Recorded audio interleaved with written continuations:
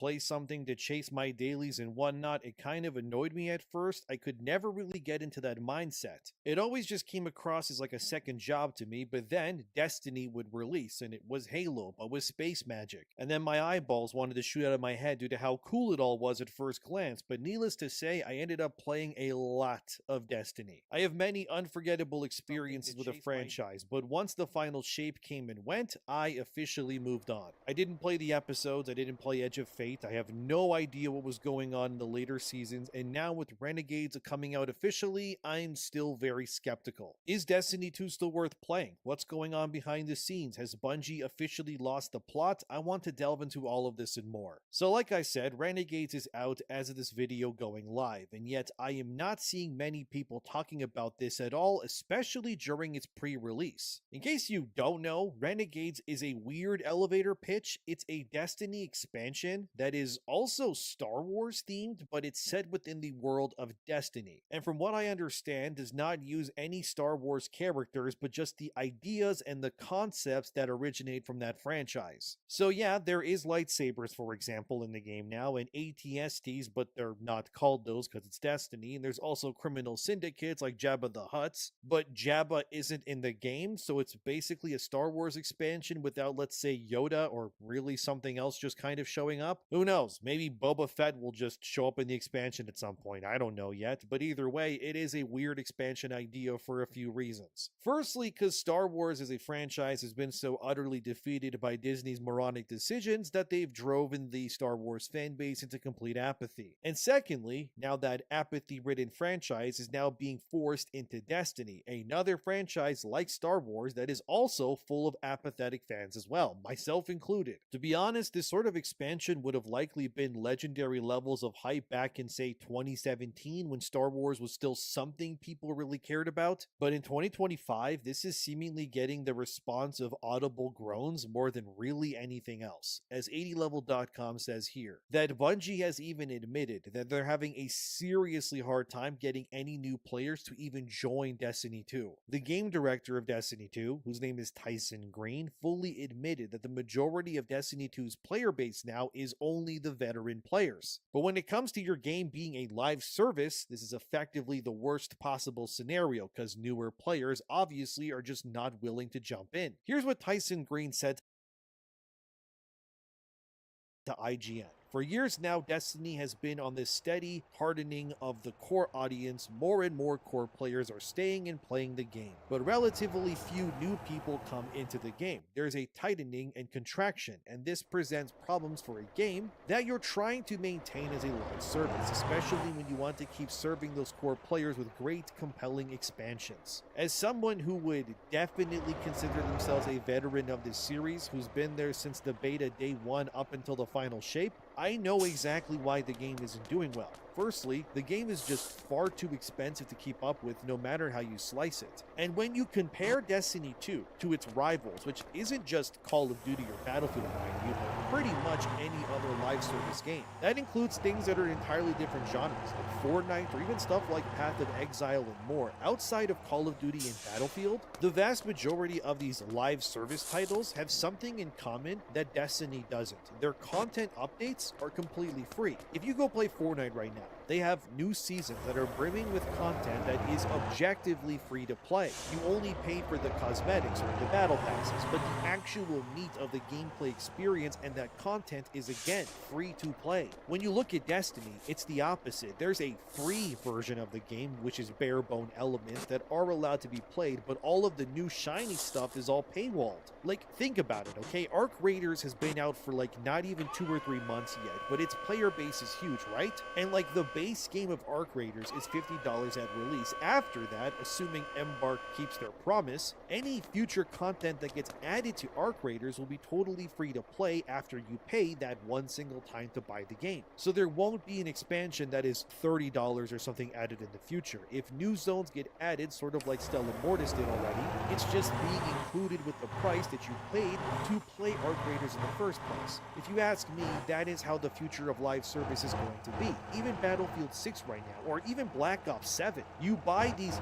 main games, if you will, right? But then all the future content, like the maps and the guns and whatever, the zombie maps in Black Ops, right? It's all included with your base purchase of those games too. Yes, okay, the battle passes are extra, I understand that, but the core experience that's all included when you pay that one single time, so to speak. With Destiny, however, it touts itself as free to play like those others when it wasn't originally anyways, but now it suddenly is, but it's also not free either. You still need to pay for each battle pass, plus every single expansion too, like Edge of Fate, that was $50. The same base price as Arc Raiders as a full experience for years to come, and looking at how poorly Edge of Fate did, I would wager there definitely is not enough content there to justify its price point, especially when you compare it to the entirety of Arc Raiders for the same price. With Renegades, as seen here on the Canadian PSN store, it's $40 for this expansion, meaning that if you wanted to play all of Destiny 2's 2025 content, you need to spend roughly $90 at least to play it all, and that does not include battle passes or episodes or anything else. It's just, this is not sustainable whatsoever. If Bungie wants to attract new players, they need to completely change how they function as a developer, and especially as a live service game going forward. I mean, these expansions should be free if you ask me, and the bulk of their money should instead be made via cosmetics like Marvel Rivals and more other games do as well. You can't reasonably compete with your dozens of competitors with Counter-Strike and Valorant and God knows what else, Apex Legends even, when you're paywalling your audience multiple times a year with price points that are asking for the same price again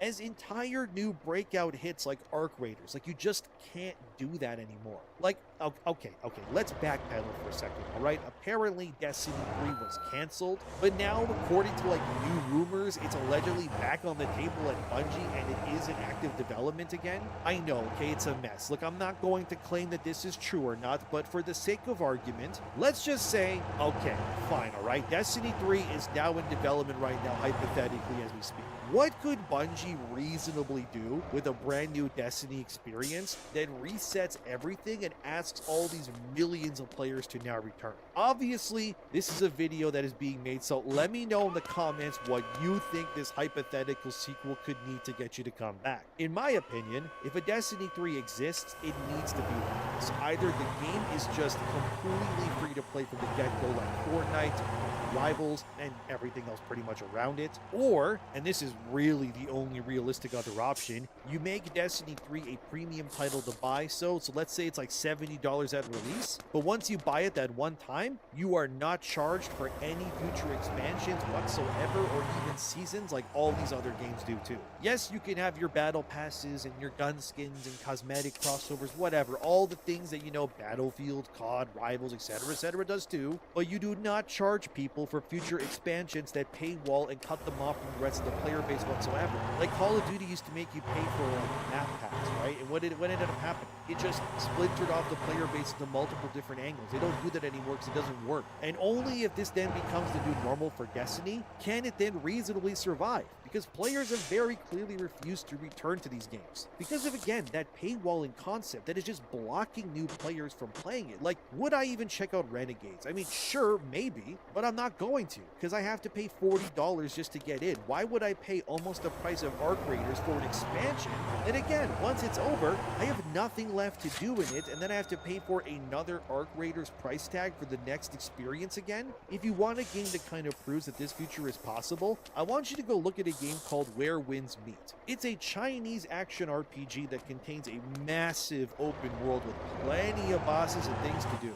Winds has an entire single-player campaign as well as a multiplayer one that you can play too, that you can go play through, and there's plenty of content you can do with your friends and whatnot. And I already know, okay, you're like, I don't know, this seems shady. The game sounds like there's got to be a catch, but genuinely, honestly, there is not one. Not one piece of its content ever released anyways, who knows about the future obviously, is paywalled or locked behind any sort of purchase, okay? You can go download Where Winds Meets right now and play its entire campaign, fight its bosses, level up your characters normally, do whatever you want, okay? 100% no BS included, and just enjoy it. And all the money that they make from this game is instead from their cosmetics, their outfits, their mounts, you know the deal. But the actual game, which is what you're looking at on screen right now, that looks genuine genuinely like a AAA $70 experience, it is completely and totally free to play. And where has this gotten this wuxia style game so far? Well, recently, Insider Gaming confirmed as seen here, Wins has hit 9 million players already. That's within 2 weeks of launch, and they had about 10 million pre-registrations before the game even came out. On Steam alone, the game is averaging somewhere near 150,000 daily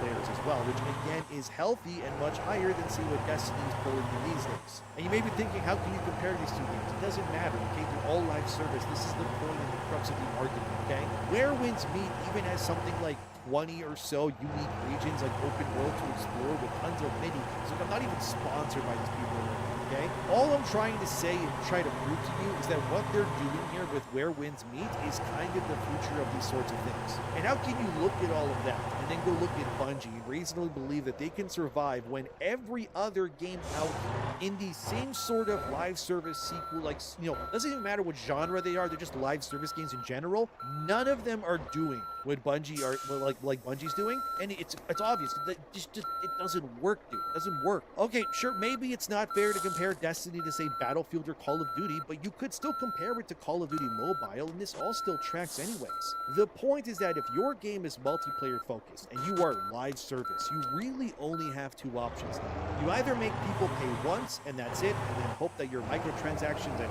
whatever else I guess are good enough, or you just go full-blown free to play from the get-go. But this whole we're gonna make you pay for each content drop like Bungie is doing, it just doesn't work. Nobody wants this model anymore. And it's a big reason why they're hemorrhaging players at an alarming rate. Can you imagine if Arc Raiders had an expansion in the future and they charged like $20 for it? It would just splinter off the players, and the whole pay-to-win thing would be a nightmare for you. That's why nobody does this anymore. And besides being free to play, let's say Destiny 3, okay? That needs to fundamentally change just how it works as a game too. They need to focus on PvE content like strikes and more replayable stuff, and make PvP more of something they don't just abandon for years like Bungie already has in the past. They also need to stop drip feeding story content because it's more annoying than anything else, and frankly, Bungie needs to just move Destiny away from being story driven altogether, if you ask me, and focus far more heavily on just making the core gameplay loop just fun to play. I know some people will say that's sacrilegious, but be so for real, guys. Come on, man. Look at their competition. Arc Raiders, Helldivers, etc.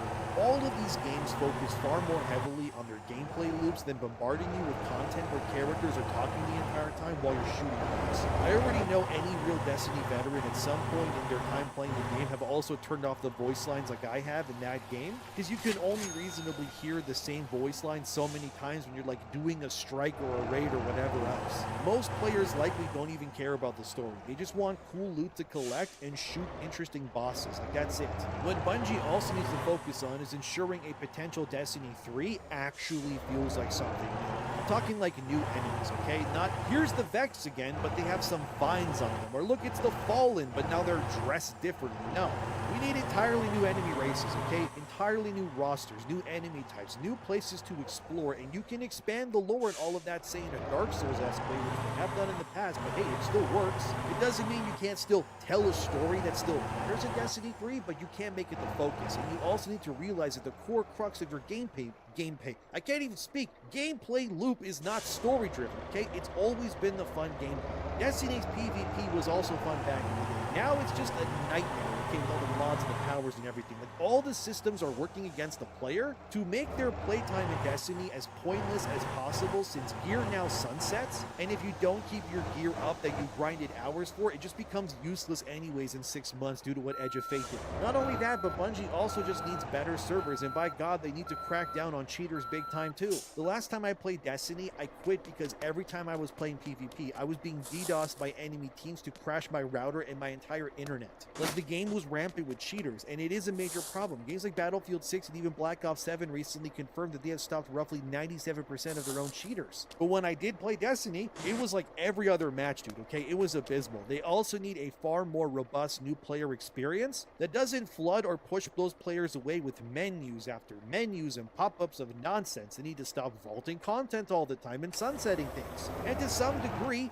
bring back crafting. Maybe don't let players just make the god rolls exactly the way that they want to, but for the love of God, at least let me weapon craft like I can in Call of Duty or Battlefield. Let me add a stock, a new red dot sight, how big my magazine is. Like, let me customize it like that is. But knowing Bungie, they'd rather not do that, and I guess that's just another problem that would need fixing in the future. And they also need to basically just overhaul everything, completely change how they market these games, or Bungie will just fade away. And I mean, it's not even me saying this anymore. Look at Sony. They own Bungie. Back in November 2025, even their CFO even admitted that, like, look at this from Eurogamer, the acquisition of Bungie has not been profitable for Sony, despite spending over $3 billion on them, dude. That's a lot of money. Like is seen here from Sony's chief financial officer, they fully admit that Bungie nor Destiny has reached the highs they expected, and they are frankly very angry about it. Here's what the CFO said. While we will continue to make improvements, we downwardly revised the business projection for the time being and recorded an impairment loss against a portion of the assets at Bungie. This is corporate talk for y'all are on the chopping block, and we are this close to making you all unemployed pretty much. And it makes sense why, because Sony is so mad about this, since it's seen here that live service stuff makes up about 40% of their total revenue.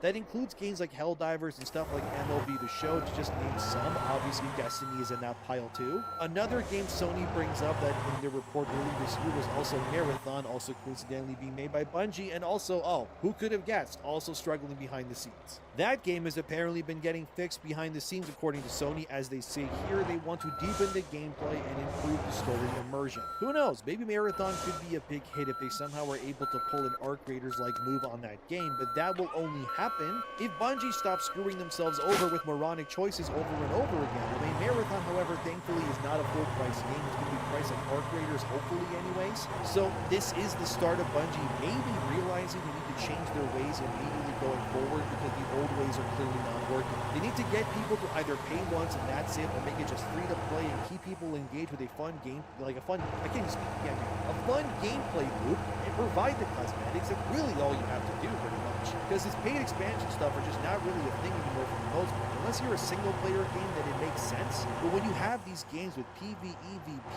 modes, the idea that two players can face in PvP, and one has access to the new expansion stuff and the other one doesn't because like they can't afford it, yeah, that's pay to win to a T, obviously. Like imagine if Battlefield 6's first season costed you money to access the new maps or something at release. Like, no, it would be a moronic move. But that's what Bungie has been doing for years now, and everyone in the live service space has moved on from this idea except for Bungie. And it's just burning holes in Sony's pockets because Bungie refuses to evolve. And they even proved recently they still don't know what players even want, and it's crazy that this is even true, but like, look at this dude. This is from the GamePost.com. Tyson Green, the director of Destiny 2 right now, fully admits that their recent efforts have failed and they have learned harsh lessons from it. Here's Tyson, by the way. It's this guy here in the hat. And I just gotta ask something. Okay, like seriously, how are Bungie learning hard lessons about what players want in their game that is currently within its 11th year of being a franchise? That doesn't make sense to me. You guys have been doing this for over 10 years now with this. How did you not know what people wanted? People just want their time rewarded and their dedication not wasted. Instead, we have game directors shifting the game into almost cancellation and community managers who just fight with their fans all the time more and instead of fostering them. Like, it's a mess. Also, I didn't even know this, but in this article, they confirmed that Bungie apparently now has a 2 expansion per year mandate. Like, is that real? Because if it is, no wonder this game is falling apart at the seams. They're doing the exact opposite of what they should be doing. That means they want roughly $80 before taxes per player per year to play the content, not including battle passes and all of that. They essentially have been mandated by Sony, I would assume, to turn Destiny into like a yearly Call of Duty like release, but then spread that one release over the entire year, I guess, and it isn't working, and I'm not surprised. Like, just look at how Tyson Green worded his design philosophy. Here's what he said to IGN. We looked at the problem that we had after the final shake, and we said, we think there's a route here which is leaning into more systems of pursuit, getting new tiers of gear, armor sets, and power progression, and things like challenge customization, Tyson Green said. These things can allow a core audience of players to really say, like, I'm really going to take this game and put it through its paces and get good rewards for it. And then he continues, it sounds great on paper, but it didn't work. I think we've been taught a bunch of hard lessons about what our players want, and there were really 2 kinds of live games. Those that listen to the players and respond, and those that don't, and we don't want to be a dead live game. We want to keep building guessing. So we're listening to our players, and what our players are telling us is that they don't want to chase a single number that goes up. They want real rewards. Honestly, this all just sounds like Bungie is genuinely being pulled apart at the seams in multiple directions, and they're just desperately trying to keep everything going, but just can't. Because let's think about it, okay? Let's be logical about this. If this 2 expansion thing is their future, which is insane by the way already, this means you'll get 2 expansions, plus they gotta make seasonal content every year, plus they are apparently working on Destiny 3, and they have parts of Bungie which are doing Marathon as well. How can they reasonably be doing all of these at the same time and not just have it all crumble apart? Like, it's just too much, and inevitably Marathon will need content updates, new maps, obviously, guns, whatever else it needs, plus as players have been complaining about all year, this year of Destiny especially has been Bungie's buggiest releases yet. Tons of things don't work, and with a game like this, you can't afford that to happen. And it's clear they already are buckling under the weight, because again, from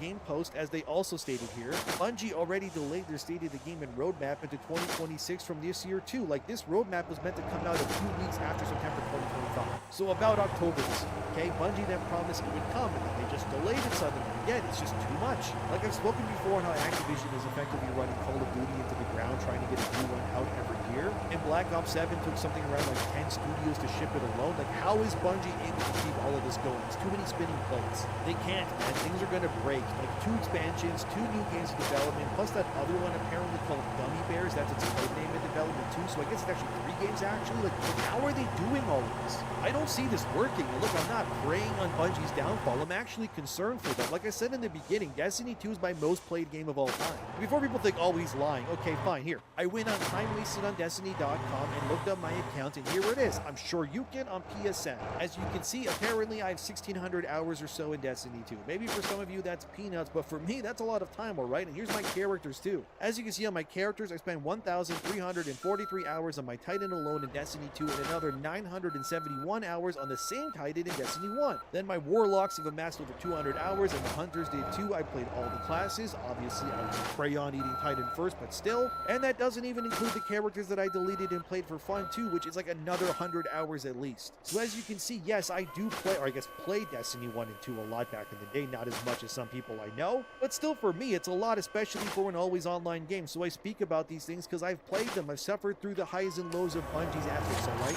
I think the only 2 times I stopped playing Destiny 2 or Destiny 1, whatever, was the first time when Curse of Osiris came out, because that was bad. I walked away after a single day, and then I came back for the next expansion, and then I played all the way through to the final save. I beat that, and then I walked away until, I guess, right now. But I just can't bring myself into this knowing that I would need to buy Edge of Fate and now Renegades just to play it. It would be like buying a whole new game, not including the Battle Pass and God knows what else too. I just can't justify that either price-wise nor time-wise anymore. There's only so much time in the day, and frankly, Bungie has not given me a compelling reason to abandon everything else I play right now to come back to that absolute grind fest of a game. But in general, it seems as if for someone who walked away like I did, I made the right choice, because 2025 looks like it has been nothing but a bad year for Destiny hopefuls. Desperate Star Wars tie-in content, episodes received horribly over seasonal content, 2 expansions now instead of 1, which just means you have to pay more but not necessarily get more too. And again, their community managers are just toxic. I dealt with one of their ex-community managers years ago in my DMs once. Like, they were insane, dude. And the other community manager they got is a hardcore, like,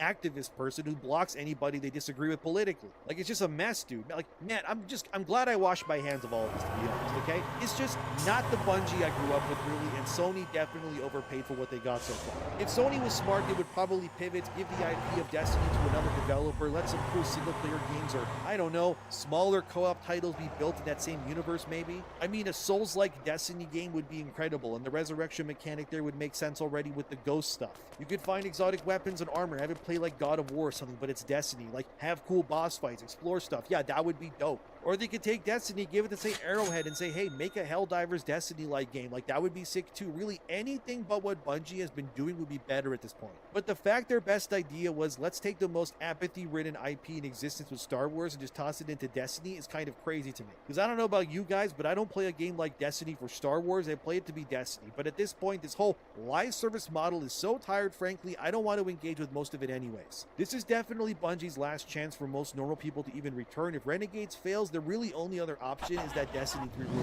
But in order to actualize that, they would have to pretty much just abandon Destiny 2 entirely, focus everything on D3, and hope all those harsh lessons or hard lessons they learned and somehow turn this thing around. And if not, well, Sony's going to be laying off a lot of people, I guess. Time will tell, but what do you think?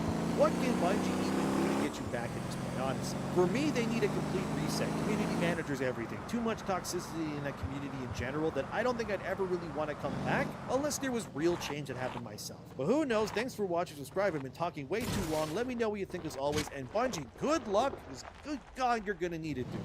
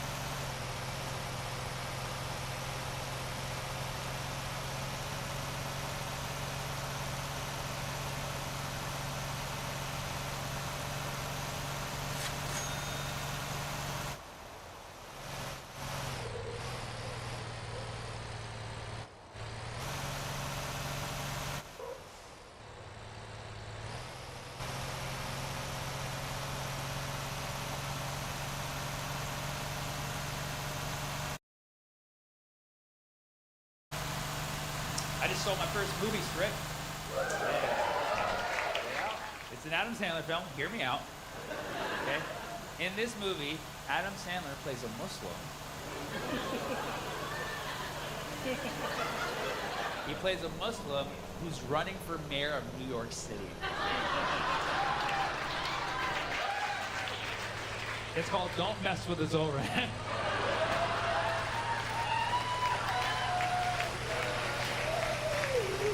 You guys know who Zoran Mamdani is? Zoran Mamdani won the Democratic primary for mayor of New York City, but you would think that he's already mayor the way that people are talking about it. It seems like people either love him or they hate him, but for the exact same reasons. I like that Zoran won because he's anti-establishment. He's making waves in the system. He is. And I like that. I also like that Mamdani won because he helped balance a couple things out for me. A couple weeks ago, I was finding myself agreeing with Marjorie Taylor Greene a little too much.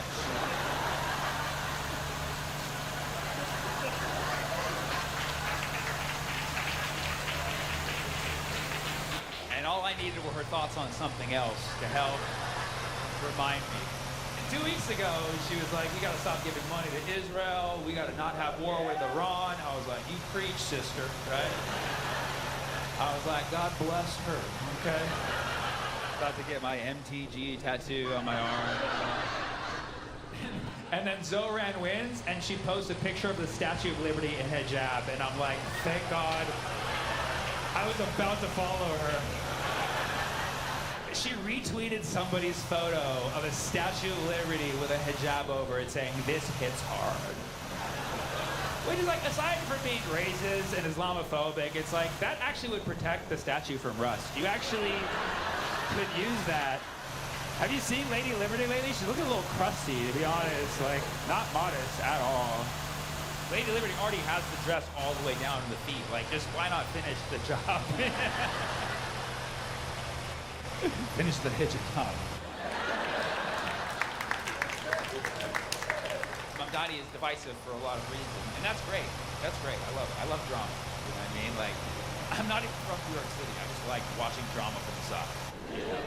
Like, they can do whatever they want. That's their own experiment. People are like, oh, I don't want to experiment with one of the biggest cities in America. Like, have you been to New York City? It's already the world's biggest science experiment. So just let them cook. Just so you know, I'm not a socialist, okay? Shut the fuck up. And let me finish. Boo! Everybody should be socialist in this room. Okay, that was a joke. Listen, they're here. Let me finish the joke, assholes, okay? So you know where I stand politically, okay? I'm not a socialist, and I'm also not Muslim, okay? I am a communist jihadist, and there is a difference, okay?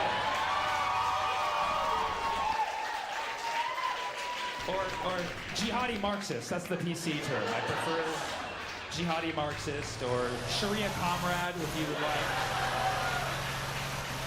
Okay? You happy now? Okay, you happy now? It's funny because I have friends who are socialists, I have friends who are communists, I have friends who are democratic socialists, and like somebody booed me when I said I'm not a socialist, but if you're a socialist, I have communist friends who think you're a you know what I mean? So it's like, so just chill, like just, you know what I mean? Like, and then I have a lot of friends who are democratic socialists, and the communists are like, they're not helping the movement. So that's why I'm a jihadi Marxist. Nobody with me, okay? So that's where I stand. I just like that Zoran is creating waves. And it's insane to me how many far-right commentators, even some centrist personalities online, are just saying preposterous things about the potential of Zoran being mayor. Like there's people out there saying, once Zoran's mayor, he's gonna bring Sharia law to New York City. Which is hilarious. And aside just from being obviously racist, Islamophobic, and just ridiculous, people are like arguing back logically, like, no. No, he's not. I don't think he is. No. Like, you mother not only would that be unconstitutional and nobody's gonna vote for that, it's just so insulting to just go straight there. You know what I mean? So what I'm saying is, when somebody says Zoran's gonna bring Sharia law to New York City, you should not be saying no. Okay? When somebody says Zoran's gonna bring Sharia law to New York City, the proper response is Sharia law even that bad?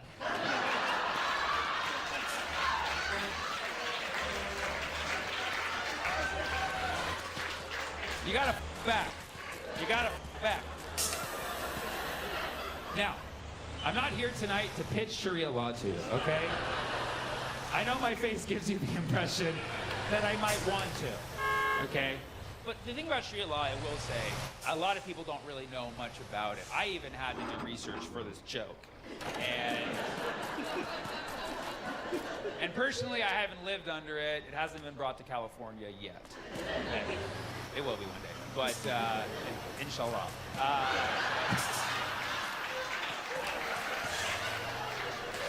But I'm not up here arguing for or necessarily defending Sharia law, but I will say you should know that it has been largely blown out of proportion by the Western world. Our country, we love to blow things up metaphorically and physically.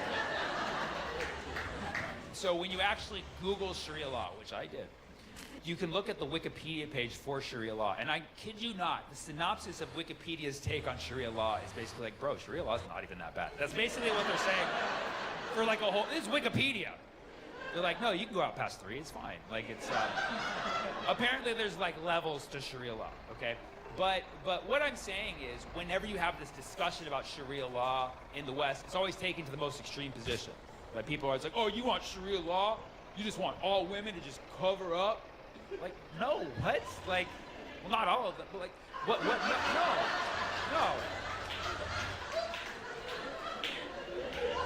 Like, okay, personally, I find everyone a little bit gross, so I would like, in an ideal world, you know, my Sharia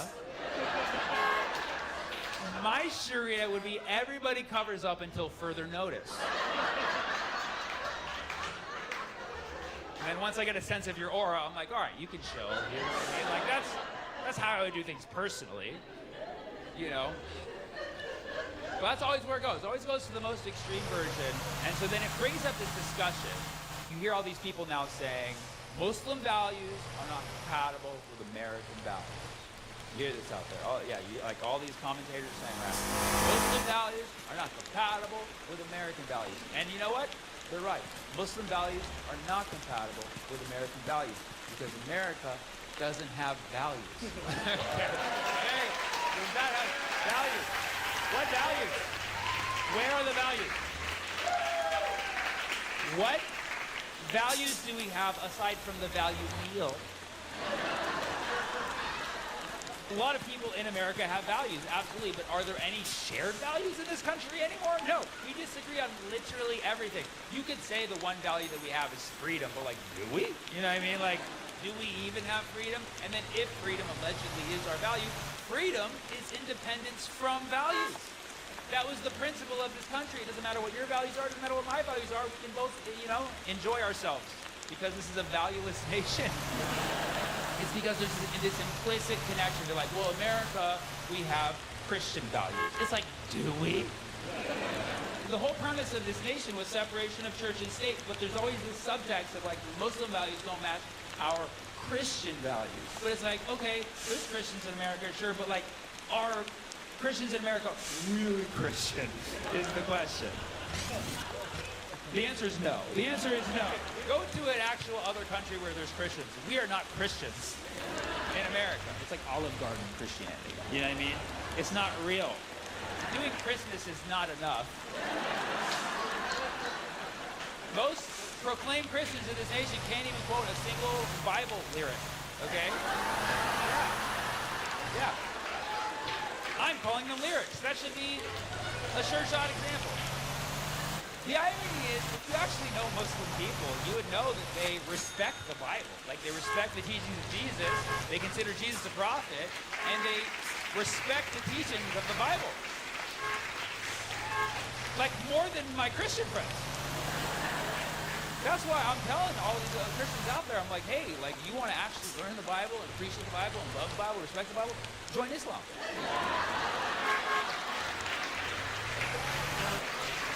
Try it. Try it. Try it. There you go. Some people are feeling a little alienated. But this is how America was founded. You have to be real with it. You have to be honest about it, because this conversation keeps coming up. People saying that Muslim values are not compatible with American values, and there's no evidence. There's no evidence. It just, okay, maybe not fasting, obviously. Okay, fasting. I'll give you fasting. I'll give you fasting for sure. I'll give you, that's definitely not compatible with American values in nearly any capacity. That's why I always tell my Muslim friends and family, I'm like, yo, if you want more Americans to join, like, just have a package for them. It's like, you don't have to fast just yet. You know what I mean? Like, you can do 5 years without fasting. Americans are like, I'll try it out. You have to be honest. We don't have values in this country. There are no shared values. And so whenever this conversation comes up, people they only have one single argument. They're like, Sharia law, and all women are going to have to cover up, because in America, we like our women to show skin. Okay, so American values is Hooters, basically. That's what it comes down to. We just want to be able to have Hooters in America, right? Okay, and yeah, Hooters, fun time. Who hasn't had a great time at Hooters, aside from most of this crowd? Who hasn't had a fun time at Hooters? Okay, I look like I work there. Who hasn't? I look like I'm the manager of Hooters. Like, these ladies are trying their hardest today, okay? Give them a break. But hear me out. How about we just try one Sharia law Hooters? Let's just try one. Just one Sharia law Hooters. Just one. You'll only see eyes. It'll be called peepers. Yes. Yes. Come on down to peepers. Okay? You'll have a newfound respect for eyes after you come to peepers. Yeah.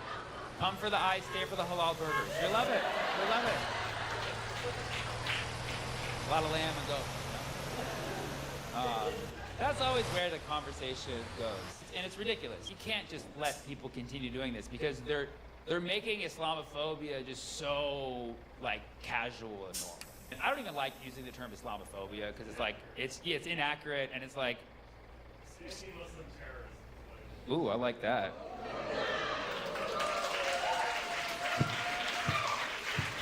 Hey, let me get the fist bump too. Come on, man. Jeez. It is. Yeah, it is. Anti-Muslim terrorism. I like that. I like that. Yes, we're not germ. Yes. I feel like this became a town hall meeting. The whole Muslim population in Chicago. Yeah. Yeah. And you know what? While we're at it, we're not germs either. We're for sure not spiders. So precisely, this is why you don't really hear me using the term Islamophobia. You know, aside from I said it like 2 times. There's not an official word for it yet, but anti-Muslim terrorism is on the table. Okay. If we can truncate some of the syllables, I think we'll have it. Terrorism is a strong. It gets the point across. I would just call it. What's that? What's my take? Oh, hey, I'm running for mayor of Chicago, guys.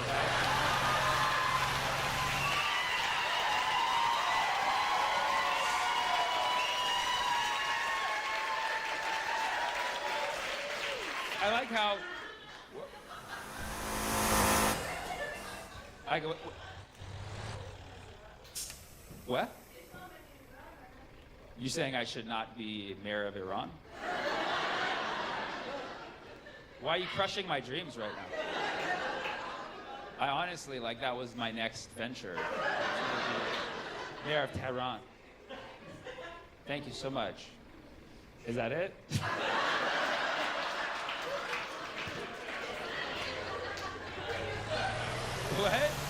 What? What's my take on Make Iran Great? Can I finish the bit that I'm doing first? Okay, guys, Yeah, is that okay? Okay. I'm going to institute a temporary Sharia law. Just temporary. Just temporary. I'm now instituting Sharia law in this room. It's like, I can probably continue the set with that talking, but like, I'm worried about when I go home and I go to bed. You know what I mean? Like, I'm gonna be falling asleep and he's like, what about Iran? Like,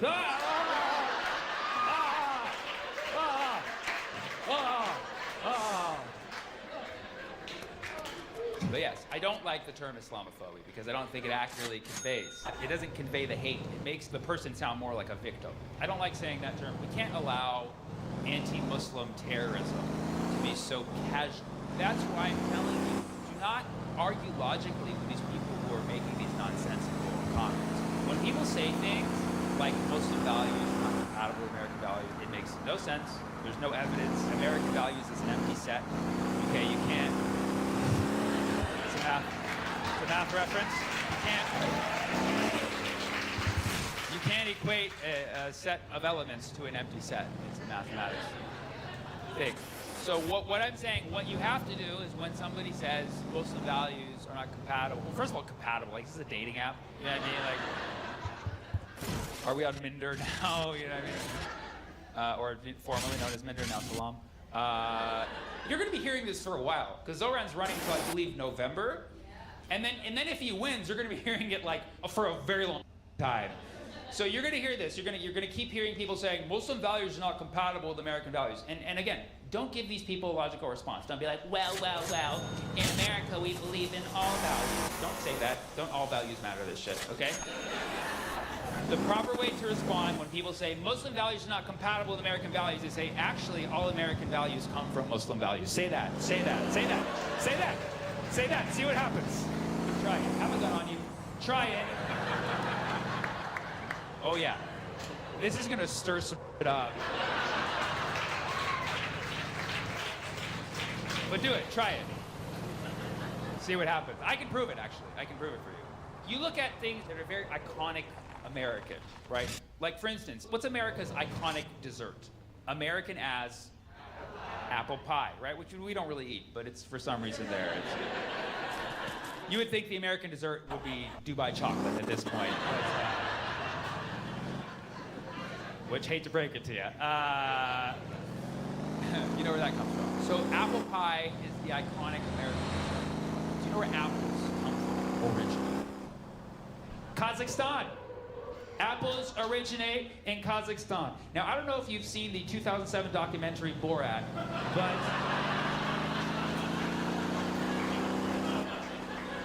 it really depicts authentically life in Kazakhstan. I'm just kidding. It was a racist caricature, obviously, but why do you think it did so well at the box office? Because that's our heritage. Well, yes, apples are from Kazakhstan, and pies all come from Egypt. Egypt was the first country to be like, let's roll some shit in dough. So apples come from Kazakhstan and pies come from Egypt. So yeah, American is apple pie. No, American is some Egyptian Kazakhstani. That's what it is. That's what it is. And that's our dessert. So there goes that. It's a Muslim dessert. Then there's our music, right? America has essentially pioneered a lot of music genres. What are music genres that we're most known for? Jazz, blues, rock and roll, country, rap music, all of these great musical art forms that we stole from black people, right?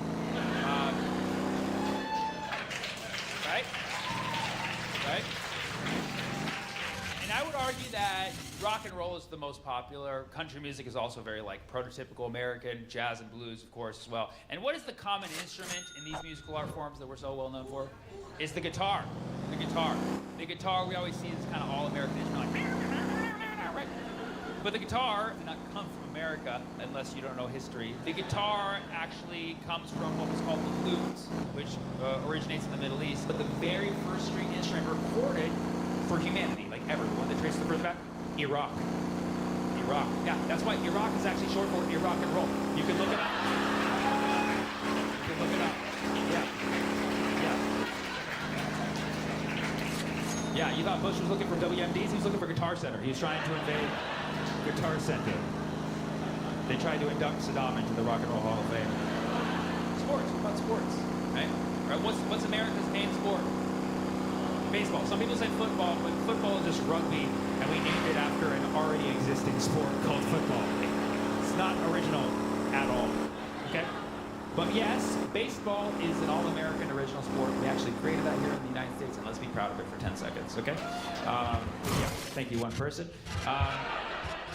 Do you really think we were the first people to hit balls with sticks? No, there was a bunch of other stickball games, like cricket or other ones that I didn't research for this joke. Okay. But stickball traces back a long time, and the very first stickball game ever known to humankind traces back to Iran.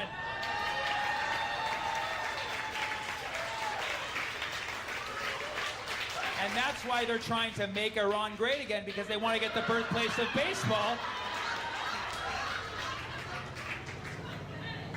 Well, that's what they're trying to do. What are you drinking? Huh? Not enough? Oh no, we have a problem.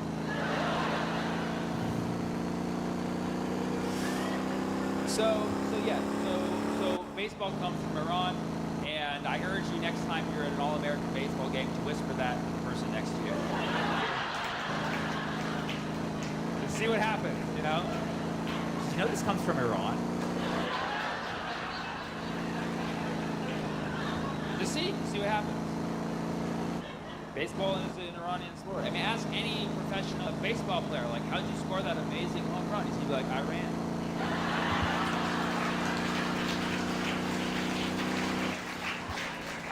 That's what I'm telling you. They say it's about nuclear weapons. It's not. They want a regime change up. You know what I'm saying? So anything iconically America originally comes from a Muslim country. And those three examples should suffice for everything.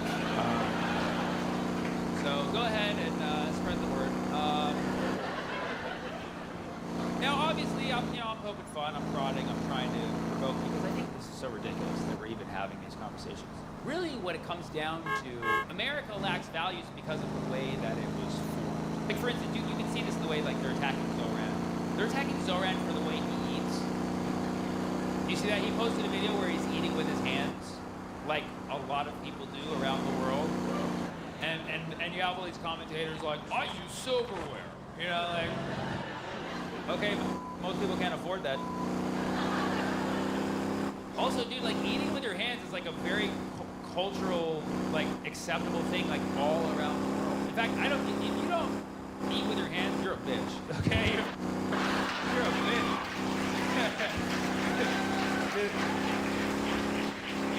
What are you afraid of, your own skin? Like, no, there's germs on my hand. What if I wash them? And sometimes don't. Build up a immunity. This is why you can't go to other countries and eat their food because you have diarrhea. It's because you don't eat with your hands enough.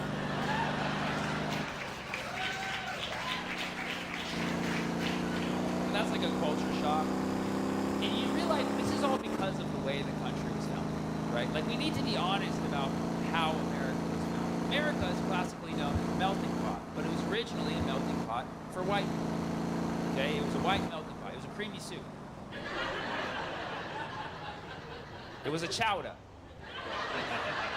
It was a chowder. You know?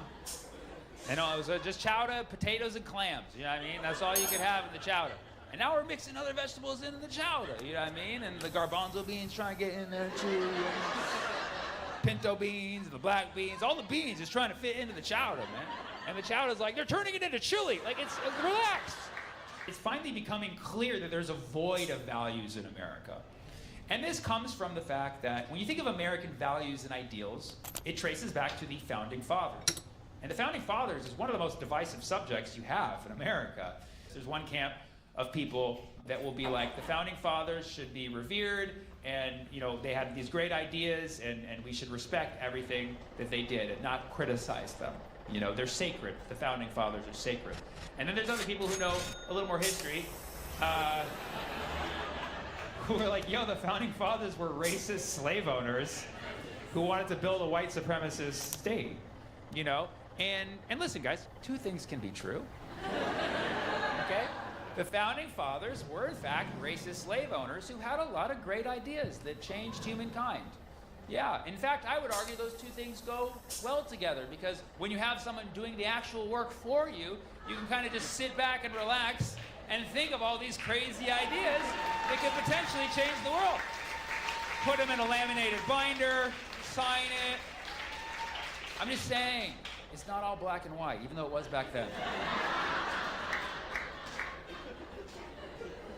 This joke is not finished yet, but it's 3/5 of the way there. I like how a bottle of glasses was dropped exactly at that time, signifying the crash that joke would bring. So we have to be honest. This country was founded in a way such that we're like, it doesn't matter where you're from. If you're white, you join America, and you're American now. And so obviously when you do that, people are going to lose their individual cultures, their individual identities. And so as reason, that melting pot that America started with was kind of just, it was a loss of culture. And that's just how it started. We can admit that and be honest about it. But I think it's carried on for too long now. You've heard this myth that white people don't have culture. This is a lie. White people, this is a lie, okay? I'm gonna audition to speak for the alt-right at some point. You have culture, you do. You've been lied to. Yeah, you've been lied to, okay? White people, you are Caucasian. Yeah, that's a thing. That's a real thing. You are Caucasian. You know where Caucasian is derived from? The Caucasus Mountains. Do you know where the Caucasus Mountains are? The Middle East. Assalamu alaikum, brothers and sisters. You're one of us. You're one of us. That's why you put us as the same on the census. I see you. White people and Middle Eastern. That's why you love hummus so much. You love it. You put it on everything now. There's hummus at Applebee's. You love it. It's indigenous to your taste buds. That's why. Yeah. White people and Middle Eastern is the same thing. That's why 9/11 inside job, no matter how you see it.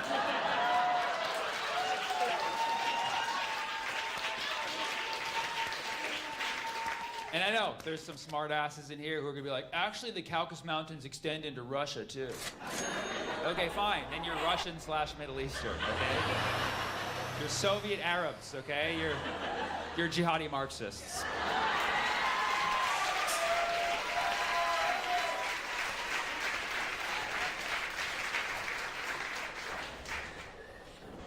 All right, now we can talk about Iran.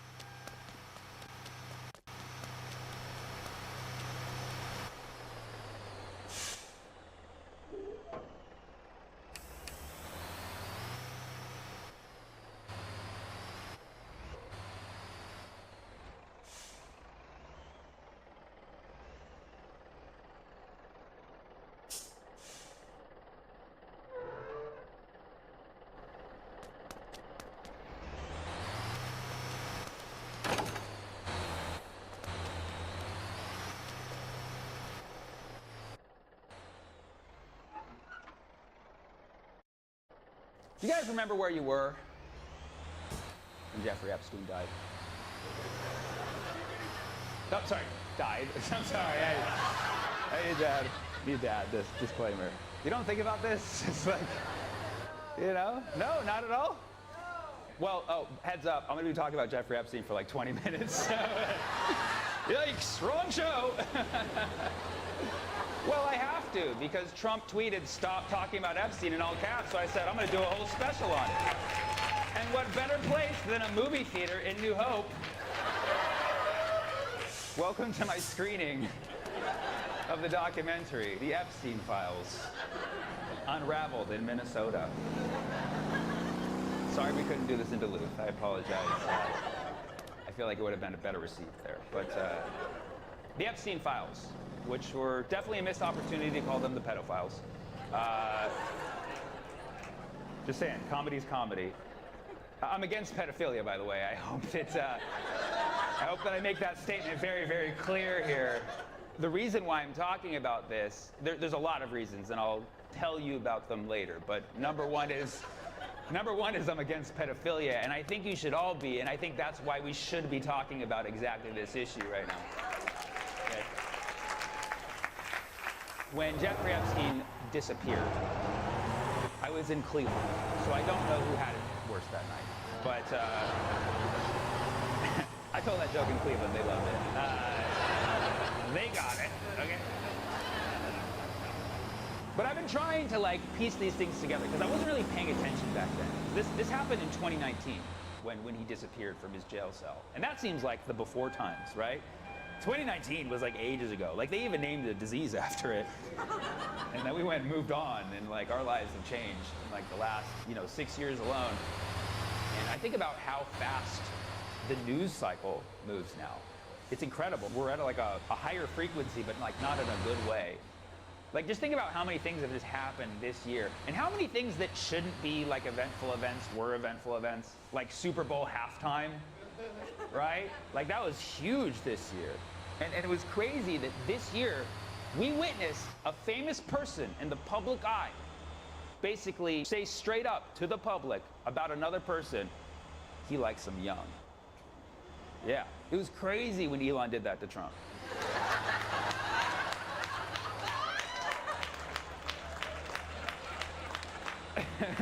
This whole year is basically the Super Bowl halftime. That's basically what it is. And that's why I'm just waiting for the Palestine protesters to show up and hold up the Palestine and Sudan flag. So the Trump administration said they were going to release the Epstein files, and then suddenly they did not.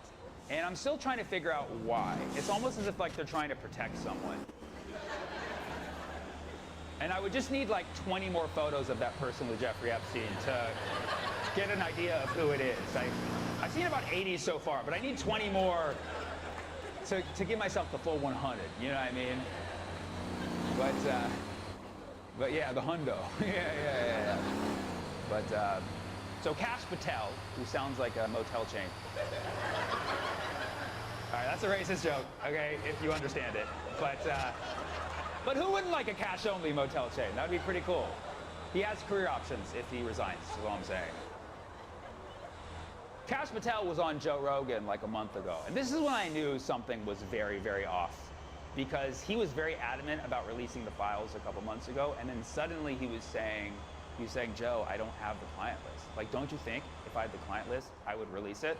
Like, no. Like, you're assuming that we trust you, which we do not. You work for the FBI. That's like the last agency that we trust after all the other government ones. You know what I mean? And then he was using very suspicious body language during that interview. He had like these nervous twitches when he was like, bro, I'm telling you, it was a suicide. You know it's suicide when you see one. Like, why did you just sniff? You weren't doing cocaine before this. Why did you just sniff? Super suspicious. Also, side note, his girlfriend might be an Israeli spy. We don't know yet. We're still looking into it. Okay. So that's Kash Patel. Then you got Bondi and Bongino, which sounds like an Italian law firm. Pam Bondi, the Attorney General, said in February, I have the Epstein files on my desk. And then they asked her like a week ago, and she's like, I don't even have a desk. What are you talking about? I never said Epstein files? No, I said I had Epsom salts. That's what I said. I had Epsom salts, and I was about to take an Epsom salt bath. And so now, because they completely botched this whole situation, Kash Patel is now saying, like, if Pam Bondi doesn't resign, I will. You know, and Bongino's like, I might resign too. It's like, all y'all motherfuckers need to resign, okay? You've all been compromised. Don't you understand? Now, if you're not fully aware by now, Trump and Epstein were boys. Okay, they were boys. They even had a musical group together. It was called the Island Boys. I'm an island boy. That was their first hit. Don't look it up. You won't be satisfied either way. But yeah, Trump and Epstein were friends. Now, Trump tries to pretend like he's not as much of a friend as Jeffrey Epstein said they were, because Jeffrey Epstein claimed in an interview that him and Trump were best friends for a decade. And if you look at the pictures, it really looks like that. But Trump says that's not the case. And I'm not saying believe Jeffrey Epstein, but I'm saying if it's between Trump and Jeffrey Epstein, I'm going with the dead guy. You know, but Trump's side of the story is Trump says that he stopped being friends with Epstein. In fact, Trump's team says they banned Jeffrey Epstein from Mar-a-Lago in 2007 for being creepy. Do you know how creepy you have to be to get banned from Mar-a-Lago? That's like an insane level of creepiness. Like, obviously, Trump has a perfect track record of women, obviously. But Trump has a lot of accusations against him. He's probably got like 100 or so accusations against him. But Epstein has like 1,000. So we're talking like power of 10 difference in levels of creepiness. Yeah, sorry, math is involved. Not only is Trump pretending he didn't know the guy, there was a conference where Trump was sitting with Pam Bondi, and they were asking her about Epstein. And he interjected, he's like, what? Are you guys talking about Jeffrey Epstein? It's like, no, his brother Mark. Who do you think? Just totally pretending like he didn't know the guy. And we're not falling for it. He tweeted like 10 times the last week, like, stop talking about Epstein. It's a hoax. Why are you guys still talking about Epstein? I'm not thinking about Epstein. Why are you guys thinking about Epstein? I've moved on. I'm so moved on from Epstein. Why are you guys still talking about it? Even weirder part is that his supporters are like, you know what? He's right. We should, I know we cared about Epstein so much, but you know what? He's our president. And by God, I believe what he says. Trump, yeah, so let him get back to draining the swamp that's inside of him right now. Let's let him get back to draining the swamp that appears to be only inside of his head. People always say that Trump dog whistles, and I'm starting to get that now. Because people are like, you know, like he says something, they're like, and it's funny how people are even defending him in the sense they're like, come on. If Trump was in the Epstein files, don't you think that Biden would have released it to get him? It's like, no, because Biden's in that motherfucker too. Do you not get it? They're all in on this. Okay, and even if Biden's not in it directly, one of his friends is, hashtag Bill Clinton. Somebody in the very small circle, or oval, I should say, it's somebody there. Okay, honestly, I don't think that Biden was on Epstein Island, because that's a lot of plane stairs to go up and down, and I don't think he's equipped for that. I think Epstein was like, we don't do liability waivers. I don't think we can have this guy. It just makes you realize how creepy all of our presidents are, right? It's basically confirmed that Trump's a pedophile. Biden was sniffing young girls' hair. That's not good. But, you know, hopefully that's just where it stopped, you know? And then Bill Clinton was Bill Clinton. And then I know liberal crowds get mad when I bring up Obama, okay? But he did have some, you know, I guess allegations that he was doing some fellatio for some drugs once. I'm not gonna put that rumor out there, but he did drone strike Syria, so I'm gonna put the rumor out there, just for tonight. It really just makes you appreciate George W. Bush just a little bit. Just a little bit, just a little bit, just a little bit, just a little bit, just a little bit. Just a little bit, you know what I mean? I get it, George W. Bush, horrible person, right? In Iraq war, decades of pointless conflict, okay, but family man, okay? A little cocaine, okay? A little cocaine, family man, you know what I mean? He couldn't go to Epstein Island, he was doing art. at home, you know? Okay. So Trump's almost definitely implicated, and Elon seems to have some inside information here. I know, like, I don't like a lot of things that Elon does and says, but I don't think he's lying. I don't think ketamine makes you lie. You know what I mean? He's basically the only private detective we have left in this situation. He's our special K detective. Special K unit. He's out there like, oh, I'm gonna raise Epstein vault, and then we're gonna go directly to Mars. And by the way, the big beautiful bill is not beautiful at all. Because if it was, I would have asked it to bear my child.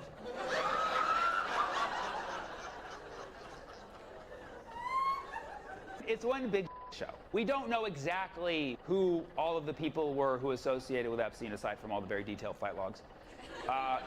We don't know all the people, but we do know that somebody in the government considered him a good hang. Okay.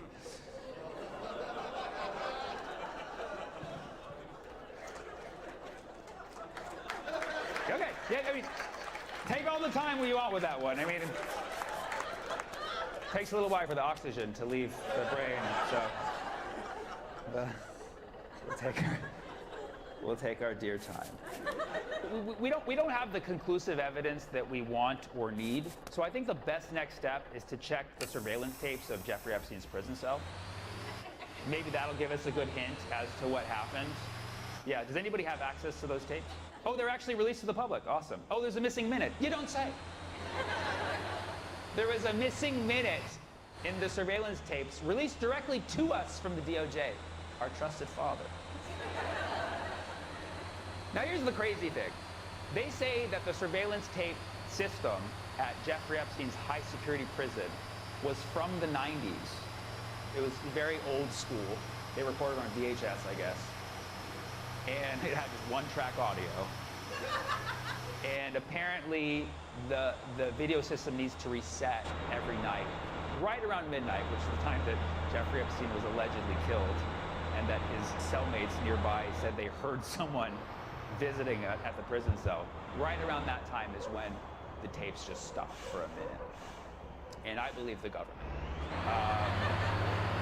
Because with the budgets right now, it's hard to get updates on your video surveillance, especially for high security prisons like that. Isn't that crazy? They expect us to believe that a high security prison is using a video surveillance system from the 90s in 2019. The government can spy on us in 4K, but it can't record federal prisons in more than 720p. And so there was a missing minute, and that's what, at a conference, a reporter was asking Anne Bonny. It's like, hey, what's up with that missing minute? She's like, yeah, we're looking into that. We just have to check with the prison to see if the tapes reset every night like that. So we're just checking. We're like, okay, well, let us know. They haven't told you yet? She's like, they haven't got back to us. They use voicemail. So everything's still in the 90s. Their voicemail box was full, basically, so they're gonna let us know. And then it turned out, the news came out about a week ago that the tape was doctored. Yes, the tape was fabricated by, we don't know who, but whoever it was, they used Adobe Premiere. Shout out, brand loyalty. Yeah, if anything, this was a big L for DaVinci Resolve, because they're like, damn, we could have had that credit. The Epstein tapes, that's huge. And somebody determined that they stitched together 2 different video tracks and 2 different audio tracks using Adobe Premiere. Yeah, shout out to Adobe, dude. Good job. Shout out to Adobe, man, but not shout out to Microsoft, because he was there. Okay. Open the gates of hell. Okay. So they use Adobe Premiere and they stitched together this tape, and I find it kind of inspiring how technology has improved over the years. You know what I mean? Because, like, somebody in the government made this tape in 2019 thinking they're not going to figure it out. I have the latest edition of Adobe Premiere. I just did the 2019 software update. They'll have no idea what it is. 6 years later, they had no idea that AI was going to take everybody's job and be like, that's a fake. And then it came out a few days later that it wasn't even a missing minute. It was a missing 2 minutes and 53 seconds. Right? Well, that's a game changer. right? Because beforehand, people were like, well, it's just a minute. You know, like, well, even said that, like a minute historically was enough for Jeffrey Epstein to get finished. But, okay, bad joke. Okay, bad joke. Sorry, guys. But 2 minutes, 53 seconds, you can kill like 5 people in that time. You know what I mean? I wouldn't know personally. I'm just saying, it's a lot of time for the tape to go blank. You know what I'm saying? So that's weird.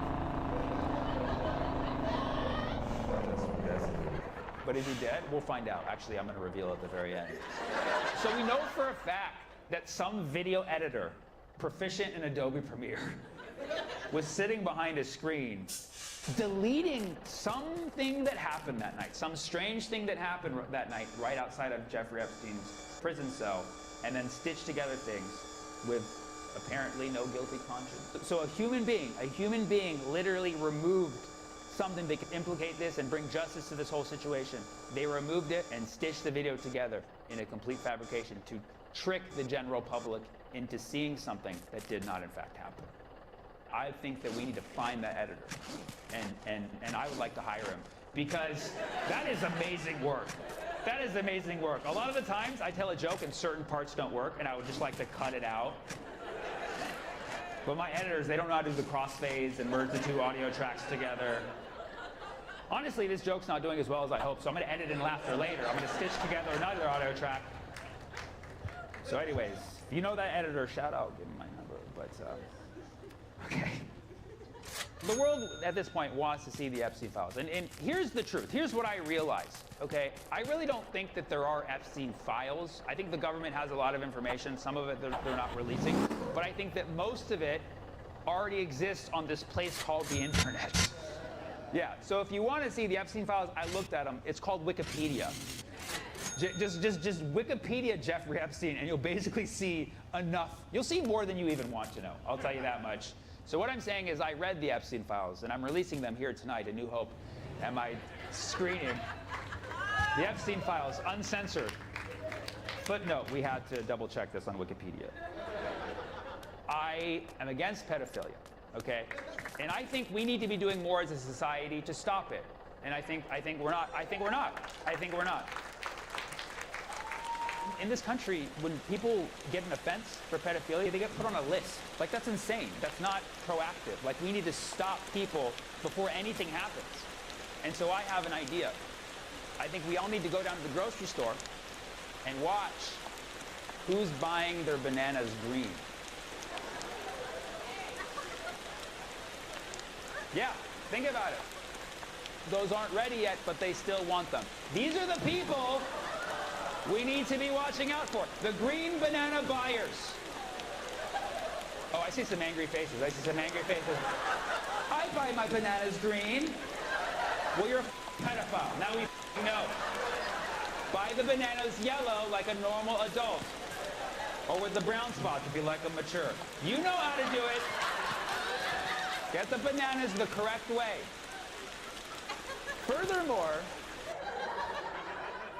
Furthermore, this country has an institutionalized system of protecting pedophiles, and we need to become aware of it, and we need to call it out. It needs to stop now. And to all the people saying, like, well, Jeffrey Epstein got away with it just because he was rich and famous. Like, no, then why is Jared from Subway still in jail?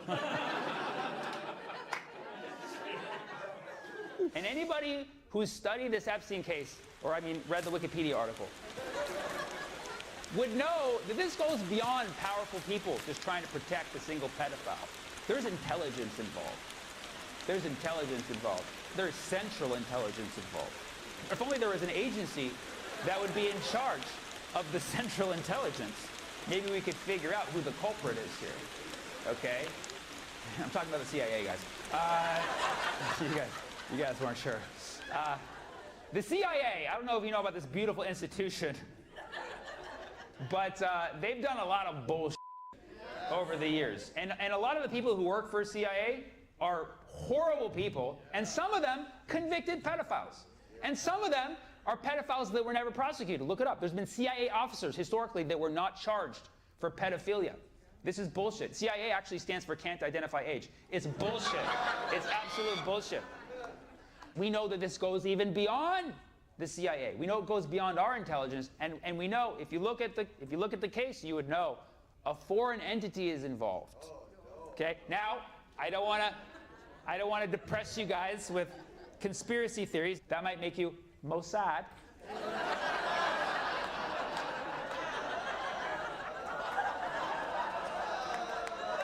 But I'm just saying, there's enough evidence now that it's not a conspiracy. It is real. It is real. It is real. It is real. It is real. It is real. It is real. It is real. Nothing to see here, folks. I do have to be careful talking about this, because if I talk too much about Epstein, his lawyer could still come after me. Isn't that crazy? Epstein's dead, but his lawyer is still active for him. Alan Dershowitz. You guys know Alan Dershowitz? Yeah, sleazy guy. He was recorded to be on Epstein's island. He has allegations against him, and he's still Epstein's lawyer. So if I talk too much about Epstein, I can get sued by Alan Dershowitz. And for the same reason, I can't talk too much about Israel. If I talk too much about the Israel-Epstein connection, Israel's lawyer could come after me. Also Alan Dershowitz. How many more clues do you need? Okay? But it's just a theory, right? It's just a theory supported by a lot of facts at this point, because all the things add up. All of this happened to happen right when Netanyahu was coming to the United States to do his laundry. That's what he does every time. He brings his dirty laundry. And once you start to put it together, you realize that the whole Epstein sex trafficking thing was not just about one extremely perverted man. It was about a whole operation to gather intel on powerful people. When you see the whole time that Jeffrey Epstein had surveillance cameras in his house, and much better than the ones in his prison, ironically. And there's thousands of hours of tape out there somewhere that have not been stitched together in Adobe Premiere. They haven't even been exported yet. And when you connect the dots, which I did one night, you realize it all points back to Israel. And that's why sometimes people are like, why are you talking about Epstein so much? It's like, bro, I talk about Palestine, and I truly believe, obviously, I want to free Palestine, obviously.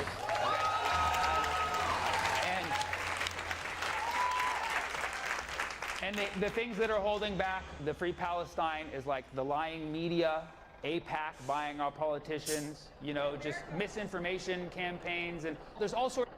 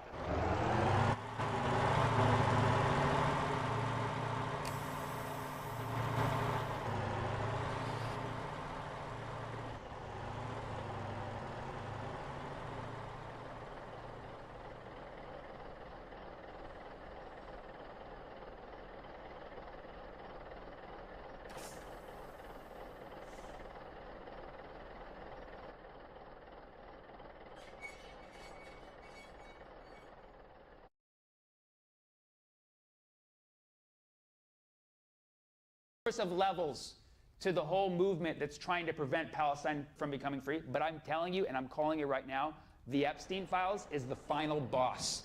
The Epstein Files is the final boss because it's controlling the most powerful people. Look at when Palestine almost became free in the 90s with the Oslo, right? Who was brokering that deal that they rightfully so didn't take? It was Bill Clinton, right? And now, who's basically letting the takeover of the West Bank happen and the repopulating of Gaza and initiating that?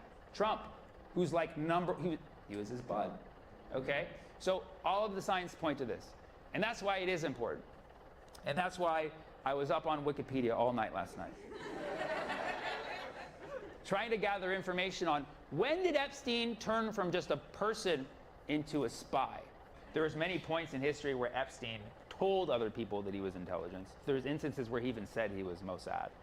And I mean, he was depressed too, but for those of you who don't know, Mossad is Israel's intelligence agency, and they're like everywhere. There's probably like 2 of them here tonight. Hi, say hi for camera. They're like, this is not good. But yeah. So I was trying to figure out like when this all happened. He went to Israel a bunch of times. He actually went to Israel during one of the times where he was on parole or probation. He spent a lot of time in Israel because he was legally allowed to go there.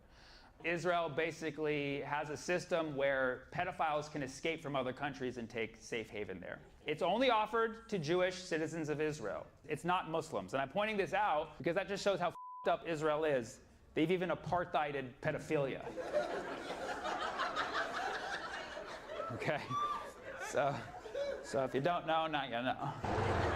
Okay, because was that a phone call? That's fucking so scary. That was like an old school phone too. It was like ring, ring, ring. It's the FBI. It's just Kash Patel on the other line, like.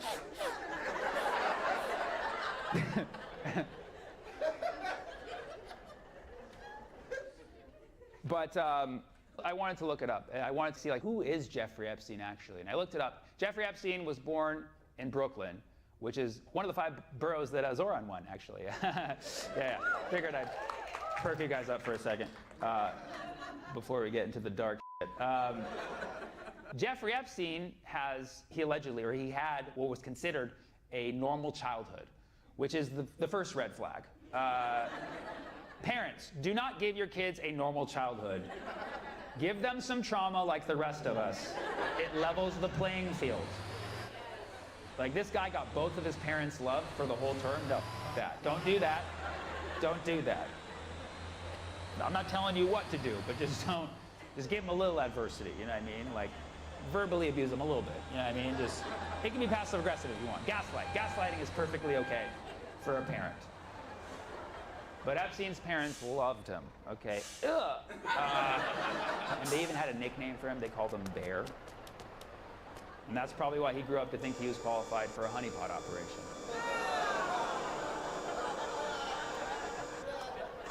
That's the operation that he was doing. It's called the honeypot operation. If you guys didn't know, that's why the joke makes sense.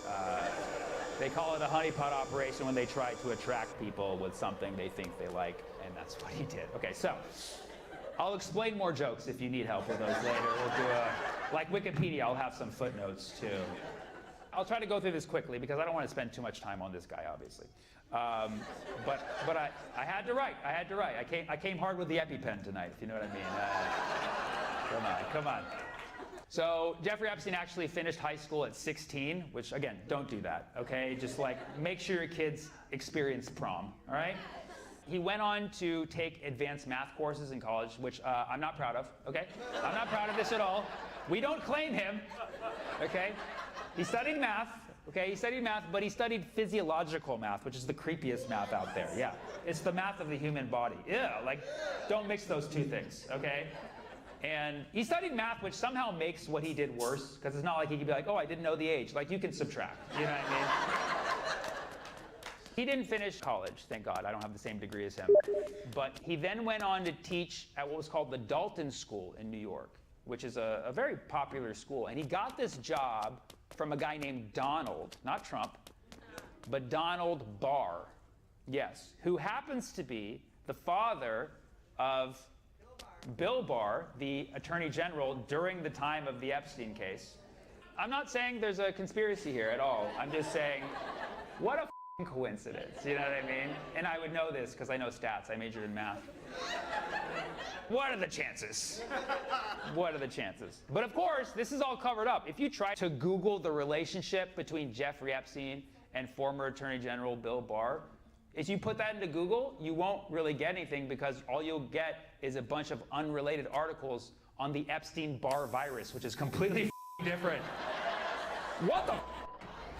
There's a virus called the Epstein-Barr virus that has nothing to do with these guys. It's a completely different Epstein and a completely different Barr, but also somehow a virus. You know what I mean? Like, it's actually herpes, which is just proof that this is not going to go away for a long time. Needs to be treated right now. Sorry if you're not liking these jokes. I'll raise the bar.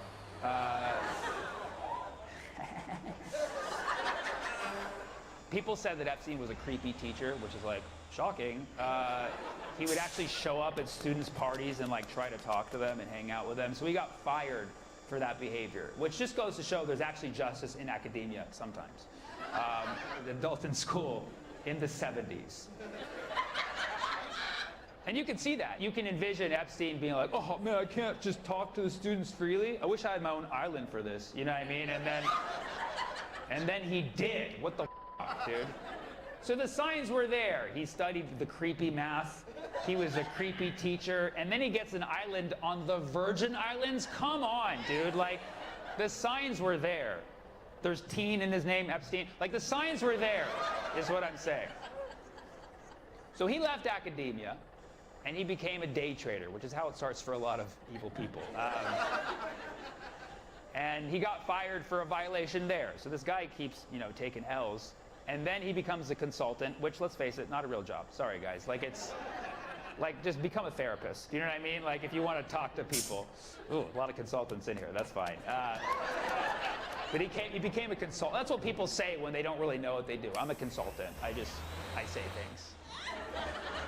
I'm a consultant too. I'm a comedy consultant. I consult people on how to laugh. But Jeffrey Epstein was a consultant in the 80s, and this is where things started to get weird. Because during this time, he would actually tell people that he was intelligence, and he told people that he was a foreign spy, and he was actually found to have foreign passports from that time. One of them had his birthplace listed as Saudi Arabia. And this actually checks out because he did a lot of business in Saudi Arabia in the 80s. In fact, in the 80s, one of his biggest clients, so we know he had clients back then, what? Consulting clients, of course.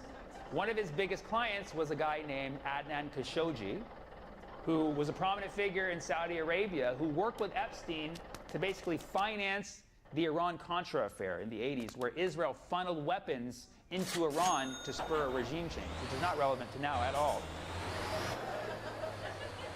And Epstein was the forefront of financing that whole operation with Adnan Khashoggi. And during this time, Epstein became acquainted with a lot of people in Saudi Arabia, and it was later revealed, according to Epstein, that he was friends with MBS, Mohammed bin Salman, the Crown Prince of Saudi Arabia. Can you turn off the tapes for this one?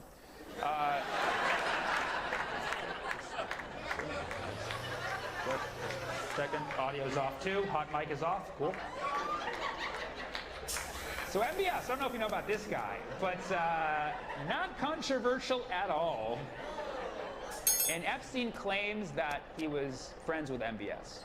And MBS claims he was not friends with Epstein. And again, in this case, I'm going to believe the dead guy.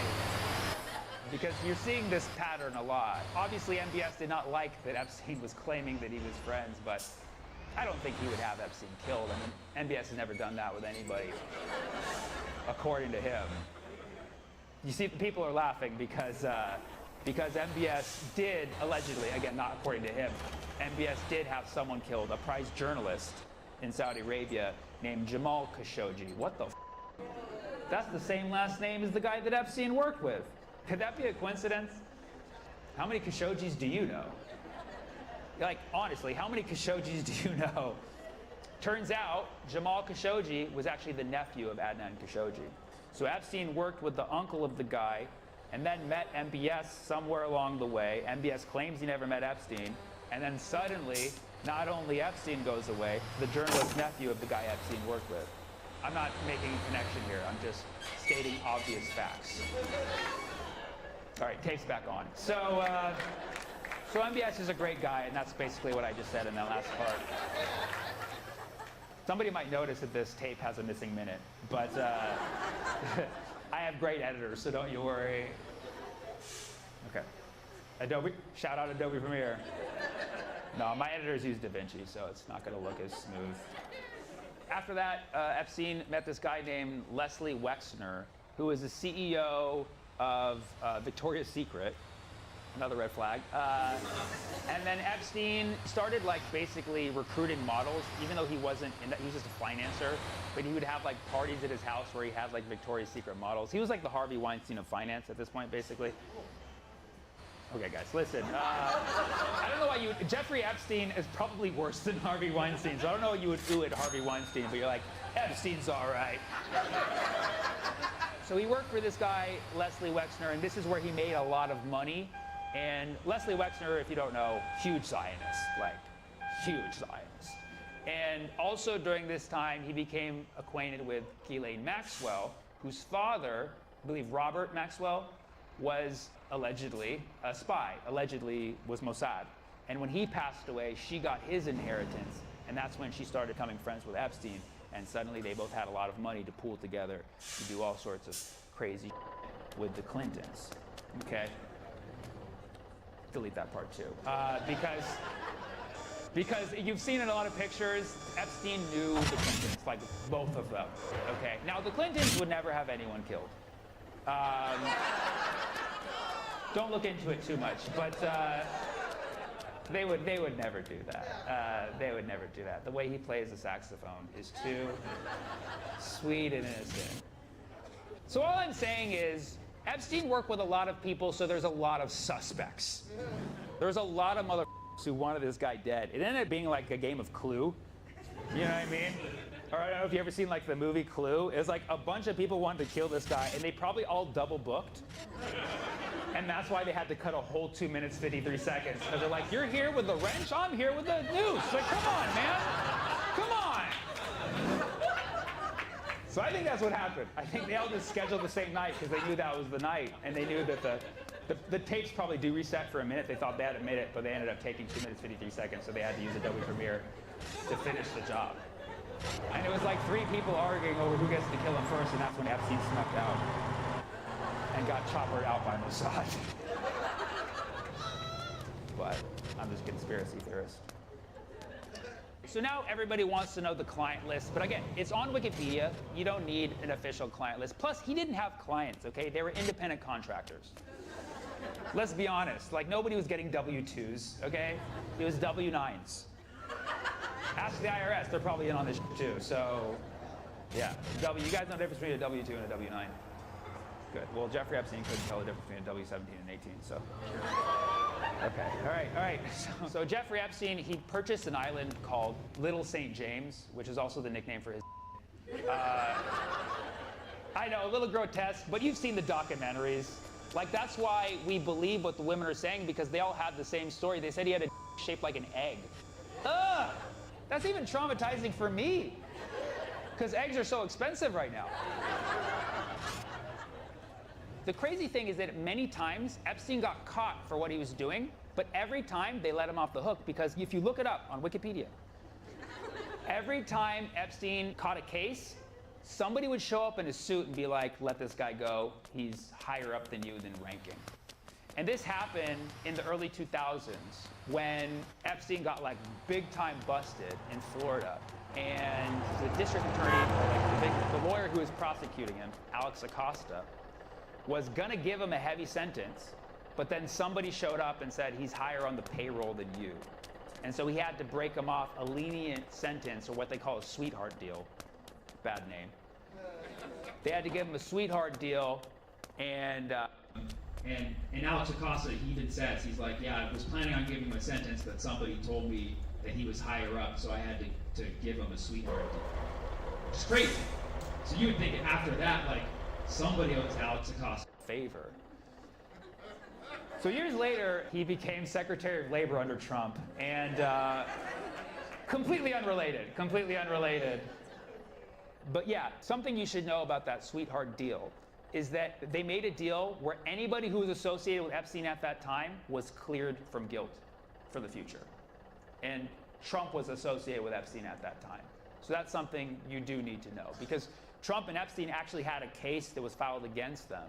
A case that was filed against both of them, a woman who said in the 90s that she was abused by both Epstein and Trump. She filed the case multiple times, there was witnesses and everything, and then the case suddenly disappeared around November 2016. I can't really put my finger on what might have happened around that time, but the case was dropped and the woman has since disappeared from record that we know. So I think Trump killed him. I think Trump killed him. But again, we have to keep playing the game of Clue. We know Epstein was a creepy guy. He got massages like 3 times a day. That's why, like, for the sake of everybody involved, like, we need justice, okay? We need justice, okay? We need a happy ending. Okay, sorry.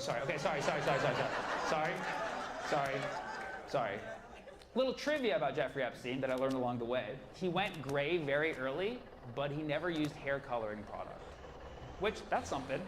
That's a lot of confidence, especially hanging out with younger folks. I mean, never use hair coloring product once. You know, some people get one gray, they're like, oh my God, I gotta change my life. Not him. So you could say he never died.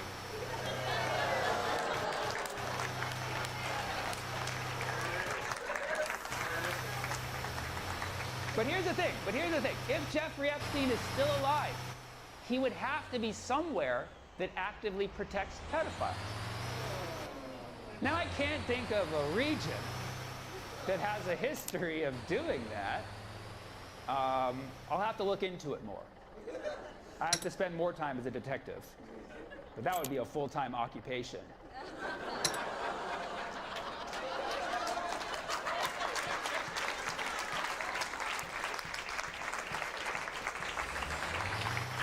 I'm talking about Israel, guys. I'm talking about Israel.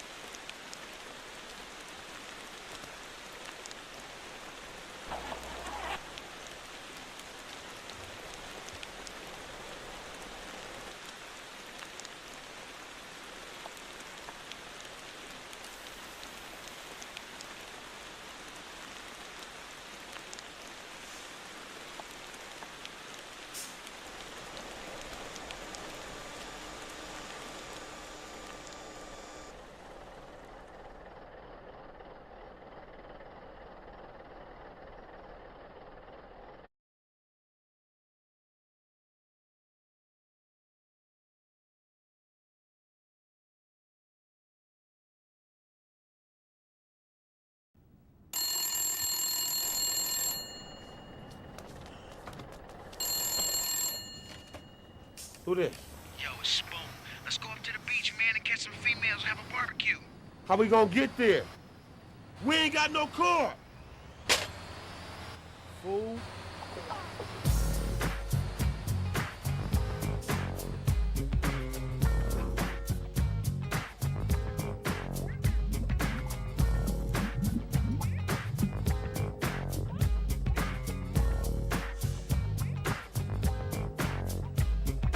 Come on, y'all, let's take a ride. Don't you say shit, just get inside. It's time to take your ass on another kind of trip. Cause you can't have to hop if you don't have to hip.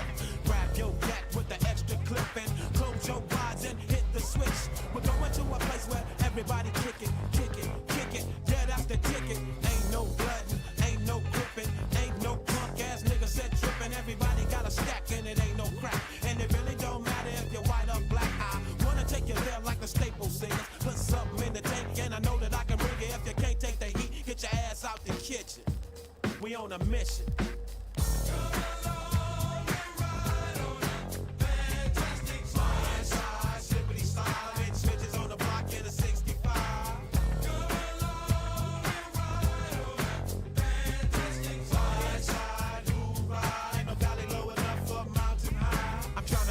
So I can live my life and maybe eat some steak with my beans and rice. A place where my kids can play outside without living in fear of a drive-by. And even if I get away from them drive-by killers, I still got to worry about those snitch-ass niggas. I keep on searching and I keep on looking, but niggas are the same from Watts to Brooklyn.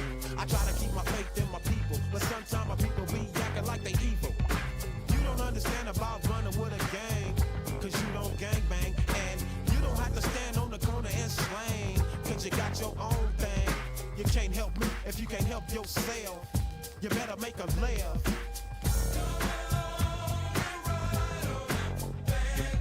Slide, slide, slippity slide. I do what I do just to survive.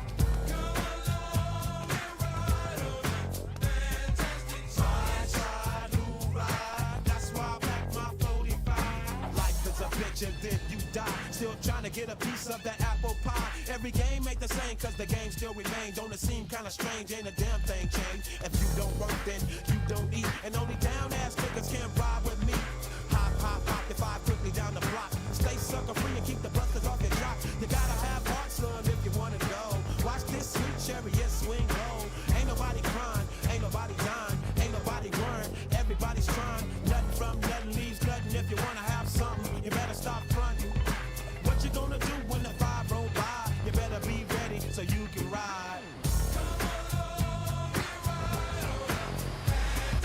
Slide, slide, slippery slide. When you're living in the city, it's do or die. Slide, slide, move right. You better be ready when the five roll by. That's what you do. Just roll. That's what you do. Just roll. That's right.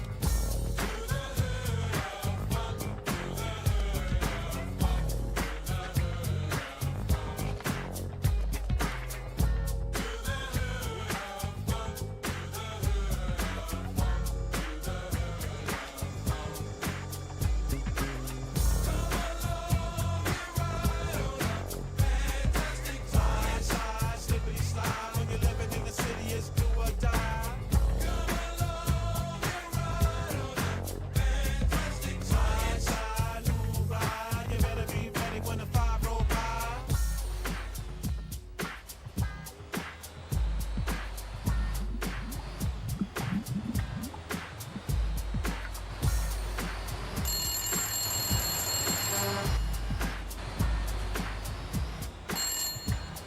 Yeah. Julio, man, why you hang up on me? Anyway, what's up with the beach? Let's go to the beach, man. Man, we ain't got no ride. But wait a minute. Quit calling me. Julio. Fool.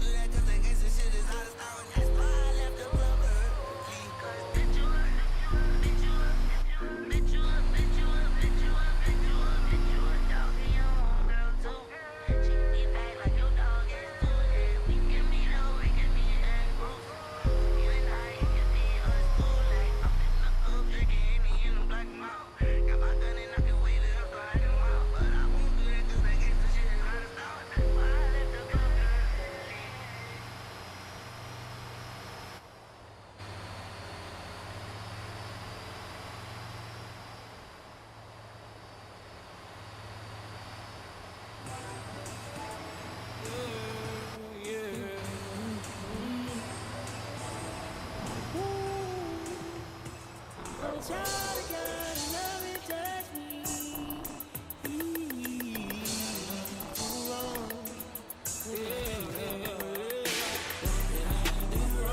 I done changed so much, but still they judge me. I done love so much, but still don't love me. I'm a child of God, the devil can't touch me. What did I do? What did I do? Look, why you smile on my face but hate a nigga so deep? So many people don't like me but don't even know me. Drag my name through the mud, but when you see me, dap me up, give me hugs, show me love, man, that shit so weak. Talking bad to out-of-towners like, yeah, that nigga pack whack. He ain't no street nigga, really a sweet nigga, but deep down inside I really wanna get some cheese with him. But it's circle tight, so fuck it, I'd rather beef with him. Shit backwards, niggas some big actors. I give all this material shit and my fans and my problems and my hustle to you and gift rapping, but you still won't be happy. Shit crazy. Just the shit on the next nigga. You the type to never work and be pissed at my check bigger. Same bitch you wanna fuck, I be giving her wet willies. I'm the type to give her to you and wish you the best with her, nigga. What did I do wrong? I done changed so much, but still they judge me.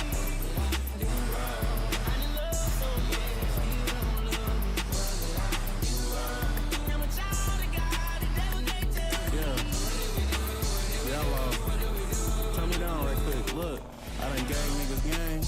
Kept it solid, never slayed niggas' names. When y'all shined on me, I kept it plain.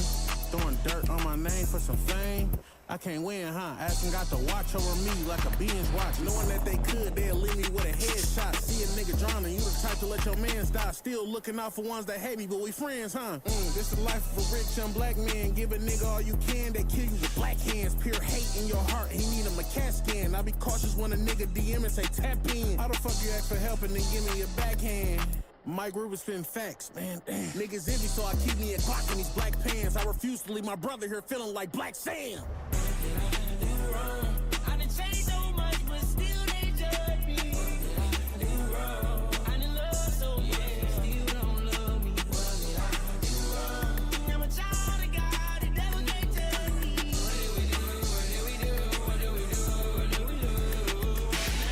The Lunch Crew Company. I'm part of that. Please don't ever use that. The Lunch Crew Company.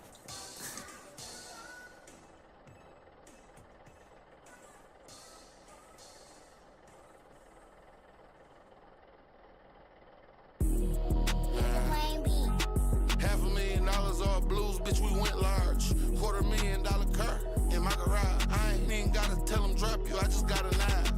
I said yes, I hit the green button. Okay, you got a switch, but that don't mean nothing. I can't believe you rich if your team does. I'm just a little dirty kid from Flint, I never seen nothing. Yeah, I got M's now. Like every other day, I spent 10,000. I couldn't find no drink, but my bitch found. Like, bitch, who you get this lean from? We got a big problem. Rest in peace, my brother Destiny and Big Mama. I lost them both in prison, knocked the kick out me, knocked the fight out me. Then I called home, they said, baby, you died, knocked the cry out me. Like I ain't cried in years, I ain't got no tears. Going broke, the only thing that I fear. You run up in this house and you gon' die here. We got some Trish Quake and some Walk, we don't drink pie here.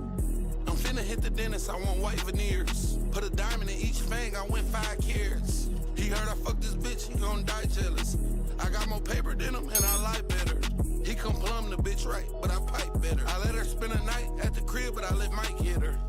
She ain't know Mike had a white sister. I fuck around and get horny one night, and I might hit her. You true a nigga style, I eat perks, bitch, we bite different. I'ma bite down, I don't write down. I'm only jumping PJ when I fly around. It cost me $20 just to fly her out. This bitch pussy wetter than a bitch, I need a dry towel. They shot his car up and grazed his eyebrow. I put the bitch out on DuPont, she walked the 9 mile. Who got some more drink, I'm tryna buy out. Who got the best pussy in his house, we doing tryouts. Dirty pussy bitch scared of white tiles. She put the pussy on me, made me sleepy, finna lie down. I need a trial run, send me 5 pounds. I hit the dog with some baking soda, now it's white and brown. BP my Escalade when I ride round. I gotta stay on point, I'm not in my town. I hit his ass too hard, he caught a timeout. This nigga think he having dog shit, he brought a dime out. He bought a pint of green, I bought 5 houses. Drink talk some shit that I wouldn't lie about. I called Jake with a sealed pint, like look what I found. It's a dinosaur. I had $250,000 on and won a diamond war. Do you really wanna beef? Cause niggas die in war. He was trying to get some chips ops and died by the store. Damn. They had a shootout at the Purple Moon, he died by the door. They put his brains on the front porch like they died the door. If you a real smacker, what you hiding for? Just told my bitch I'm way richer than you, what I'm alive for? JR had 3 pints to walk, but I wanna buy 4. Like who the fuck made that nigga chain? That bitch an eyesore. 20 racks for a fit, look what I wore. They did him low down, he was sitting on a high horse. Why you niggas still alive? Y'all need to die more. Last month I had a pint of act, and I can find more. I'm having dog shit so I can buy more. Do you know what a Rari truck costs? Cause I could buy 4.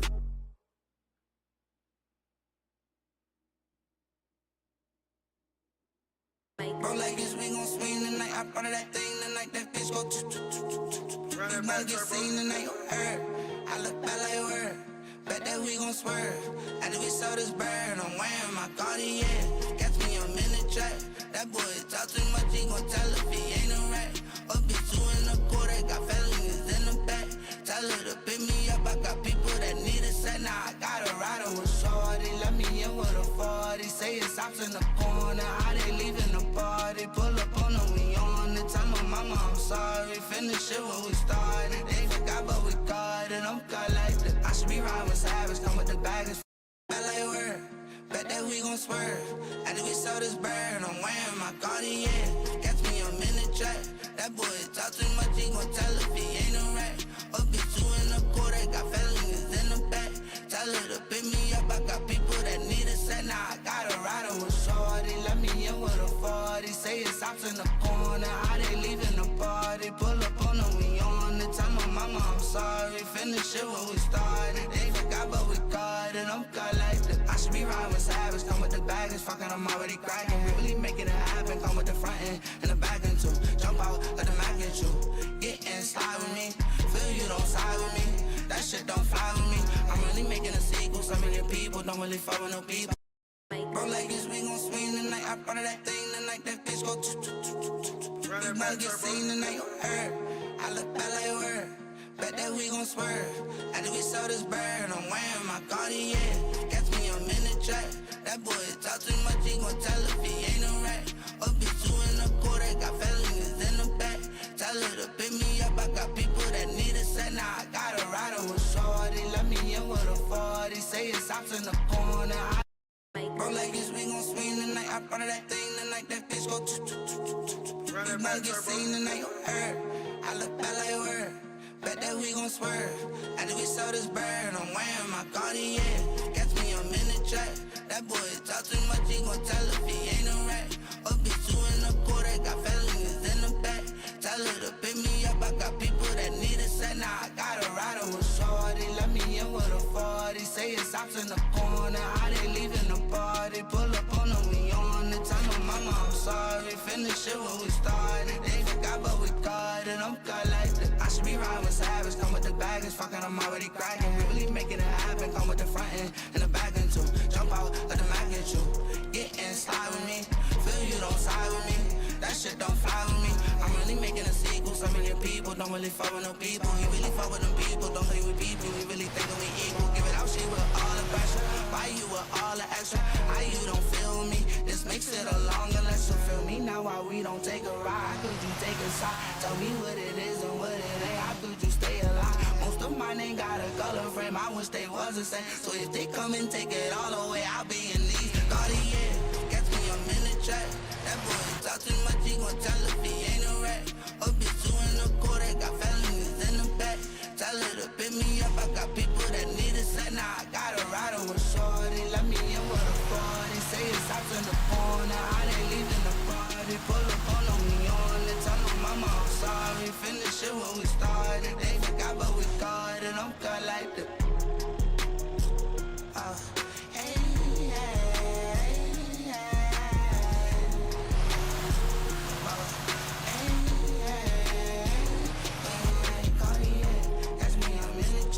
that boy talk too much, he gon' tell her he ain't a rat. Put me 2 1/4, in the back. Tell her to pick me up, I got people in the set. Now I got a rider with shorty. Let me in with a 40. Say it's ops in the corner. They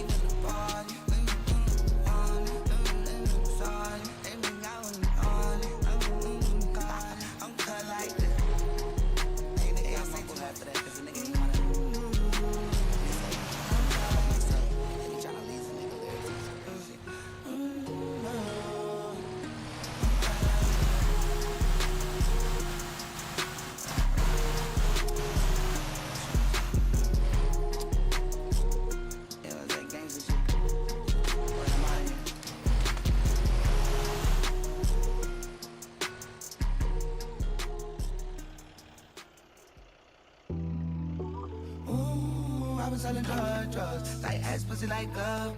Get that pussy waiting on love. I mean no love. Get that bitch alone, take cars off. Back then saying with drugs cause. Now it's like a nigga can't rival.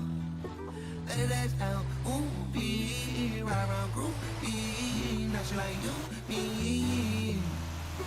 Say I'm a dog, I'll never see you walking me. Outside, I can see you stalking me. Call back, now you wanna talk to me. Like, fuck weed, I'm selling the key. Need them not even enough. Say she like fucking with me, but she not even in love. See you from across the way, you should come closer to me. Like, why you not leaving this bitch? She love the ball more than me.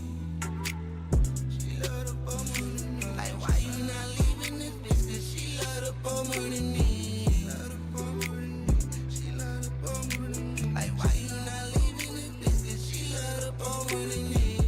Talk about into you, for whatever I did for you.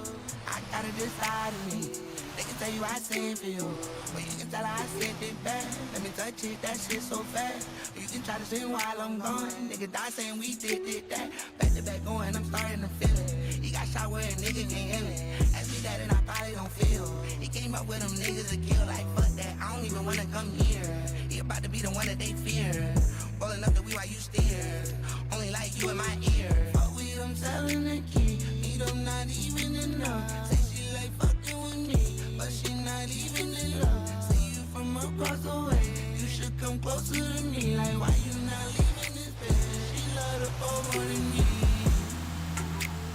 She love the ball more than me. Like why you not leaving this bitch? Cause she love the ball more than me.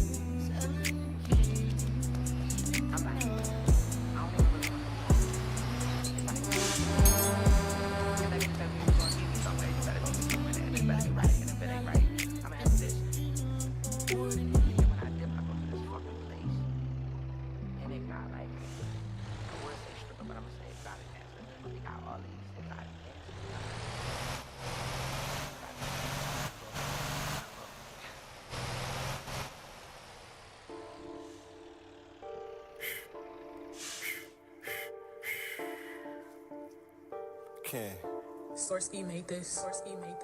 Middleman a quarter bricky up at Dadoo's. Trap fast food, egg rolls, a crab rangoon. Driving slow on traffic, current Glock, both fast dudes. I'ma get the tweaking if you put me in a bad mood. Do you want the good news or the bad news? Bullets burn, piercing niggas skin like tattoos. I don't take my shoes off, baby, these trap rules. Both take a run, it's $1,200 dad shoes. Mean off the drink, I be really tryna act cool. Can't be nice, pants, jacket, and hat rule. Can't be pressed, I play everything casual. Niggas so soft, they make everything fragile. You speaking on me, then it better be factual. Cause ain't nobody but me helping me stack it. She catch the back, we don't fuck, yeah, we just travel. I'm married to the game, no wedding, no chapel. I bought a book, I'm whipping up the 17th chapter. Surrounded by sand like a Lebanese castle. She all on my dick, but he saying he had her. She spending your money, she letting me crack. Bitch, Twilight, climbing up trees, give me a ladder. Why you think she was one of my new hoes? I been cracked, I was too gone, I had to keep the cup, was too active. When my mama wants somebody keep my cup, I been smacked. I just treat him, I just put the same weed in a new packet. He be tricking, he be fucking with these hoes we been having. Shoe head, 40 kicks on one, I just stashed him. And my stack full of Benjamin Grants, no Jackson. Went with some grime niggas, they robbed the nigga on Jackson. Told him he can get a deal on the drink, I still tax. He find his fuck head fire, but the pussy just ass. I just fucked 2 or 3 hoes last week that just asked about a big body up into a biz that formatic. Bitch, I grind hard with a passion. Niggas try to run off on the game, we told niggas ain't on shit. Niggas said he gon' kill me, just roll past me. Trishan Quaggin only, I'm a dope addict. Lil' Kim was fine as fuck, why she had to go plastic. I rock ice and get money, and I'm a dope daddy. Me and Perk, 20 pints of Quaggin round the old National. Nigga asked Marley and Sonny Diz, wanna impress me, show me how to make 100 M's. Boy, that shit whack, you need to write it, quit punching in. You fuck my bitch, you gotta tell me what your budget is. Pocket full of dog shit, had to stuff it in. Unc knocked my cup a walk over, now my uncle did. Her mouth put me down, every time she got a muscle head. I'm tender bait, don't suck nobody else, man, where your muzzle at? 300 black, I'll make a nigga do a jumping jack. I can make you rich overnight, why you wanna rat? Bitch, your body so damn perfect, where your stomach at? Feds indict me, catch me high and I will rustle at. Shout out to Russell Simmons, me too got me dapping bitches up, can't even hug the women. Don't admit her wanna swallow children, man, these diamonds hidden. Drunk so much Quaggin, got me living with a ruptured kidney. Bitch, your body so damn perfect, where your stomach at? Feds indict me, catch me high and I will rustle at. Shout out to Russell Simmons, me too got me dapping bitches up, can't even hug the women. Don't admit her wanna swallow children, man, these diamonds hidden. Drunk so knock my cup a walk over, now my uncle did. Her mouth put me down, every time she got a muscle head. I'm tender bait, don't suck nobody else, man, where your muzzle at? 300 black, I'll make a nigga do a jumping jack. I can make you rich overnight, why you wanna rat? Bitch, your body so damn perfect, where your stomach at? Feds indict me, catch me high and I will rustle at. Shout out to Russell Simmons, me too got me dapping bitches up, can't even hug the women. Don't admit her wanna swallow children, man, these diamonds hidden. Drunk so much Quaggin, got me living with a ruptured kidney. Yellow. The Lunch Crew Company. I'm part of that.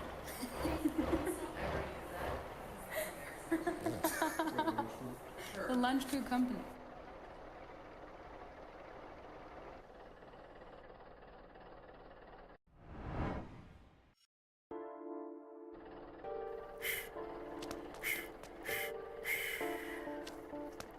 Okay.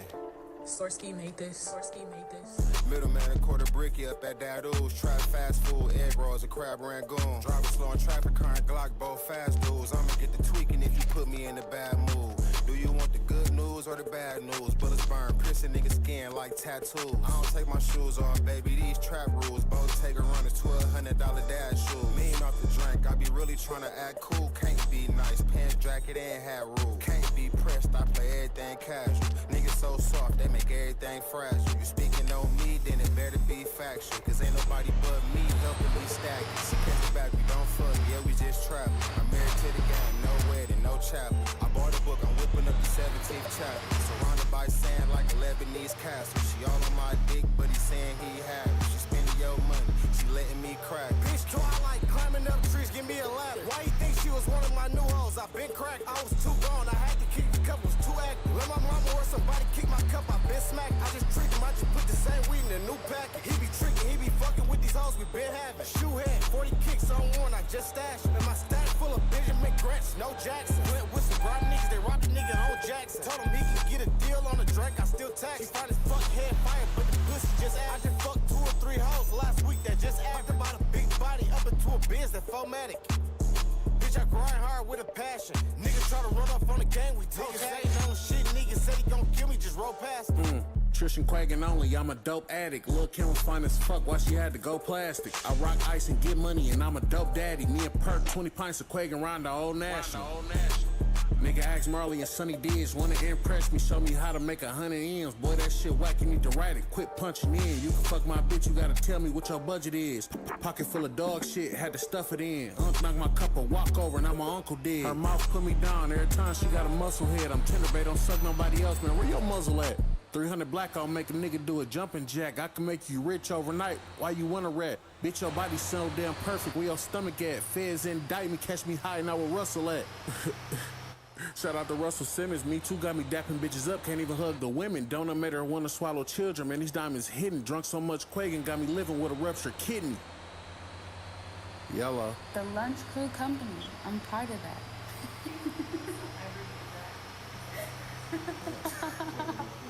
The Lunch Crew Company.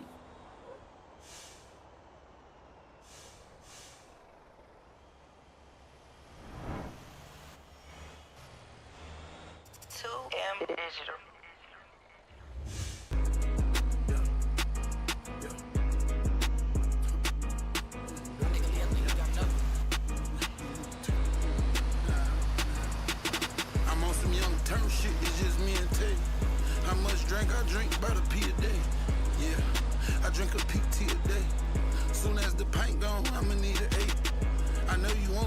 you gon' need to wait. Don't pull up on this, then get swept away. Don't get swept away.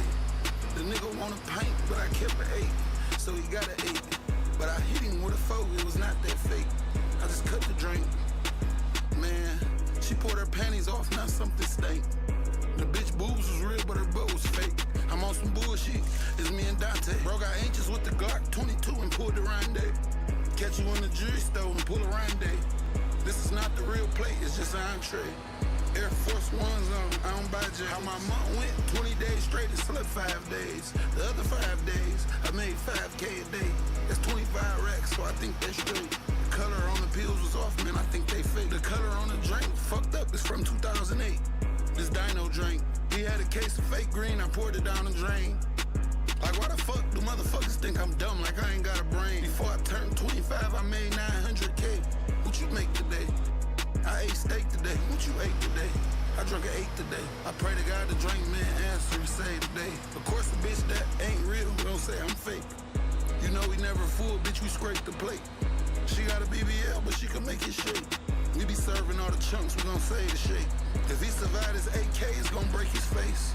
They caught me with a pint and threw the drink away. Me and C had dropped the glass pint and had to scrape away. Give me an ID or a credit card. You was not no gaffle boy, you don't even got a debit card or a cash app card. This nigga think the drink real, man, his ass retarded. That ain't even drink. I'm in my year's truck, I gotta lead the way. Caught a nigga slipping at Muffler Man, we had to bleed his brake. Don't hit him in his head, hit his artery, he bleed away. We just had to look out for his fam so they could see his face. We could've closed the casket. Nigga, you was not no dope man, you only want a basket. Like, tell me where it's at and let me know who asked it. Nowadays, everybody rapping, I don't know who capping. I don't know who ratting. Don't ask me about no murder, I don't know what happened. And I don't know who trapping. All I know is hit the studio. I ain't never fucked no bitch in her booty hole. Little freaky nigga. I went with Woody's sister, but I had Kiki with me. I got a 12 watt, Tahitian treat me. You gon' have to call your squad, it's not gonna be that easy. When I was growing up, wanted to be like me. I was a Gucci fan, I ain't never wanna be like Jeezy. Fuck around and rob a nigga in my black tee. You ain't drink when Ack was cheap. 750 line, nigga, Ack was free. We ain't want no red, you bet not have no green. I used to pour out green in the videos, XO. They caught the nigga slipping at the liquor store.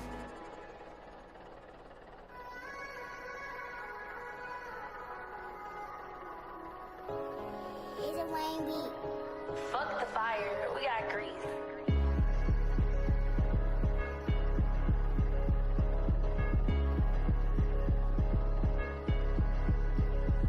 Hey, bitches like I'm 50. I just got a pack of perks, Reebok one with me. Okay, the gas running low, but we not on empty. He paid for 100 bows, but we not gon' send me. Shit, I can spend 100 cash and I'm not gon' feel it. Bitch, I'm well up. I'm trying to pin him to this cross with this nail gun. I'm only rocking my merch, put that Chanel up.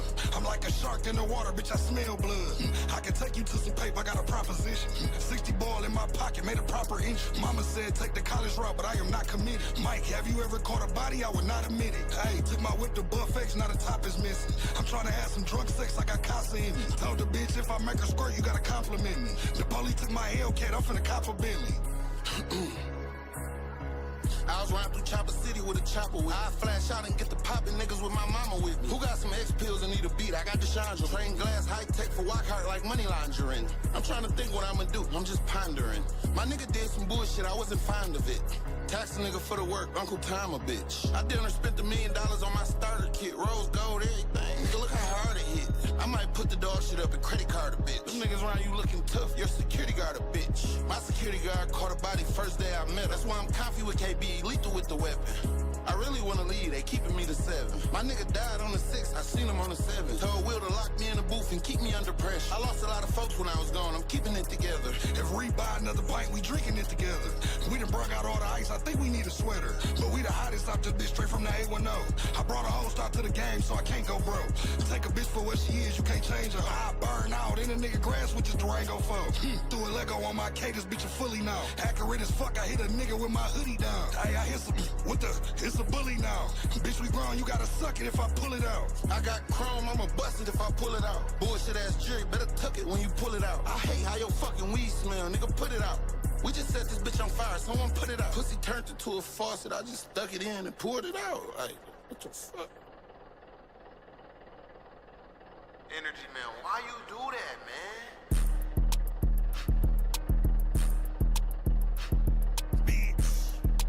You recording, Smart?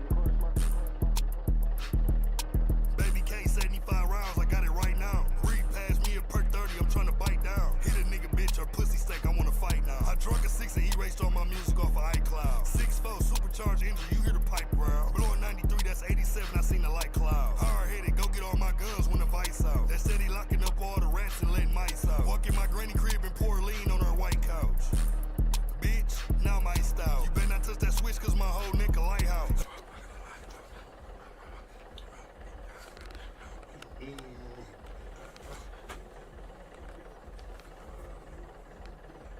Come on.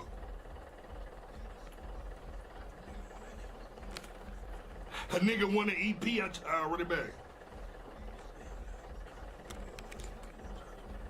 A nigga want an EP, I charge him 55,000. Caught him sneak this and then with up top with a live round.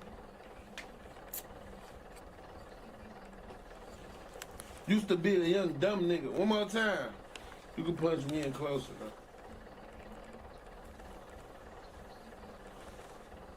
Used to be a young hothead, I got ice now. 4, 5 o'clock, a nigga system up, you better pipe down. I've been punching in for some years, I wanna write now. I just said the hardest shit off my brain, you probably write it down.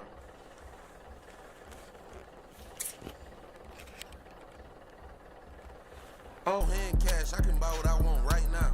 Like, let me buy that watch right now. Let me buy that Glock right now. You got 5 pounds of weed, I'll buy more right now. You got 3 pints of lean, nigga? Let me buy you out. Had a bad red bone bitch, but I ain't like her mouth.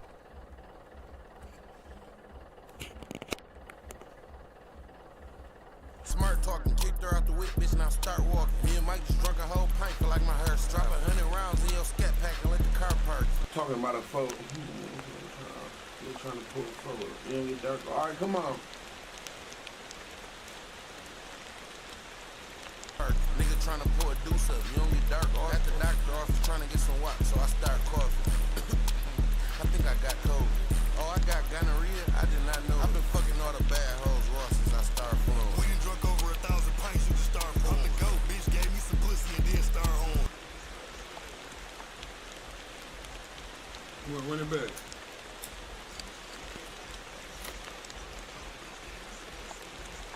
I just set my wrist out the window when it started snowing. Come sign the Ghetto Boy Records, yeah, we part owners. I ain't got no love in me, I need a heart donor. Jumped in a big dually truck, ran the car over.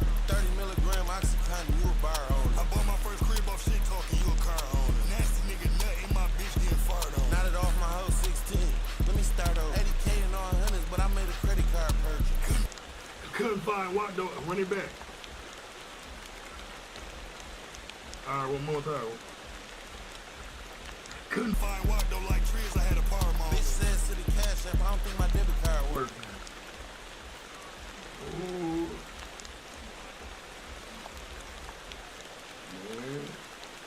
Yeah, Mike finna smoke your whole bag, leave the jar open. Came out the crib fresher than a bitch, I left a heart open. I ain't gonna lie, today I wanna slide. If the park open, damn near cried thinking about my life. Had a dark moment. Bitch pussy bigger than a bitch, I parked the car I need some lamb chops and a double shot. Is the bar open? Seen her out walking down the street, sick AR on her. And no, not the standard can. Fucked her off a perk, made her squirt, now her panties dry. Hit her off a 6 missionary, it's hammer time. Damn, I wanna pull this ounce up, but this my granny line. I ain't gonna lie, this bitch so bad that her panties Ryan with a gun, 100 racks and 2 pints, it's family time. Yes, I'm addicted to the lean, but not any kind. Ryan with the smallest Draco, yeah, the mini kind. Took a bitch to steal from her fam, you're a granny blind. My nigga caught a beat and took the plea, they gave him plenty time. No, I did not fuck none of them strippers at 69. Shit, I ain't gonna lie, I fucked 160 times. Damn. I told her 60 live. Shit, you can keep it 10 million for a Mickey Mouse. Gucci shoes on Mickey Mouse with the Disney.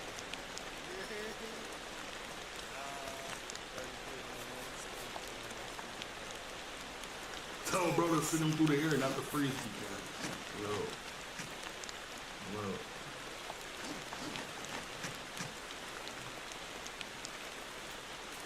I want to sit out there. Plug sit. Order on the way. Plug send me the shit this time. Yeah.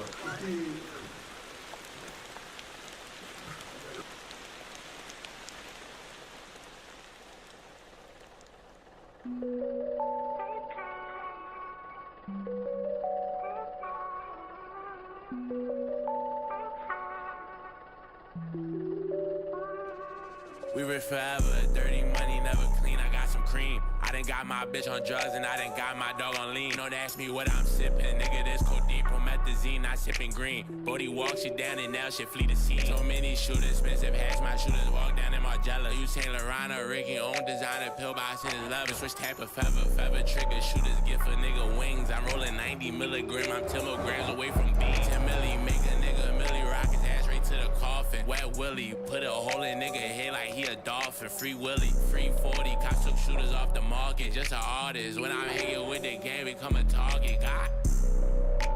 Brief intermission, neck twisting. Type of diamonds got them glitching. Type of money that I'm getting, turn your Christian. Hallelujah. Twin of Taylor, when it's beefy, coming suture. Poor deucer, poor 3. Lot of niggas want my head, but heated convos cute to me. It's never action, like a movie with no green light. Niggas meet me real time and say I'm never what it seemed like. How to drink. If you ever wondering what rich fiends look like, burn the dope cause he can't cook right.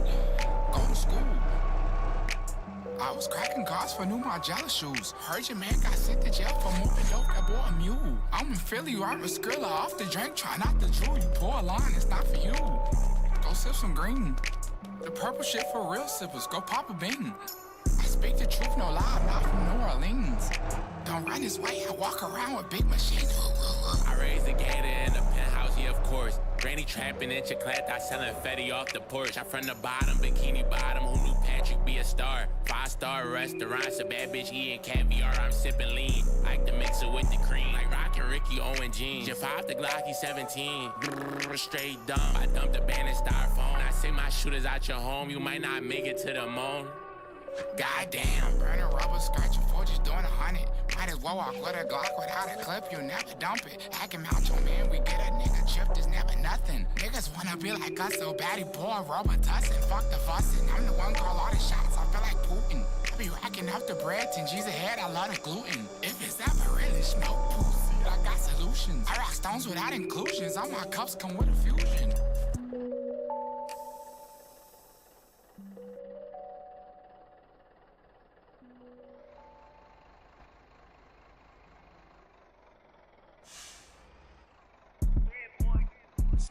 If you wanna die before your granddaddy start dissing, a money making mist through the fence, watch shimmering. I got so much ice on my pendant, got him shivering. Scale in the Blake, the fiend sniff when I'm delivering. A flawless victory, the voice in my head said finish him. I'm at the Gucci store with a 20 piece, acting belligerent. Pay attention when I preach, I teach the art of wiggling. I could've came free, morning fleece and chinchilla hair. Pull and make the roof disappear and then appear again. Jail cells and prison biz, a cell phone's a gripping here. Jawbreaker from a pretty bitch, she had to fix her hair. We don't beef it on the internet, I hate taken care of. Mainly it's designer if I wear, neckies full of cares. Remember we was hungry as a hostage, uncle cooked the 7.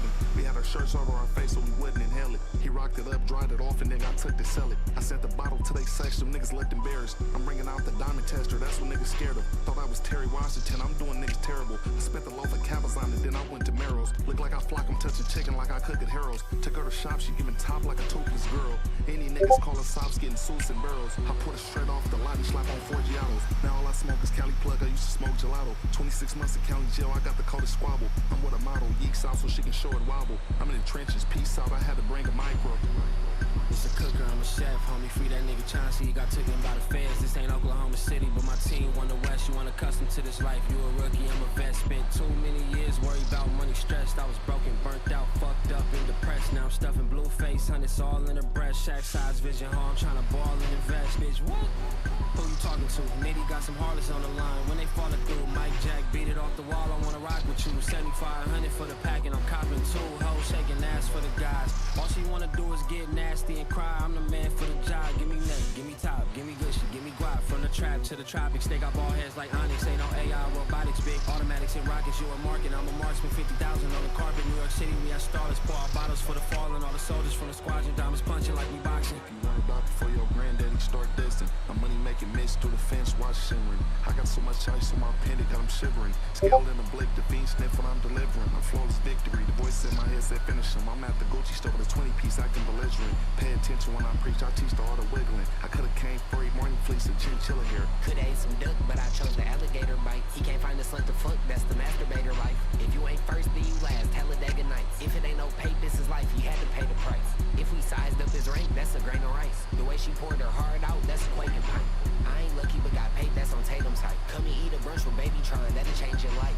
They like dinner with Jay-Z or a million. Shit, I been touched them, I'm trying to find out about them bills. Are you trip Lear? Nah, I can't fly around civilians. I be walking underneath the flown light bulb, I'm real. Section 8 hoe, but her ass look Brazilian. Coming down from this high, I'ma land on a building. I hope I land on a zillion. Real score, Piston should've drafted me instead of killing your shitty Truly, I'm the truth, I'm a dime, niggas decent. Catch me in that foreign truck, freeway speeding. I was in a scamming, never in a thieving. God bless you with 2 eyes and you don't see it. I do shit, niggas can't MD sleep. Fuck her while I can and cut her off about 3 weeks. West side slide, but don't get scared when nigga East deep. Told dog, you ain't Ray Charles, you gotta see me. Told the bitch, don't starve here, you gotta eat. Call me in the bank and then blank shit out the weak team. I press line and trip out like I see things. Up the score by 2 more, we want a 3P. Love don't live here, bitch, but the cheese do. Poke out my chest, your last breath if we breathe through. Niggas sneaking vids up my back, I need see through. Heard about your bitch, it's a blitz, she's a freak too. I push shit up in the blender, but it ain't smooth. Cut all distraction, ain't no crashing when you make moves. Label off for 1, I say cool, I'ma take 2. I put niggas on, we start to lose, now I ain't tryna shoot pussy. What you got? What the fuck you want? I guess you'll start dissing now. Tron! Sir, what you do? Come get this nigga! Mama! God, that's a cut! That's a cut.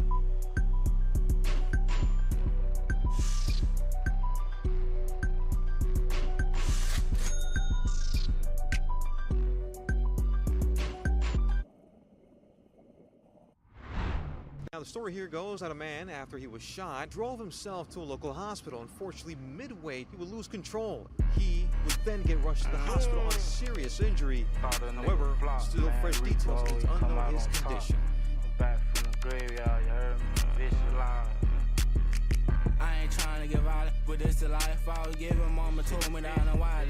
Them crackers keep tripping, they know I'm towing extensions. I'm paranoid, clutching 50, I don't want nobody around me. On the day I got popped, I ain't even crop, I usher to the hood. And gang them when they called the fire. Nah, I sticks on the seat, I got hanged by the tree. I even got that boom high with me, Zula and Delilah. I knew 5 for a week, he had me back of the V. In other words, flipping people just to get some power. Nah, I'm out you a ski, me some shoot by the sea. I just called them trap brothers just to get me higher. Right out to a flight, yeah. I ain't trying to get violent, but it's the life I was giving. Mama told me that I'm wildin'. Them crackers keep tripping, they know I'm towing extensions. I'm paranoid, clutching 50, I don't want nobody around me. You want smoke, then we got it. I'm talking dankin' biscotti. Try boom 24 jug, got a snow slide. I was lurking for them books, some people probably know about me. I keep a dice in my pocket, down the shade, the whole climate. Up top, breaking glass, hit the bank, 3rd line. Wake and bake, early morning, I ain't wasting no time. Got my toast making bread, all I need is some wine. 40 ball in the day, you can hit my line. If you trying to make some pay, I ain't trying to get violent, but it's the life I was giving. Mama told me that I'm wildin'. Them crackers keep tripping, they know I'm towing extensions. I'm paranoid, clutching 50, I don't want nobody around me. I ain't trying to get violent, but it's the life I was giving. Mama told me that I'm wildin'. Them crackers keep tripping, they know I'm towing extensions. I'm paranoid, clutching 50, I don't want nobody around me. Cool ass shit. This the life I was giving.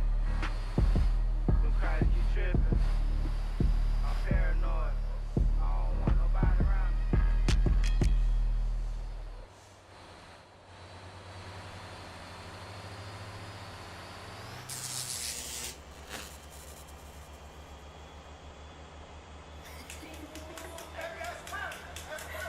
Yellow. The lunch crew company. Yeah. I'm so chicken tender dipped and wrenched by my little shit. Heart of a lion, but she standing 5'6". I'm a former trap nigga, so she bought me 5 bricks. Little baby can't drive, but know how to ride dick. I take care of my kids, my mama told me I'm the worst daddy. My nigga sister tried to fuck me, had to curb Ashley. I don't sell drugs, I pop these, I don't serve Addies. Son asked me, what's that in that jar? Son, I'm Bird Baptist. Nigga, blue cheese and push-ups, got my hands ashy.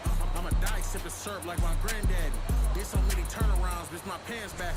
Touch so much, China White, call me done son. I'ma run that money up till the sun done. Chopper bullets make a nigga dance, it's that fun drum. If she a text another nigga, shit, fuck one. 20,000 turn nigga into shark bait. Just lost my best eater, leave me alone. I'm in the dark place, Creed on my bitches. We ain't fucking with the Mark J. Bitch, you bad, but you ain't better than a parlay. Bitch, you bad, but you not better than a lamb chop. Bitch, you bad, but I can't cut cause my man's pop. Talking like you tough, fuck around and got your man's drop. Neck black as hell, split a jeweler, made a dance now. Ooh. Bitch, bling bling. Bays, you a squirt god or you a cream queen. Rob a nigga blind if he try to sell me green lean. Walk purple, Trish purple with that Quaggin shit pace. Use for a hit, doggy hate the miss. Anti-bad chocolate bitch, baby hate the mix. Salt and pepper only, no sugar, bitch, I hate your grits. I'm focused, standing 10 toes, you can't stop this. Squad full of stand-up niggas, bitch, we got kids. D-Lee said, I ain't shoot that nigga, pack the Glock did.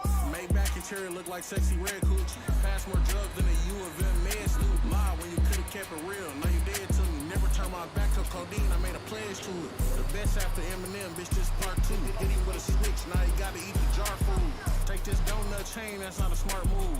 You don't die and come back, that's the cartoon. You gon' die and stay dead and leave your mama sad. Don't blame me for this rum, blame Sada ass. If you a man and tryna vent, you gotta bottle that. Might tell a joke, but never lies, baby, gotta blast. Ugly fat black nigga with a lot of cash. All this dog shit on me, now I got a rash. Yellow, look, first off, don't choke, did you buy the bag? Broke up with your baby mama and it's kinda sad. Left your kids behind, she met me, now they got a dad.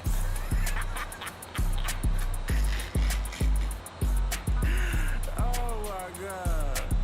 Turn her to a toaster strudel, went and got a rag. Yo. Oh damn, man. Let me hear that shit. Let's crew, yellow.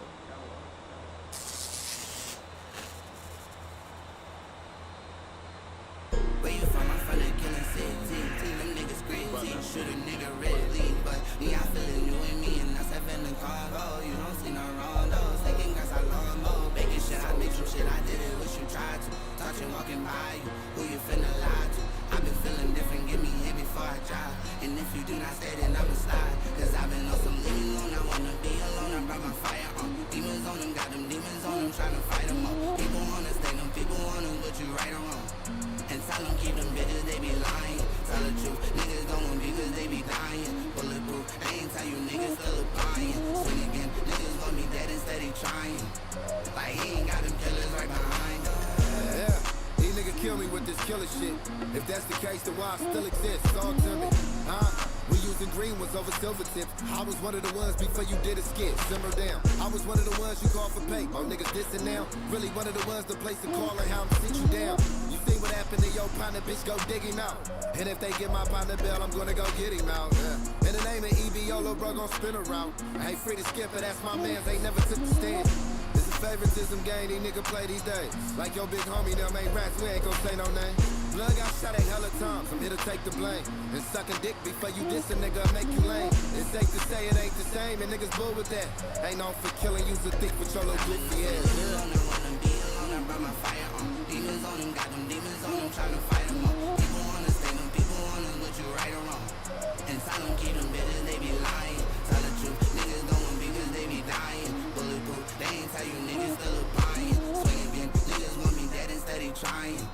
Like he ain't got them killers right behind him. After we drove by, we parked to knock the Yeekies off. You did a drive-by to a gangster, that ain't G at all. Niggas bumps around this bitch, that's what we think of y'all. And you a nerd without them perks, watch when you sleep it off. When it get brack and it get dressed, that's an easy call. Ran in the house and locked the door after he seen my dog. Say what you want, but it's been documented, he's the law. That ain't the work that y'all acknowledge though, I done seen it all. Deactivate the safety switch, cause we gon' keep it off. Shoot a gang chain in my possession, that was Fleecy fault. They ain't from the hood, they from the grove, blood, let's keep it raw. Denicio been gone since Buddy told, blood, let's keep it raw. Leslie whooping like he ain't no bitch, that's why he be with y'all. Not only did KO sock him out, he knocked him out. We put up the Luciano house, there was no popping out. For niggas tucked in Houston, living at mommy's, better watch him out. I wanna be alone, I brought my fire on. Demons on them, got them demons on them, tryna fight them all. People wanna stay, them people wanna, but you right or wrong. And tell them keep them bitches, they be lying. Tell the truth, niggas don't want because they be dying. Bulletproof, they ain't tell you niggas still applying. Swing again, niggas want me dead instead they trying. Like he ain't got them killers right behind him.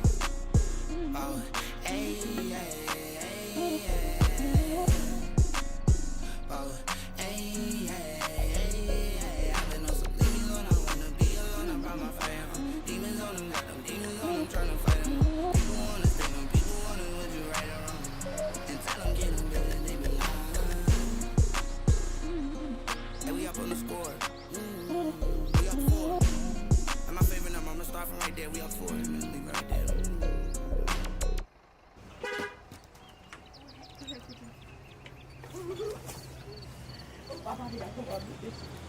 They done could. You got some little black rubber bands.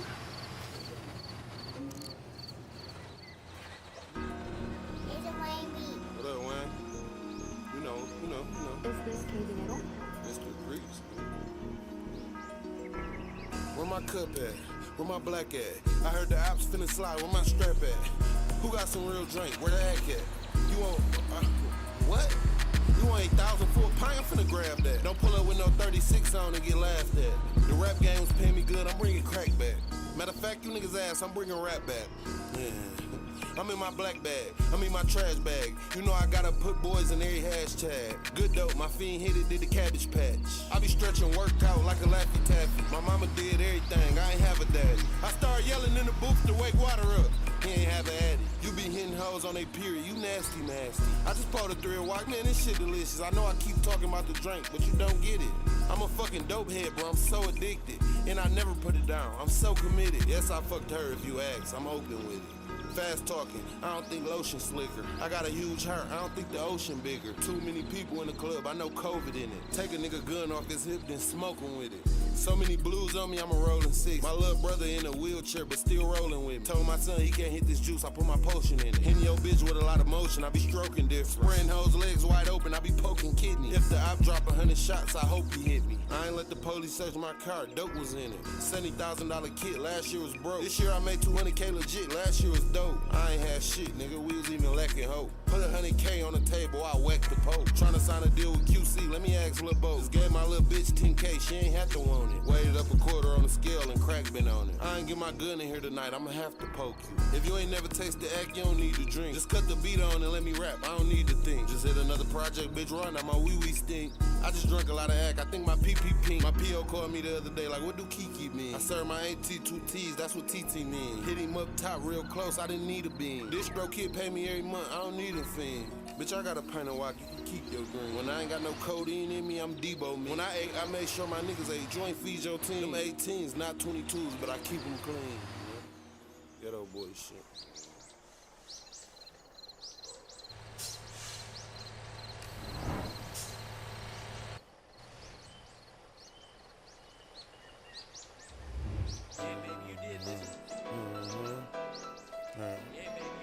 You niggas had that EDD run, now y'all back broke. Tryna do that one dance, I think my back broke. Bitch, I grew up in a dope house smelling crack smoke. I ain't never told you could kill me with them rat jokes. 4-5, he leaning back like Fat Joe. I'm so high, I'm asking freeze where my blacks go. Boy, you cap so much you need to work at the hat stove. Okay, I'm tired of drinking Walker, where the act go? You just let a nigga beat your ass, where your strap go? Yeah, the same one you taking pictures with. My nigga up $1 million off unemployment benefits. I ain't gon' lie, when I was broke, I was stealing shit. But bitch, I was that nigga back then and I'm still the shit. 100 racks off rap this month, yeah, I'm still legit. Bitch, I can make it through the hood, I was built for this. You walked out your first week, you was built to quit. Niggas asking how I'm dropping chains, I see them getting jealous. You snitched in the sun and got your man's gym, that's poetic justice. EDD hustlers, Ed and Eddie. 24 lines gone, me, Tim, and Jerry. We just drunk a whole pint in an 8. Bitch, shut up before I pour this whole Sprite in your face. VVS diamonds, I light up the whole place. I'm at CVS line tryna bust this script for an 8. No homo, but I'll bust this bitch all in your face. You want me to promo your tape, you gotta give me 60K. Niggas talking about fuck rap, do you know what I just made? You want a free cup of what? Do you know what I just paid? 5,600 for a pint and I ain't tryna sell it. Your weed look like some bullshit, I ain't even tryna smell it. Bought a brick from bro, he 100, I ain't gotta scale it. The plugger dry the balls from Cali, he ain't got a mail in the hood. I don't need no one nigga that's not a felon. Yo man keep getting out of jail, cause he out here telling. Fuck some bitty hunters, I'm finna take a hold of Pot Belly. Beating a bitch down for an hour, then I got sweaty. So much lean in this 20 ounce, I just dropped jelly. Bust 100 shots out the Drake, I got my Glock jealous. Fuck around and hit the lean raw, hit the pop separate. Yeah. I'm a dope fiend. I just beat my bitch ass cause ain't no codeine. At this point, my drug test gon' probably read morphine. I wake up in the morning, drop a deuce and eat 4 beans. I probably did rob you in the past, that was the poor me. 30 shots hanging out the Glock, it's a 4-3. Bitch, I'm a whole pint of walk, you can pour me. You wrote a statement trying to doubt the testimony, go to court please. Yeah, so we can see your face. Heat check before you walk in, let me see your waist. Nigga, I just drunk a whole pint, I need 3 more 8s. Matter of fact, I need another, I ain't gonna sleep today.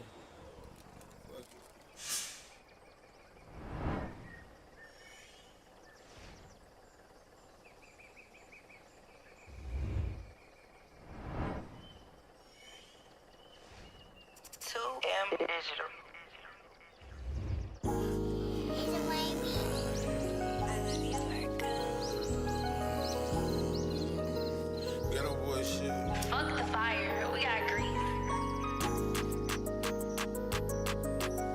I've been through so much shit, I need a back rub. I love drink so much, I wanna act up. I came home from the feds, ran my racks up. I bought a sandwich bag, it wasn't packed up. I made her count the dog shit, fucked her shellac up. Best words I heard in my life when they said pack up. I went to the feds, slept in a little bed. I would've went state, but the pistol jam. Coach Rio, I'm the whistle man. I got a platinum plaque with no radio play, you gotta listen, man.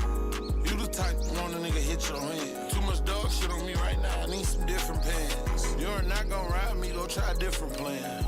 Check out my left hand, it cost 60 grand. Jada Coochie, man, I'm a titty man. 100 shots on a PLR, I don't fear any man. I can get the whole house sweat for like 20 So grand. What the fuck you think them young boys gonna do? I drop 50 bands. I love Ricky pants, I love Dickie pants, I love Amiri pants. I like Chrome Heart 2 and Jordan Chris. I'm a real street nigga, I'm not a Jordan head. She hit me with the head and put your boy to bed. They hit him in his leg, go get your boy a pig. I use this up close, I'ma destroy you. I just recorded me fucking a walk pipe, I'm the porno man. Don't text me about no other hoe, I ignore your ass. You heard he got a bag, go extort his ass. Remember calling Bud for a quarterback. Came home from the feds on my shit, I threw a quarter at him. That's 25K. I really made 100 racks, 25 days straight. Boy, he was up close with an AK. They hit his ass so many fucking times, they made him gain weight. Stop asking who I am, look what my chain say. I never even looked on Johnny Dang page. July, I'm popping out, I really can't wait. Like, they let me off this bitch, I'm making 1 million in 8 days. I might just make an M on the first day. Like 250K was my worst day. And all this shit profit, I wasn't rich in the first place. And I never go back to my birthplace. A shark in a pond. They shot him with a 308, they still can't find his iron. She acting tough when she leaves, she won't cry in the car. I gotta beat Pete everything, I can't die in the car. My distant lover, I'm dying without her. I've been missing my little brother, I've been crying about him. I never put an 8 in a 9 bottle. Can't even stand up straight, I got spine problem. All his life he wanted to hit a lick and he died plotting. All my life I wanted to get rich, so I'ma die trying. That's why I'm rich now, cause I ain't dead yet. I just fuck, but I ain't never got the head yet.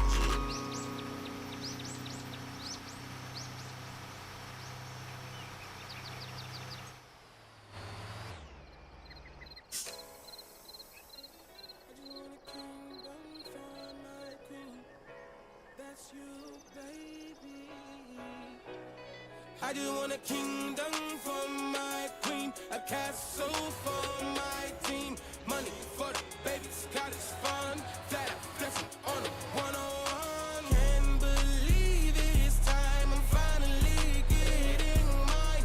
On a cloud, living on a high, blow the clouds rolling, ooh, I got so much on my shoulders, man, there's so much on my heart. Gotta keep my shit together or I might just fall apart. What I'm writing is my story, turn it to art. I ain't focused on the end and I'm just glad I got to start. Looking at a new beginning, now my life is living better. I ain't even got no money, but got reasons to keep my head up. Living in the same hood as when I started this endeavor. Bitch, I'm staying in the heat because a nigga love the weather. I still dream about the money, now it's easier to reach it. I'm still grabbing at the back cause Lord knows that I need it. Cutting rocky ties, throw them niggas off of a heat. I want silent partners, heavy fucking nature on the speed. I want a kingdom for my queen, a castle for my team, money for the babies, college fund, flat out flexing on a 101. Can't believe it's time, I'm finally getting mine. On a cloud, living on a high, blow the clouds rolling, ooh, they depending on me to come around and do the saving, but little do they know that I'm the one that need to save it. Print up the check, trying to flex on how a nigga made it. Now I'm looking at the bills with nothing in my savings. Yeah, voice in my head must have died, someone save him. I'ma need a host audition so I can replace him. Nigga, them Nancy's handling answers, I can't seem to shake them. A lot of bigger problems didn't address them, they were made slim. Niggas really think cause they helped that they made him. Just cause I draw a tree on a boot don't mean I made him. Just cause I step on the scale don't mean I really waiting. Just cause you got an opinion don't mean you should wait. Kingdom for my queen, a castle for my team, money for the babies, college fund, flat out flexing on a 101. Can't believe it's time, I'm finally getting mine. On a cloud, living on a high, blow the clouds rolling, ooh, I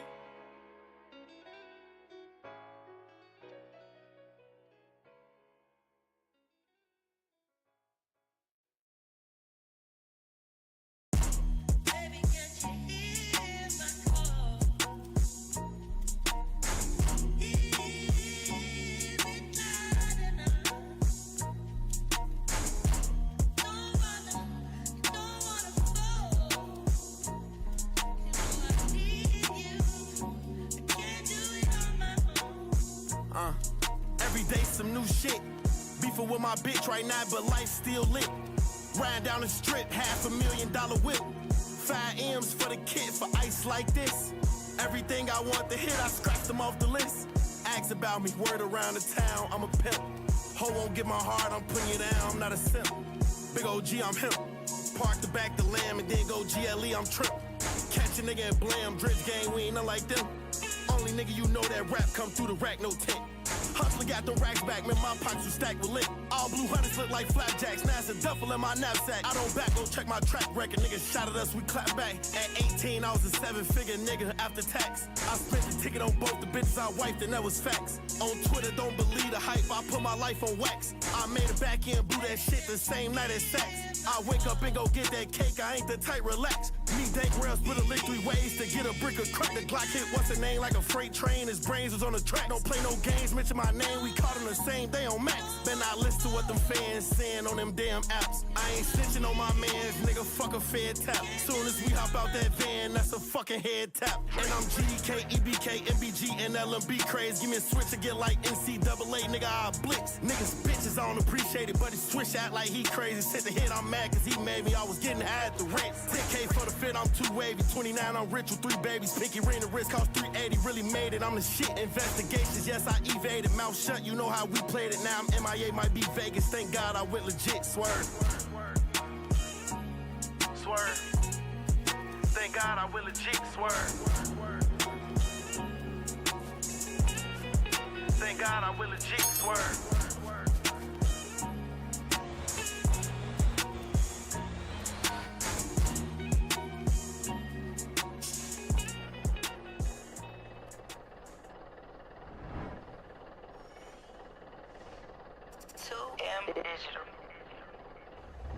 Ooh, shit, that's a Danny G beat. Money is not everything, man. Gaffer boy shit.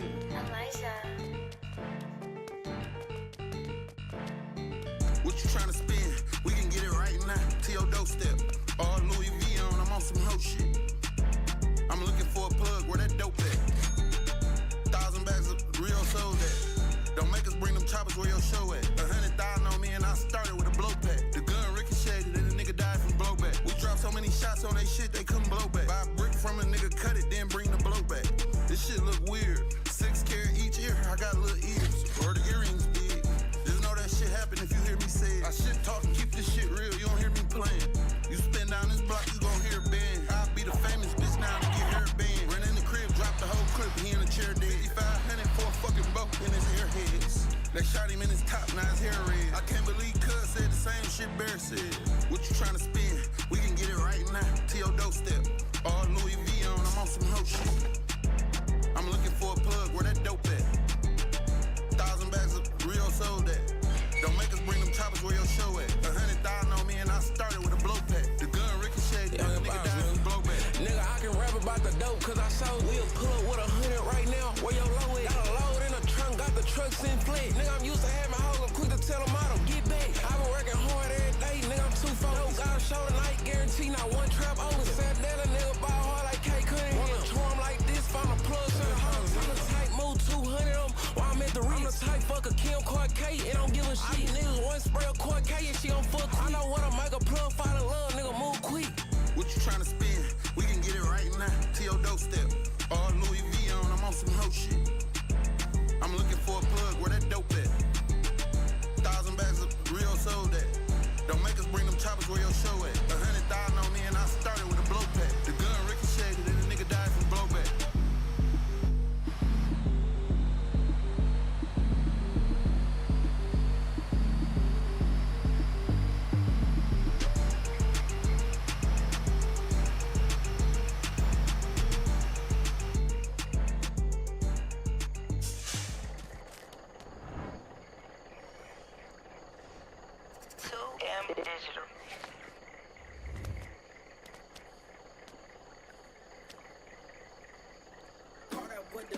I get the money to stack it again. You try to leave me, think I'm alone. Now I wanna know what happened and when I'm coming back. They didn't believe me, trying to resolve what I happen to spend.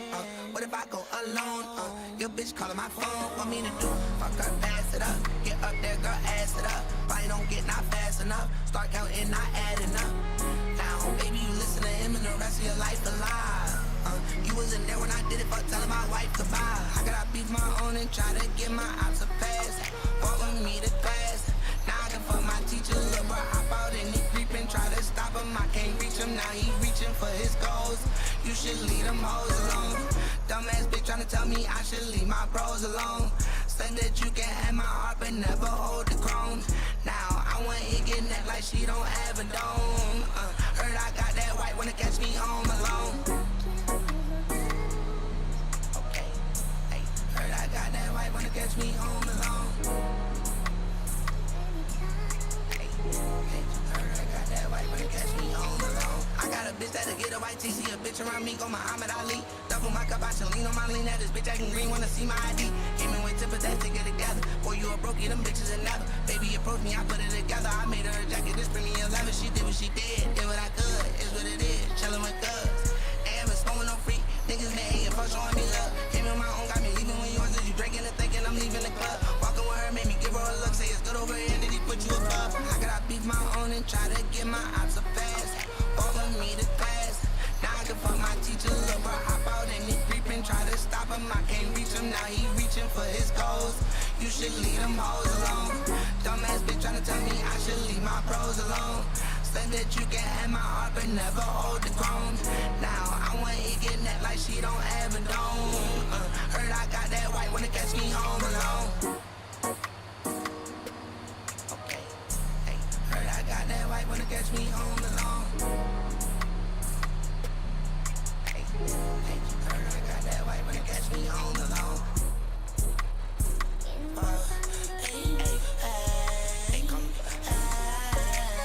Come hustle with me. I'm doing a little young job. It's the hustle dance. How can I beat my own and try to get my ops a pass? No way. Walk with me to class. Now I can put my teacher liver. Hop out and he peeping. Try to stop him. I can't reach him. Now he reaching for his goals. Like, you should leave him all alone. Dumbass bitch try to tell me I should leave my bros alone. Said that you can have my heart but never hold it on. Now I want hitting that like she don't have a dome. Heard I got that white wanna catch me home alone.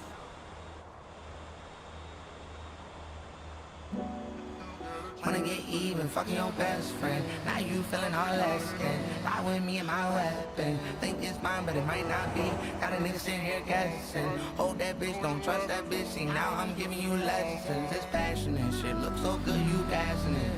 Got me rationing, might take one knee like happening. Now I'm in the back of the Maybach goals. Pinky for they white toes. Smoke if it's all on me. Dawn when the night get cold. Ain't no other way, baby, you should come with me. I've been trapping, I could barely use your company. But already, I'll be ready, now you all mine. If you were there before me, would you wait a long time? In the bed like, ooh-wee, where you at, come fool me. At a gate like UG, that shit so fast for me, professor, I should walk you in the day. Now it's better, make it better, got a nigga on the way. Doing 90 in the 65, smoking, that's my only eye. Chillin' with you, catch a vibe, actually gone, you wish she died. Now I'm sitting thinking about the time. Ain't no other one that I can find. Ain't no other way, baby, you should come with me. I've been trapping, I could barely use your company. But already, I'll be ready, now you all mine. If you were there before me, would you wait a long time?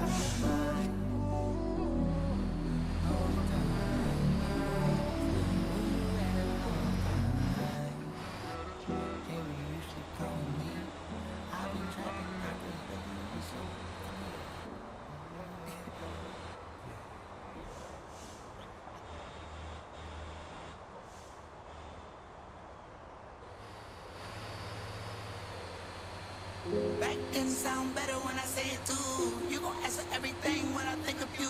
You like shopping while in Vegas, go to Vegas too. So with me, riding down the highway smoking OG. Never gotta pay up, but you owe me. So can you wait a minute? I be getting to this business. Can you save a little time and post it? Nigga getting shot, we see emotion, lotion. Wiping nigga down like we ain't know him. Potion, make him disappear, now people miss him. Fake shot, when the mama see him, she can't kiss him. All they tryna play up for the biggies, get out. Asking can she get in, give her 50 and get out. Broken many times, I had to hold you many times. You didn't give me any time, so I didn't pay you any mind, girl. Back then sound better when I say it too. You gon' ask for everything when I think of you. You like shopping while in Vegas, go to Vegas too. So roll with me, riding down the highway smoking OG. Never gotta pay it, but you owe me. So can you wait a minute? I've been getting to this business. Can you save a little time? Like an hour to a day, week to a month. Smoking, we just reminiscing, weed in the blunt. Active still banging, still hanging, guns in the park. Guns back to door, shots fired, now we in the dark. Come from where they kill and they drill, it's a lifestyle. Get that boy a chance and he will do it right now. Pop a couple grams, get the banging off a trap phone. Fast going round, now he old when he come on. Tell me how it makes sense, we don't do no fake shit. Why they come around just to see what niggas doing? Never on no hate shit, but I ain't need some fake tip. You can give me head, let you know that I ain't scoring. Try to end it like Drake. How you tell me stories about some pills you ain't take? Or telling me about money that you really ain't make? Or tapping in my life, you went to school for acting. You act like something wrong when nothing really happened. Back then sound better when I say it too. You gon' ask for everything when I think of you. You like shopping while in Vegas, go to Vegas too. So roll with me, riding down the highway smoking OG. Never gotta pay it, but you owe me. So can you wait a minute? I've been getting to this business. Can you save a little time for me? Oh, hey, hey, hey. Oh, hey, hey, hey. Roll with me, riding down the highway smoking OG. Never gotta pay it, but you owe me.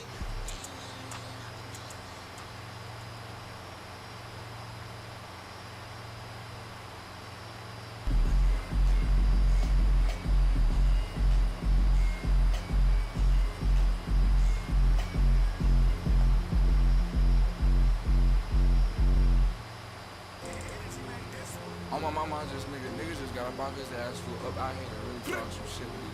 Talk him shit. Oh God, look. Yeah. Come and suck on my jeweler dick. My doctor almost died, I made my bitch go and clean and spit. Yeah, on my mama, I need him here. He gon' write the scripts till he dip and go hang with Kobe. Ray pulled me up with no question, he didn't owe me. Damn, this bitch just call my name like she really know me. Ain't a rap nigga in the world that can say they hold me. I just got an SIG in the back folding. I brought SRTs in my sleeve, it didn't hurt my pockets. I just saw a seal pint of acting and hurt my sockets. Real VVS on my bitch, ain't no heart lockets. I live on the lake, leave the crib and forgot to lock it. It's okay, I got cameras there. And my brother sleeping upstairs, we got hammers there. And my other brother tried close, we got Pamela there. Good with the block like Tyson Chandler was there. 44 dwelling around. Breaking hearts with a chrome heart sweater on. Breaking church on house arrest, I ain't left from home. Taking narcs and pouring codeine and styrofoams. I keep a couple lean on me, don't wanna die alone. What the fuck is one pint? I wanna buy low. I got the plug that's in the bricks, I'm trying to find a little boat. Tired of buying jewelry and cars, I'm finna buy a goat. Shit, 60 pointers in my ear. I can buy like 10 pairs, shit, it won't hurt me. Told double my next piece gon' be 30 for 30. Me and Mike taking blues, going 30 for 30. Ain't got no feelings, but I told my little bitch it's gon' hurt if you hurt me. The funeral home will probably run out of dirt if you murder. Start my day off with a 6 and some perp and a perk. The pastor so dope, I walk in the church with a curse. Rio just put on me 100 racks fresh out the bank. Tucci just put on me pouring drink right out the pint. I got bitches selling pussy, look like Tyra Banks. I'm rocking Carhartt, shooting basketball just like I'm Drake. This shit ain't nothing to my niggas. Youngest nigga in my crew got like 6 figures. I been dripping since the truths with the dick stitching. Every time he think about this, bro, he reminiscing. Boy, we don't shoot up no houses, we hit niggas. Boy, I been sipping dirty water with my flint nigga. Hey, cuz, I just made a lot of blues with my crib niggas' blood. I could never be no boo with no snitch nigga. I need a walk hard pool so I can swim in it. I'm about to fill a fucking coupe with like 10 bitches. We just made a pot pitch black like a tenetrician. I be in the basement rapping work like I'm Big Tigger. Just got my dick sucked by a Caucasian. Glock hit him from 3 different ways, he caught all angles. Walking through the set with Seppi's on by a palm angel. Little bitch been chasing me for years, she got strong ankles. Just let me see that watch one time, I need some motivation. I was toting straps and selling dope when you was roller skating. Got a bitch December had a COVID baby. Crazy thing about the situation, we ain't had no relation. Yachty, let me see that anchor chain. I'm tryna fuck a actress. I just paid 6,000 and some change for a fucking match. Shoot the baby K with no aim. I busted backwards. Spice talking, got the ghetto boys moving up the ladder. Hold on, I ain't done yet. I just finished me a little bitch. Mortal Kombat. My daddy caught a body with this Glock. It's a compact. Add another body to the count, then take the gun back. Keep up, the way that we've been going, we ahead. Nigga, just 5 years ago, I scared of red. We'll drop a act like dropping trash in the trash can. Yeah, it was nothing to it. Told her that her pussy ain't shit unless I nothing to it. I can't really do no extra shit, I do enough move. I would go and buy another brick, but ain't enough move. I heard plenty niggas getting love but do too much shooting. You ain't really active like we is, you do too much cool. Drooling, park my car wherever till I move it. I'm nasty, farting out to eating, don't excuse it. Bro, I hate that I can buy whatever now cause I abuse. Bought a pint just to pull 4 foes, just to do it. Buying jewelry cause I put my cell phone off a muse. Take my perk fast cause I'm already high and I might lose. It's 100 cash and I can count it out to you to prove. It's amazing, I'm still out here dodging dope cases. Might drop a 20/20 pin, same color as a razor. Louis spit a perk 30 with me and made me take it. 3.5 and A1 in the wood, I had to face. Had my crib sniping like the Carter, guess that's why they raided me. When I was selling dope, I had a couple fiends that stayed with me. $10,000 in a day, you can't make a G. 200 a gram, and I'm stiff, you gotta come to me. It's all hustle, ain't no luck. Got my old and my new bitch, they baby daddy can't fuck with me. G-R-I-N-D hard, that shit stuck with me.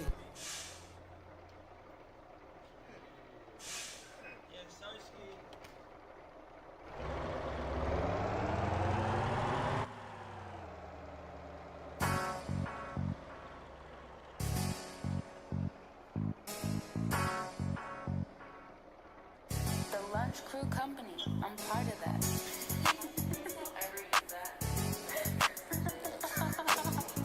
The Lunch Crew Company. Yellow. I'm in New York with the scammers. Sneak a sip before I fuck. Let me put this shit on camera. I feel like she lied when she told me I was handsome. Shit, when life give you limits, got to squeeze it over salmon. She seen me next to Kai, told the bitch name I was Phantom. I said free Diddy and it almost got me canceled. Big fat nigga, baby I'm too hot to handle. Living all these niggas hair, rent free, call me Dandruff. I love lean, shout out to Big Pharma. Make me mad, I get a nigga click murder. Did this shit in swimming trunks, I never had to click Kerner. Bernie Sipper, I hate Franklin, baby I don't sip turtle. She fuck me, then ask for some money, shit worse. Then turn around and buy me a gift, bitch perfect. 60 chickens in a trap, niggas thought I hit Colonel. 60K all dubs, I'm walking like my hip hurt. Wagwan with the bumper clock. Before I turn my back on my kids, I turn a wop eater. Watch a pretty bad bougie bitch turn a fox. Cheater. Got to move her out of town just to make her stop. Cheater. Real estate, rap music, Ray kids. Got paid for the show, but I snuck the K in. 100 pounds in the truck while I'm on the Bay Bridge. Sausalito's getting head while I'm taking Quay sips. Flint nigga, Big John, I'ma need an 8-inch. On the radar, give me lean and I'm going ape shit. I get money and go home, I can't do the fake shit. I hate niggas like that white streamer nigga Aiden. Okay, that could be miscrewed. Why you spit that nut out, bitch? That shit rude. Bitch bad as hell, but on the side, she got a missed tooth. Touch Pac-Man chain, all they heard was a big boom. I'm in a lamb truck, 100 racks cash, I need some leg room. They hit him in his shit, I know he dead, I seen his head move. I'm at Wham Studios, get some head in the red room. I came from the trenches, now my house 6 bedrooms. Pac-Man just pulled up, they thought we wasn't gonna link. This Flint shit still in style, I don't know what they think. I still hit her raw, even though it had a little stink. The pussy lips was brown, but the inside was a little pink. Where the pink teens? Bitch, I'm trying to get some head, make your knees bend. A nigga put a gun on me or one of my niggas, lil' bro gon' keep spinning. They gon' keep spinning. We gon' keep sliding. We finally got the nigga, even though it took a week to find him. They caught him in the bed, hit his head, the nigga sleep dying. They caught him in the bed, hit his head, the nigga sleep dying. Damn, fell asleep on stage off of Zan.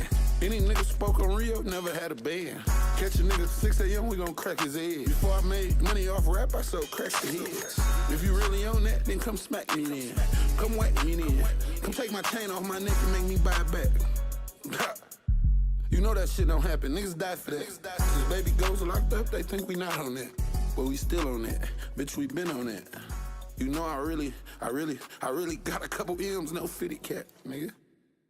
Big ass crib, like where you living at? We Flint, nigga. Oh, for sure. I just wanted to give my brother his props, because I never gave my brother his props, you know what I'm saying? But publicly, I want to tell my nigga, thank you. I appreciate you. You know what I'm saying? Real talk, no fake. Thank you for just being who you is. You ain't never doing no fake shit. Nigga been the same nigga since I motherfucking came in the game, bro. For sure. Niggas like us, it's hard to find nowadays. Hey, yeah. Ghetto boy shit, ghetto boy shit. Money is not everything. Real money counters. The Lunch Crew Company, YN, like, we really standing on business, still grinding. Louis Ray, my blood.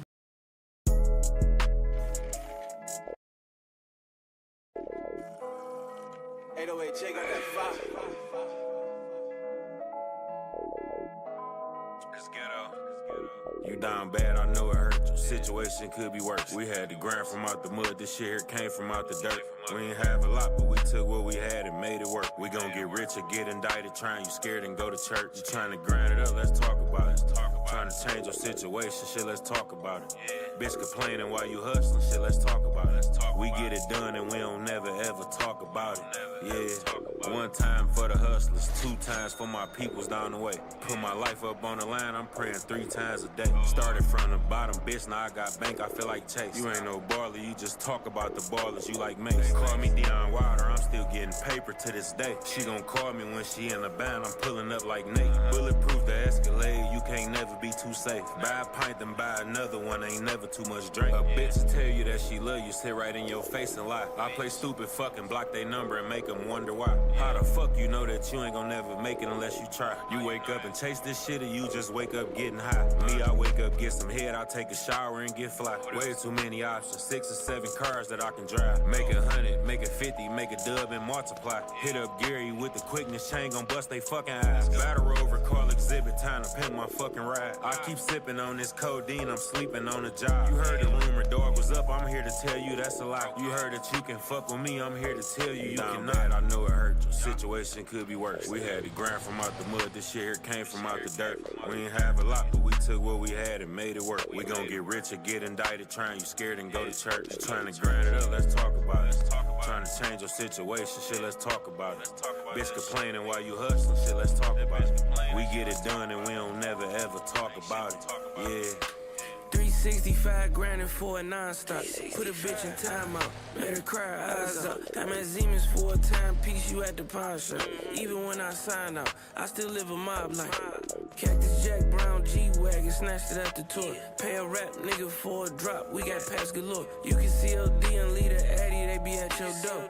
You can ask your folk, boy, I'm stamped like package dope. Verified a check for real, 2 cars alone, $500,000. Trafficking like Bobby Seale, in the truck with double M's. Thumbing on the cut my hand, I'm a human money counter. 40s on the beat, collecting dust, don't give a fuck about it. Don't ask me about that bitch, and when she leave, I don't think nothing about it. Fuck your rent, my cup 1,000, I done sipped a couple houses. 99 things I'm worried about, but it ain't money problems. Sometimes I just left it back in stack and let my daughter count it.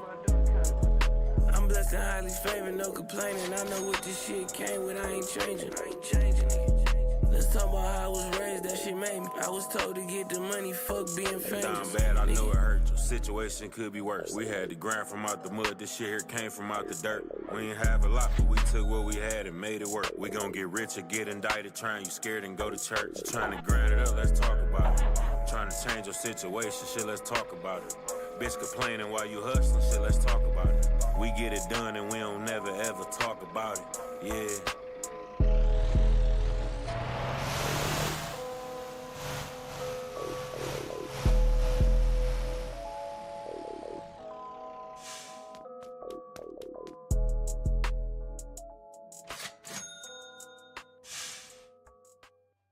Walk in, you seen it do it the best. That nigga don't help you do too much, you seen it do the rest. And that nigga don't know you meet with me to leave with him. Always around you, least to him. Try to sell my dreams to him, I'm better than all her ex. She said with all her chest, I'm fucking her good, she fucking me good, I'm looking at all her mess. She says not my life, but one time I'm looking at all her less. But it's not enough, my life is rough, go grab your style. When you leave, don't say I'm better at all, I ain't never met her at all. Don't try to take what's mine and leave. My jealous time went by, I thought that you was mine. Back to the trap when you leave. Lost files for a chapter that never mattered. A picture with other niggas, a bitch smiling, getting laughter. Don't know what he doing with it, look, you know it every day. He broke, so it's, I won't say it like fuck it, you gotta wait for a baggage claim. Yeah, average lame. Hey, what the fuck you doing, tryna pass through lane? I guess it Chinese man like youngin', that's that ass low man. District when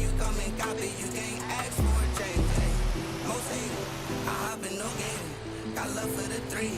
I play with the Raiders. You love what you see, so do me a favor. Like, can I get some pussy for you? Tell me what you doing when you leave. Don't say I'm better at all. I ain't never met her at all. Don't try to take what's mine and leave. Until it's time go by, I thought that you was mine. Back to the top when you leave.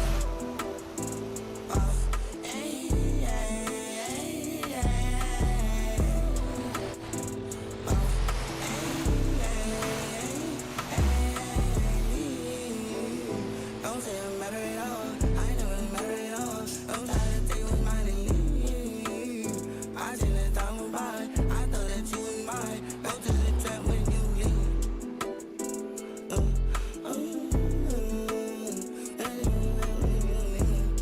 That part.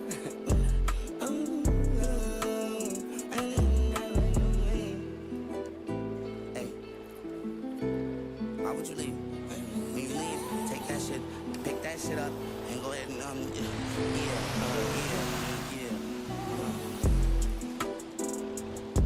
and all that. Let's say, fuck them and all that. It ain't nobody specific. Yeah, it's just fuck the niggas that's fuck us. You know how. Like I should say. That was all mine.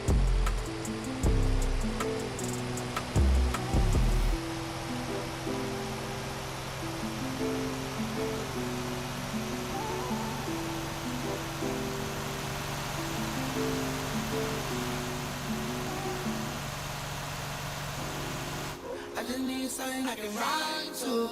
Get that girl piece and now she high too. Said I won't pull up a nigga slide through. Now she asking where you been and now you moving. Don't wanna do it, she'll probably need it. She like you play me, I'm taking your phone. How you gon' rub me with no gun? I'm probably flirting with a bad bitch. Another bad bitch, cause they bad it. Had it, looking past it, now they mad it. Chin up, make her chin up, pouring shots. Spin a block, come on over, you can slide too. I just need something I can ride to. Get that girl piece and now she high too. Said I won't pull up a nigga slide through. Now she asking where the hoes at. Hanging out the window where your clothes at. Bro, he tapping on me with a phone at. I don't even know how to go at. Ride with you. You know I'm known for making say my people slide too. Big old gangster even back when I was 5'2". And it's straight about the trenches on their rifle. My neighborhood, all you see is white tools. I done got my money up. Baby got the pushers at the ass and it's the runner. And let's get upset cause all the baddest bitches come with us. Honey back and back and said I'm mad cause I ain't coming up. Tell me if you like that. She ran, picked it up, her body right back. That boy you like a steering wheel, she right there.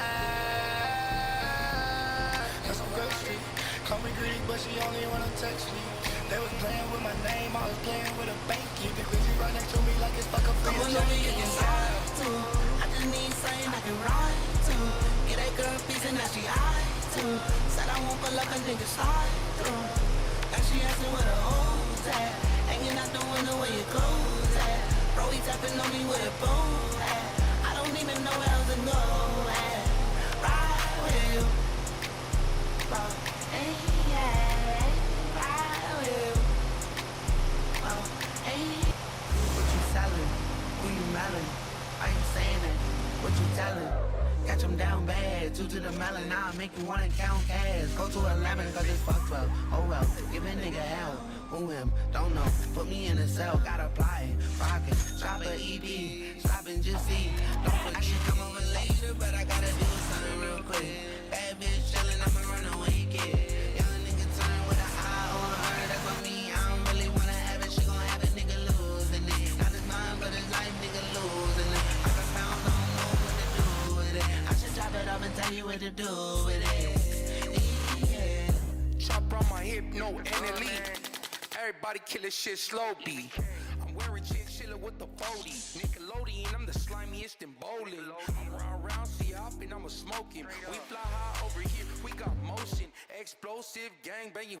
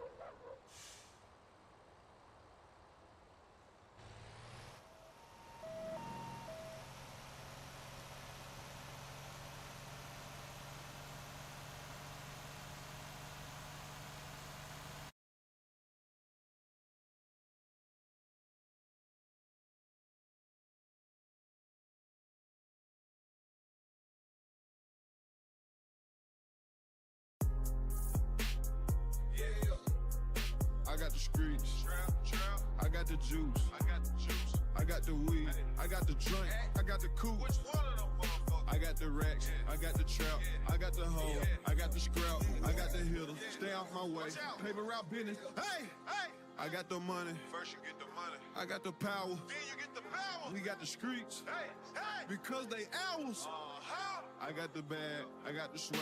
I got the bag. About to go spin the bag. About to go spin the bag. Go spin the bag. About to go spin the bag. Hey. What is that question you ask? What is in my book bag? That's just a whole lot of cash. Oh, that's just a whole lot of swag. I just got back from England.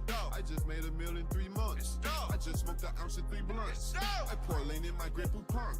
I never had shit, so I stunt. Flex. $500,000 worth of jewelry on while I'm having sex. Hey! Real street nigga playing with paper, so I do it for the street. Fuck a hater. Yeah, I threw the money on the stripper hoes, but later on that night I fucked the waiter. I'm about to go spin me a bag. I'm about to go spin me a bag. I'm about to go fuck on your bitch, take her overseas with me, she in first class. I'm about to go spin me a bag. I'm about to go spin me a bag. I count that money real fast. I wonder if that's her real ass. I'm on the E-way doing the dash. All this ice on me looking like glass. These bitches, they love me like Shell. In the trap, I perfected my craft. Told you niggas ain't real as us. Told you niggas ain't seeing love. Lost $250,000 re-ing up. It's too slow, ain't keeping up. Sipping on activists. Drinking me a codeine daiquiri. Showed up late but fashionably. Every week is fashion week. Hey, hey.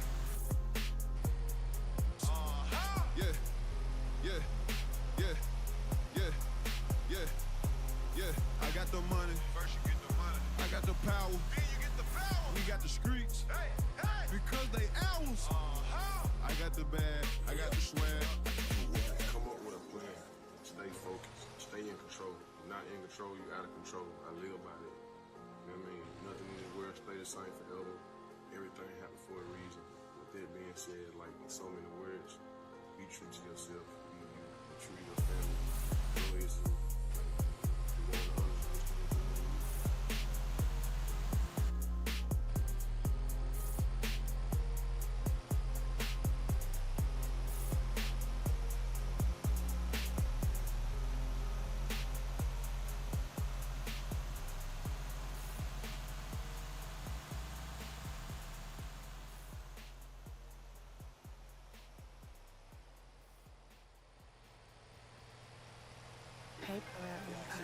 I didn't have to sign 3 record deals just to get hot. You ain't never ever put no powder on your clock. What you know about high-speed chasers throwing out the clocks? Late night booty calls like I'm Jamie Foxx. My homeboy turned into a J just like Chris Rock. I made millions in LA just like Rick Fox. Yeah, championship rings like I'm Big Shaq. 200 pieces of Skrizz on, that's a big pack. Bitch, I do what I wanna. Spend cash when I wanna. Rich off marijuana. I got on 4 chains and 8 matching bracelets. Rich nigga still catching dope cases. Spin it back in with the jeweler. Hit the front end to the shooters. Bad bitch, she from Aruba. Trap house disturbing the peace like Luda. White girl with double D's met her at Hooters. Hit bull in the trap, little nigga, you a poodle. I just be styling with no stylist. The little boy diamonds, you so childish. Love my family, but I look trapping. I'm just trying to find my balance. We used to lay on the floor and make pallets. Remember that? Ha, yeah. Now drink lean out of champagne glasses. What you know about high-speed chasers throwing out the clocks? I just made a dirty drink, ice around my turtleneck. My weed tastes like double mint, my nine tastes just like a chick. Bought that Coopers, I got boy, you went and bought it, tryna flick. 200 pieces of Skrizz on, that's a big bag.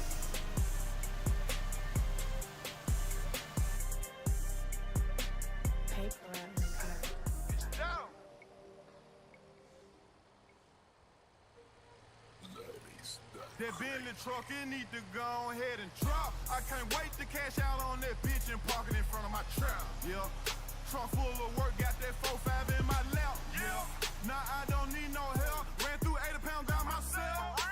You had a silver spoon, nigga, I had it hard.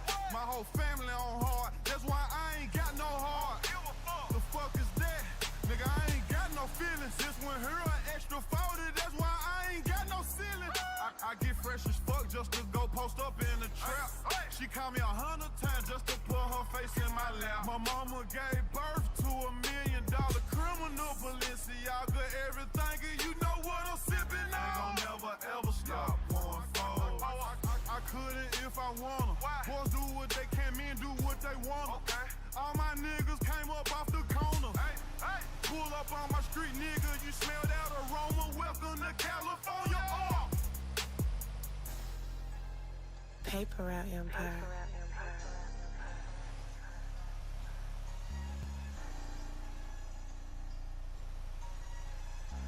Drinking pints of codeine back to back like Coronas.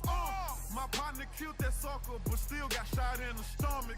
You looking for him, then you looking for me. I put that on my mama. Sharonda always hold my sack, so I bought that bitch a Honda. Civic, Dolph, you pitiful. Mama, you gave birth to $1 million criminal. These bitches sound subliminal. I ain't gon' never, ever, ever, ever change. I'ma be like this until my funeral. I just left the bank. I do what you can't. I just drunk a pint. You should be ashamed. Yo bitch gave me brain in a turning lane.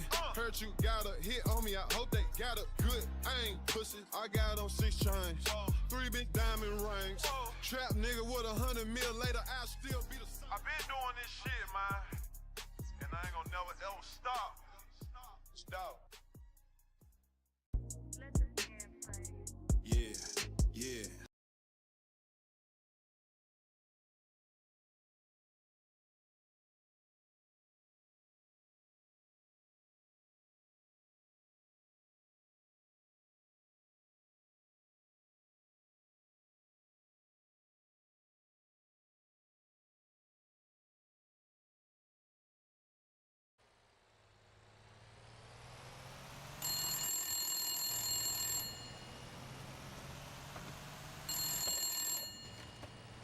Who this?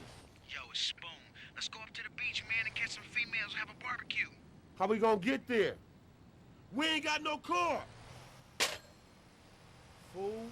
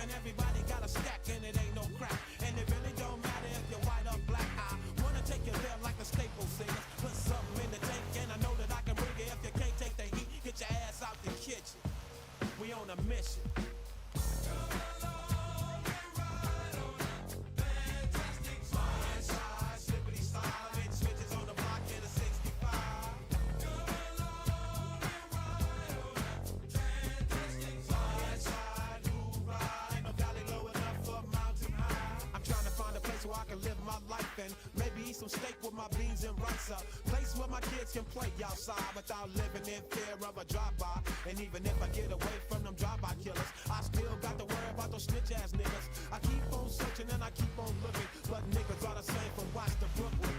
I try to keep my faith in my people, but sometimes my people be acting like they evil. You don't understand about running with a gang, cause you don't gangbang. And you don't have to stand on the corner and slang, cause you got your own thing. You can't help me if you can't help yourself. You better make a layup.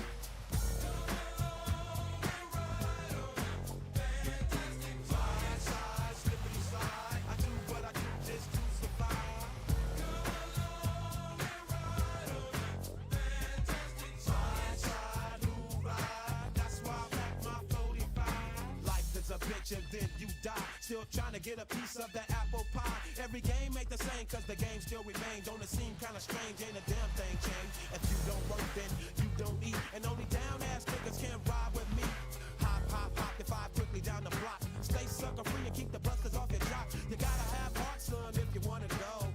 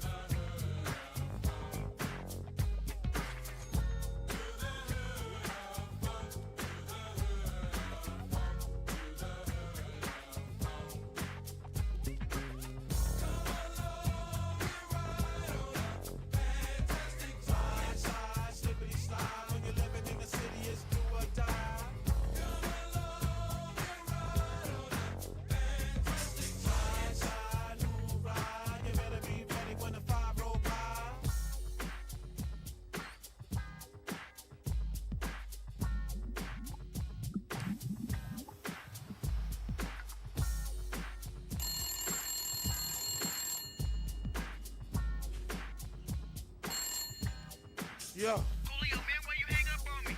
Anyway, what's up with the beach? Let's go to the beach, man. Man, we ain't got no ride. Wait a minute. Quit calling me. Coolio. Fool.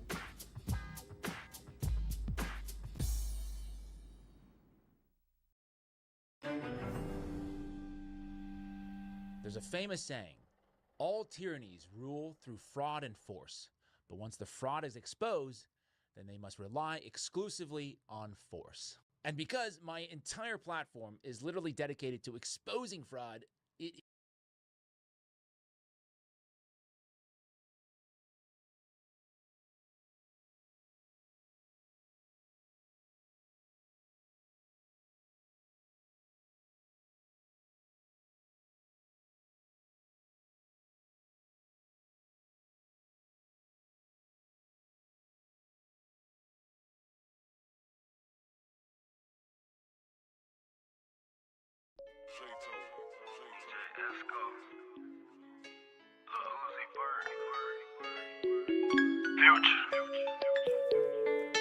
That's too much sauce. That's too much sauce. Protect Philippe, the plain one. That's too much sauce. Hermes in the aim. That's too much sauce. They let me know before I was famous. I had too much sauce. Audemars Heel blow now. That's too much sauce. That's too much sauce. Got too much sauce. That's too much sauce. I got too much sauce. Protect Philippe, the plain one. That's too much sauce. Got diamonds on all of my fingers. That's too much sauce.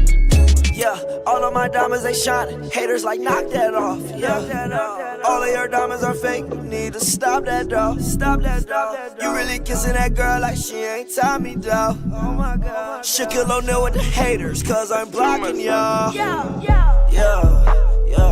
that's too much sauce. Yeah, rockin' me low when I'm rockin' off white. Yeah, she smile at me on her teeth with that ice. Yeah, smoking that gas got me high like a kite. Too much sauce. Yeah, diamonds they look like the Dasani, more like Voss. Hey, yeah, that boy saw my check. He said, "What's the cost?" Hey, you wanna know the amount? Can you count? Check Philippe, the plain one. That's too much sauce. Hermes in the aim. That's too much sauce. They let me know before I was famous. I had too much sauce. Audemars Heel blow now. It's too much sauce. That's too much sauce. Got too much sauce. That's too much sauce. I got too much sauce. Protect Philippe, the plain one. That's too much sauce. Got diamonds on all of my fingers. That's too much sauce. Too much sauce. Yeah, diamonds they look like the Dasani, more like Voss. Hey, yeah, young man, turn myself right to a boss. Like, yeah, copping no matter the cost. Like, yeah. For that bitch on her friend right in my Benz. Yeah, think me a future if I thought us ain't twins. DJ Esco. Damn, yeah. Wait, no get money. Niggas act like they been new us. Yeah, hey. Fake energy don't move us. No, dominate well like a cool clip loud. Dominate straight from the jewel. Drug got me low like Bermuda. Check Philippe, the plain one. That's too much sauce. Hermes in the aim. That's too much sauce. They let me know before I was famous. I had too much sauce. Audemars Heel blow now. That's too much sauce. That's too much sauce. Got too much sauce. That's too much sauce. I got too much sauce. Protect Philippe, the plain one. That's too much sauce. Got diamonds on all of my fingers. That's too much sauce. Too much sauce. Yeah, diamonds they look like the Dasani.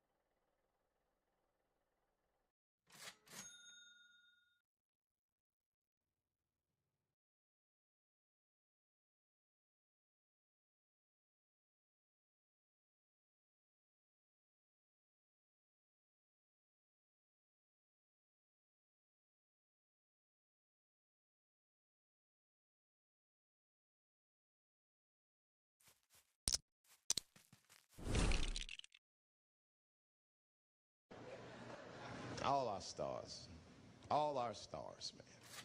R. Kelly pissed on his victim. I know, it was rough. But I mean, again, I can't even judge R. Kelly. First of all, we don't know if these allegations are true, and not even if they are true.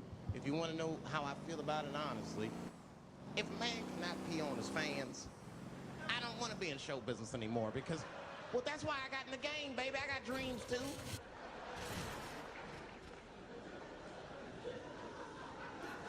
You guys are confusing the issue. While you guys are busy worrying about if R. Kelly even peed on this girl or not, you're not asking yourself the real question that America needs to decide once and for all. And that question is, how old is 15 really? Oh, that's a good question. That's a good question. I'm not saying that a person is as smart as they're going to be at 15. That's not what I'm saying, man. But I am saying 15 to me is old enough to decide whether or not you want to be pissed on. I mean, that's me. If you can't make a decision like that by the time you're 15, then just give up, motherfucker, because life is way harder than that. I make tougher decisions all the time. If you don't want to get pissed on, just get the fuck out of the way. It's not even a decision. If I start peeing on the front row, they're not going to have to calculate and think, oh, how do I feel about this? Am I okay with it? They just move. You can do that at 15. I could have. I've been 15. When I was 15, I was doing stand-up in nightclubs. I smoked reefer from time to time. Friends were selling crack. I was trying to finger fuck people. I knew what was happening around me to some degree. Getting pissed on was the least of my worries at 15. Trust me. But it keeps coming up. There's a lot of confusion around that age. Anytime 15 comes up, people freak out. Like when that girl, Elizabeth Smart, got kidnapped. Right? Remember in Utah last year, 15-year-old girl Elizabeth Smart was kidnapped, and then they finally found her, and the whole country was relieved. And I was the only one saying, damn, she wasn't that smart after all. Not because she got kidnapped, that could happen to anybody. I'm not knocking her for that. I'm just saying, if you kidnapped me when I was 15, you gotta take me further than 8 miles away from my house, man. God damn. You can't hold me prisoner around shit I recognize. I'll break away. I'll break away. Fuck off me, nigga. That's my bus stop. I know where I'm at. I'm going home.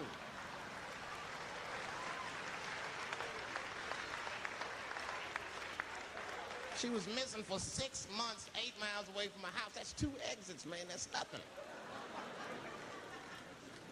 And while she was missing, during this half a year that this girl is missing, there's a 7-year-old black girl gets kidnapped in Philadelphia. Nobody knows her name. They might have talked about it 2 or 3 times on the news, but she should have been the top story because she chewed through the ropes and had both of these motherfuckers in jail in 45 minutes flat. 7 years old. I'm not making this up. These 2 crackheads kidnapped her and took her back to the crack house and tied her up. And then they left her. The crackheads, they gotta make moves. Crack, smoke, chocolate to eat. These motherfuckers made moves, they was out. But as soon as they left, this little girl got the nib on her. She was kidnapped at 4 o'clock and at home watching herself on the news at 5:30. That shit is crazy. That's a news story. That is a news story. Now, meanwhile, in Utah, 15-year-old Elizabeth Smart's captors left her alone, too. And they didn't even tie her up because they're hillbillies. They just bounced. Don't try to escape, bitch, or we'll kill you. Be right back. They leave. And she's 15, sitting in the house by herself. How am I going to get out of this? Come on, Elizabeth, think. Think, Elizabeth, how am I going to get out of here? Why don't you just open the fucking door and go outside? Have you thought about that? Do you have a quarter? Do you know your phone number? You're 15, bitch, run. Stop thinking and start making moves. I know I sound mean, and I know what the people are thinking when I'm saying this. Dave, she is only 15. All right, but that's the discrepancy, because when you talk about a little girl like Elizabeth Smart, then the country feels like 15 is so young and so innocent. On the flip side, here comes 15 again. Now we're talking about a 15-year-old black kid in Florida. This black kid accidentally killed his neighbor when he's practicing wrestling moves that he saw on TV. Now, was he a kid? No. They gave him life. They always try our 15-year-olds as adults. This nigger knew what he was doing. It's a goddamn pile driver. This kid gets on the ropes, there's no stopping him. You'd have to send the Rock to arrest him. And they gave a 15-year-old boy life in jail. If you think that it's okay to give him life in jail, then it should be legal to pee on him. That's all I'm saying. You got to make up your mind across the board how old 15 actually is. That's all I'm saying. So I'm going to tell you right now, if somebody comes in here and puts a gun in my head and says, Chappelle, you got a choice to make. You're either going to jail for a month or we'll let you go, but you got to let R. Kelly pee on you. I'm not hesitating. Bring in R. Kelly and tell him to stay away from my ass. I don't know where AIDS comes from. Who the fuck knows? Scientists don't even know. Scientists still say AIDS started because somebody had sex with a monkey. Word. After all this research, this is the best explanation that you came up with, mother. Nobody fucks monkeys and people, you idiot. You either fuck monkeys or you fuck people. That's it. There's no in between. You're not gonna get some monkey pussy on Tuesday and then be like, well, let me call Charlene on Thursday. No. Once you fuck a monkey, that's a firm decision. I'm out of the human pussy game for good. It's ridiculous. You act like monkeys are just as open as waiting for people to fuck them, man. It's ridiculous. But the monkeys don't want to be fucked by people. Think about it. Think how hard it would be to catch a monkey and fuck it. That's ridiculous. That's how it had to go down. Who you think you're just gonna walk up to him in the woods and bribe this nigga with fruits and bananas? Hey, buddy. Hey.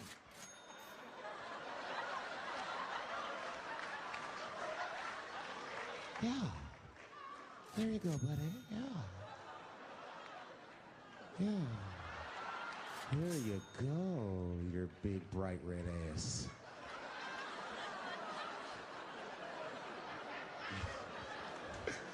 This big, bright red booty.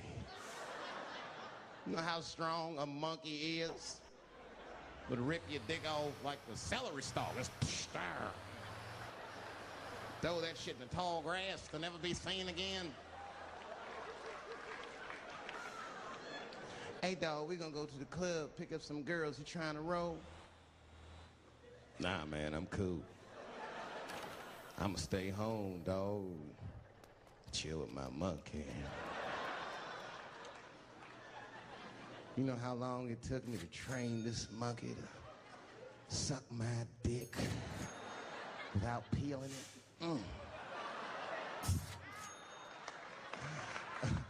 Last night, Chim Chim jerked me off with his feet. Nigga, only a monkey can show you that kind of love and tenderness. So y'all can keep fucking these people if you want, niggas. More monkey pussy for me. Hooking up with an orangutan next week. That's all I fuck is chimps and orangutans. I almost protested the war in the beginning. Almost.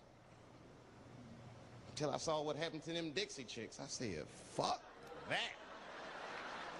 If they'll do that to 3 white women, they will tear my black ass to pieces. I don't want to hear that shit.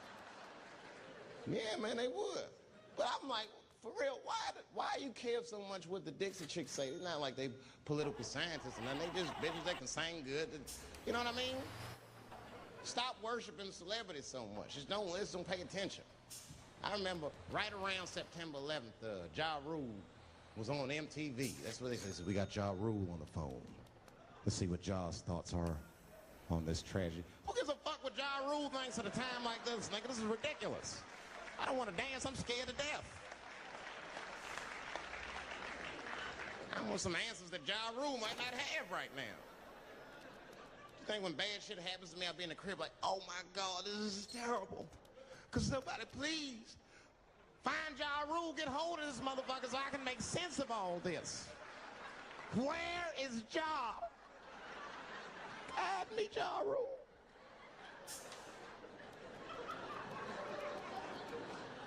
I don't even know why people listen to me.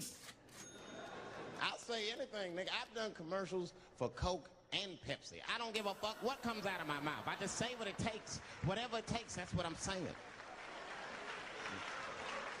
If you want to know the truth, can't even taste the difference. Surprise! All I know was Pepsi paid me most recently, so tastes better. It's pretty much how the game goes. I'm just being real, man. There's too much goo-gagging over celebrities. People don't know what's fake and what's real anymore. That's why Bill Cosby got in trouble. Look what happened to Bill Cosby. Bill Cosby said some real shit, and the whole world freaked out on him. For what? For having an opinion?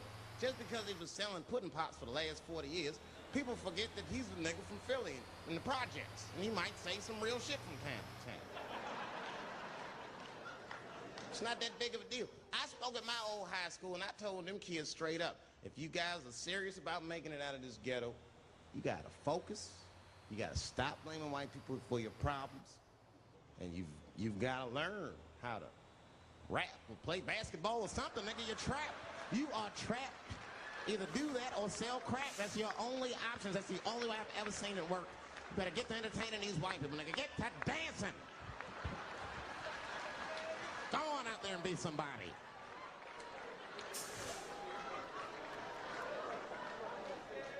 I just hope they listen.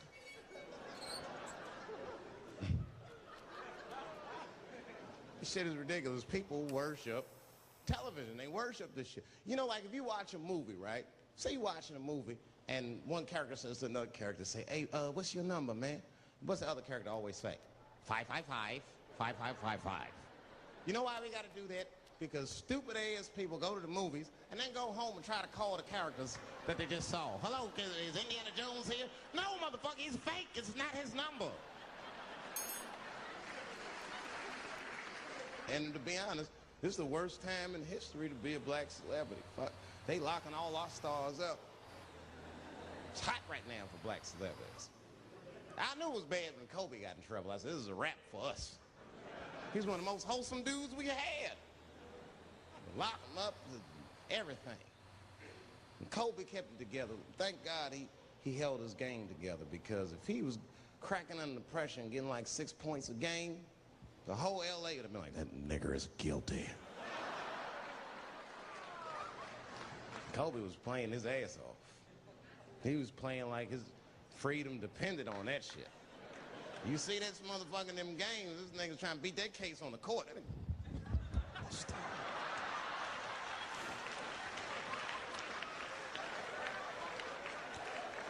Like the judge threw him the ball, like, play for your freedom.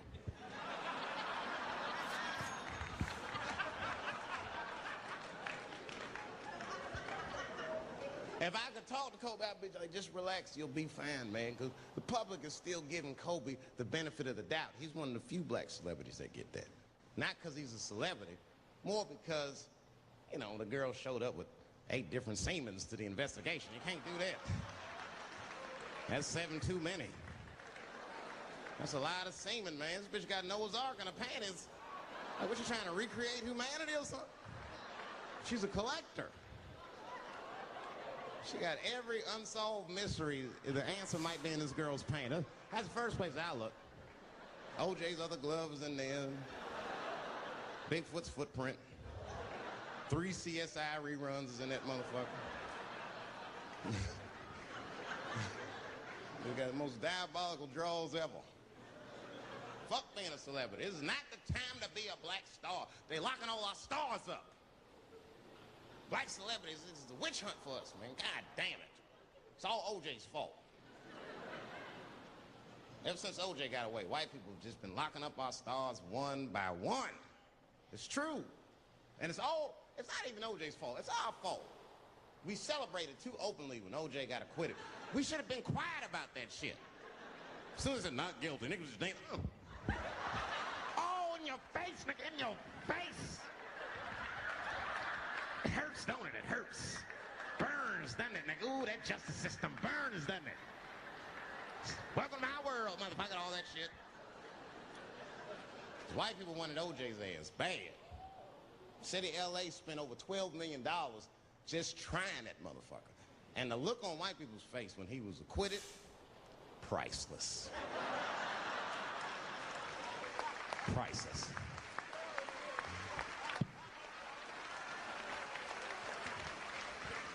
And that's why I don't trip off being a celebrity. I don't like it. I don't trust it. Just 1 minute they all love you, the next thing you know, you're in front of that courthouse dancing on top of a car just trying to figure out what the fuck happened to you.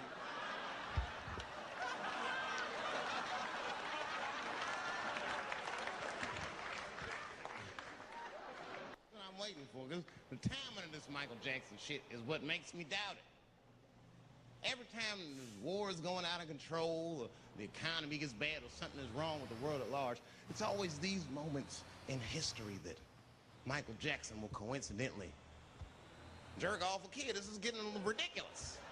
Like, are you planning this shit? Do you have meetings? Michael, thank you for coming. As you know, Michael, the war has not been going as well as we expected. There's been a lot of hiccups, and the public is asking us a lot of questions, of course. And, well, Michael, there's no nice way to say this, and all I know how to do is be direct, so let me just be direct.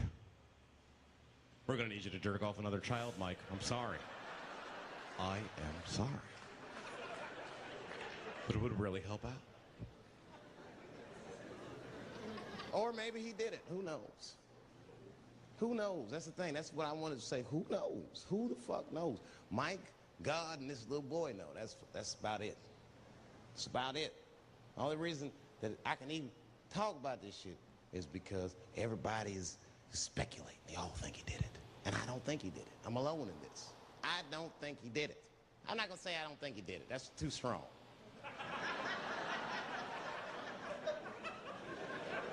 Let me just say I am reserving judgment until all the facts come out. But so far from what I heard, I mean, the kid said he was dying of cancer. He was in Make-A-Wish Foundation. He claims he had 2 weeks to live, and it was his dying wish to meet Michael Jackson. Come on, man, give me a fucking break. This kid is 10 years old. He don't remember Thriller. The fuck you want to meet Michael Jackson for, honestly? I remember Thriller, and I just, like, kind of want to meet this nigga. Like, I wouldn't break an appointment to meet him. I'll put it that way. I'd have to already be free. That's ridiculous. It's like if I'm dying in 2 weeks and go, oh, mama, get me in a room with Chubby Chuckle. I wouldn't want to meet that motherfucker. My last 2 weeks. Why not Usher or somebody like this? So then the kid claims he goes to Michael's house. This is where it all gets crazy. I don't, like, you know, he does everything you'd expect at Michael's house. They climb trees and rode roller coasters and Ferris wheels. The chef made cookies, pies, and cakes. They was petting a monkey and giraffe, sang songs, kid shit. And in the middle of all this childlike activity, for some reason, Mike pulled out some wine and some pills and sucked his kid's dick. Folks, it hurts me to say it.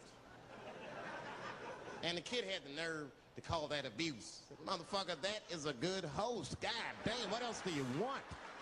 What else do you want? I'm lucky to get a glass of grape drink at my friend's house. Let alone a roller coaster ride and my dick sucked. Mike must be confused, like I brought you in my house, I fed you, I sucked your dick, and this is how you repay me, motherfuckers? This was your wish, not mine. Thought you were dying in 2 weeks. What happened to that motherfucker? I've been in court for a year and a half. You get stronger every time I see you.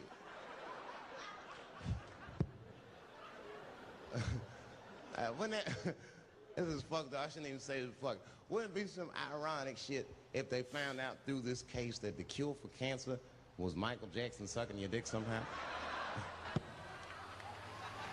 Like if Mike had powers like Green Mile and all the kids like, please, Mike, suck our dicks. Never again. He didn't appreciate it. Can we at least study your saliva? Please, Mike.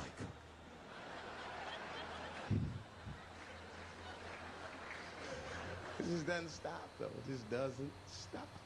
And the only reason I can talk about Mike is because he's a freak. He's a freak. That's why people let you talk about him. Because if I brought up Catholic priest fucking kids, it'd get quiet as shit. But when Michael Jackson does it, it's okay because he's a freak. His face is all cut up. But just remember, when you look at that thing that he calls his face, that he did that for you somehow. Somehow he thought maybe it'll help. Maybe people will like me more if I turn myself into a white, ghoulish-like creature. I don't know what the fuck it is, but he did it for you. And I appreciate the gesture, Michael Jackson. If you're watching this, I appreciate that gesture, and I want you to know, fuck everybody, Dave Chappelle understands. Because you want to know something? I'm getting some work done. Surprise, yes. Nothing major. You would never know if I didn't tell you, but it's some shit I'm insecure about that I want to work on. If you must know, I'm getting Botox done on my balls to get these wrinkles out. Finally, I'll have these shits smooth as eggs. No, I can't wait. I cannot wait. And I'm not stopping there. That's just phase one, baby. I'll be like Bob Vila, these old balls. I'm fixing them up. I'm plucking all the hair out. I gotta make room. I know this. I gotta make room. I'm gonna tattoo a gangster ass face on them. Mean expressions like this. And then I'll grow the hair back on the bottom so they got beards like me. And then I'm hitting that beach and looking for ball suckers. I'm gonna wear some high shorts just like this. And walk up to women with a confidence I've never had before. Pardon me, miss. I don't mean to be rude. But do you suck balls? Excuse me? Miss, relax. You didn't even let me finish. Do you suck these balls? Oh my God, those balls are as smooth as eggs. Yes, I'll suck them. I've played this scenario out in my mind a million times, lady. That's how it always ends. Yes, I'll suck those balls. I've been seeing that kind of shit, man. It's what it is. They use the TV to program us from a young age. You ever watch like a cartoon that you used to watch when you were little as an adult? That shit is wild shit. It's some wild shit. I mean, like I was with my nephew. We sitting there, we watching Pepe Le Pew, and I say to my nephew, I said, now pay attention to this guy, because he's funny. I used to watch him when I was little. And we watched Pepe Le Pew, and I'm old now. I'm looking like, good God, what kind of fucking rapist is this guy? Like, take it easy, Pepe. My nephew was sitting there cracking up. See, sometimes you gotta take the pussy like Pepe. Like, no.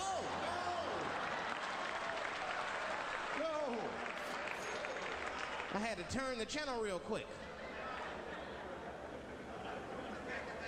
I turned on Sesame Street. I said, oh, Sesame Street, this is much better because now he'll learn how to count and spell. But now I'm watching it as an adult and I realize Sesame Street teaches kids other things. It teaches kids how to judge people and label people. That's right. They got a character on there named Oscar. They treat this guy like shit the entire show. They judge him right in his face. Oscar, you are so mean. Isn't it, kids? Yeah, Oscar. You're a grouch. It's like, bitch, I live in a fucking trash can. I'm the poorest motherfucker on Sesame Street. Nobody's helping me. Then you wonder why your kids grow up and step over homeless people. Get it together, grouch. Get a job, grouch. So don't even tell me how to get to Sesame Street. That is a terrible place. I wouldn't go there if I knew the way. Who would want to live in a neighborhood like that? Fucking 6-foot pigeons walking around. And an elephant that's a junkie. Hi, bird. Yeah, that's right, Snuffy. Hi, bird, I'm sick. I need some smack, bird. The Cookie Monster with his eyes popping out his head. Cookie, cookie, cookie, like, ugh. What kind of cookies are you talking about? Chocolate chips don't do that to people. And then they had the nerve to put a pimp on there. They didn't come out and say he's a pimp, but I know a pimp when I see one. They called him the Count. Had a cape and everything. You could just see him pimping. Bitch, where is my money? You've been late 4 times, I've been counting. How many times must I smack you before you act right? 1, 2, 2 smacks.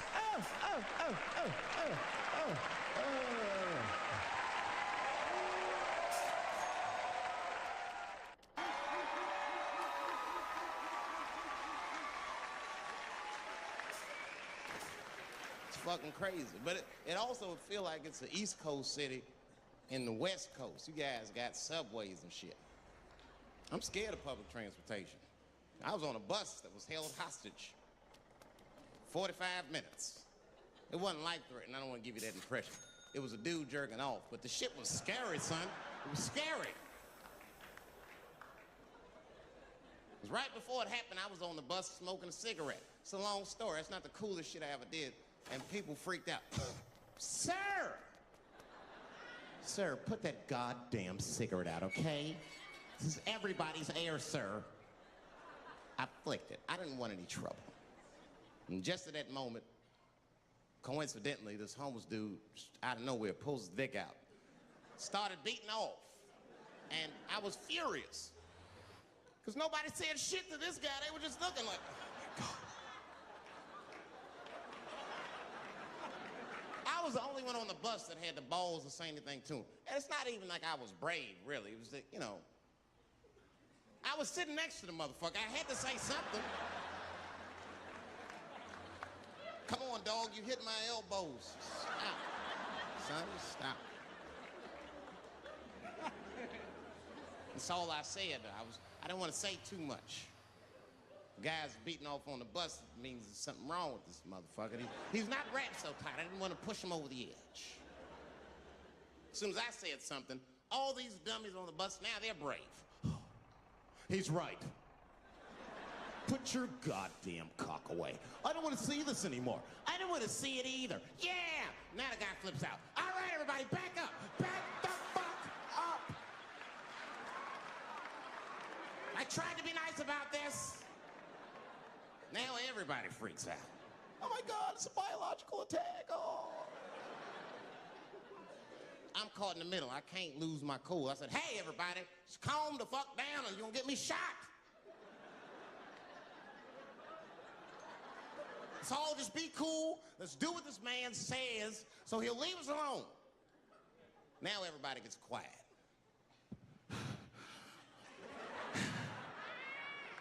That's better. That is better. And then he started walking up and down the aisles, just terrorizing us.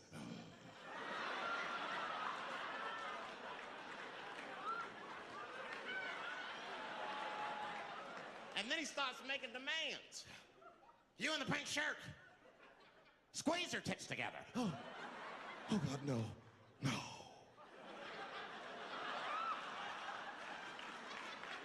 You, stick your finger in your butt. Why? Oh God, why is this happening? Oh God, oh God. He was working my way. Shit was tight. Just that minute. I got saved, dudes. I was so lucky. This guy at the other end of the bus, he snapped. He lost his mind. I seen it happen. Ah! He screamed out, rush him! He can't come on all of us. And charged me out. Ah! And it was like a movie. This homeless dude seen him coming and shot one off. Ah! I dodged that shit like the Matrix. Niggas, oh.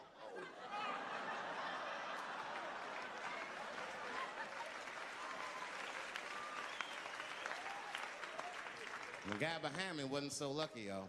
No!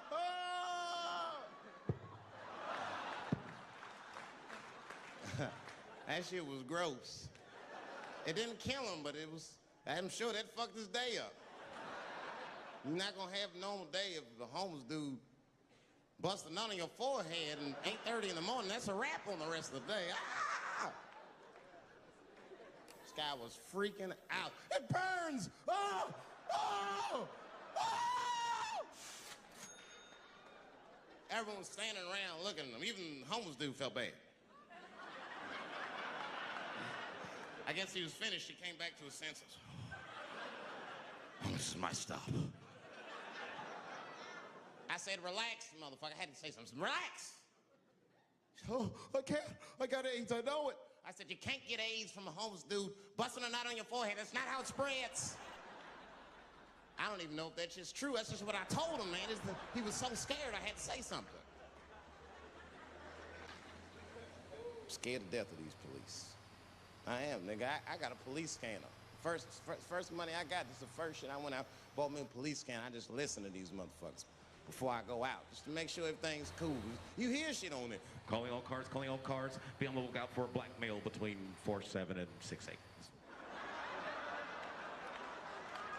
Staying in the crib tonight, fuck that. Gotta work on that alibi for a minute. Every black person needs an alibi. I do them impromptu joints. If I'm by myself and need out, I'll just open up the windows in the apartment, turn all the lights on, start beating off right in the window. Look at me. Hey, everybody, look, it's me, Dave Chappelle. I'm crazy, I'm jerking off. Note the time, motherfuckers. It's 2:35. Look at me, I'm jerking off in the window, 2:35. Comedian Dave Chappelle is June 10th. Note the time.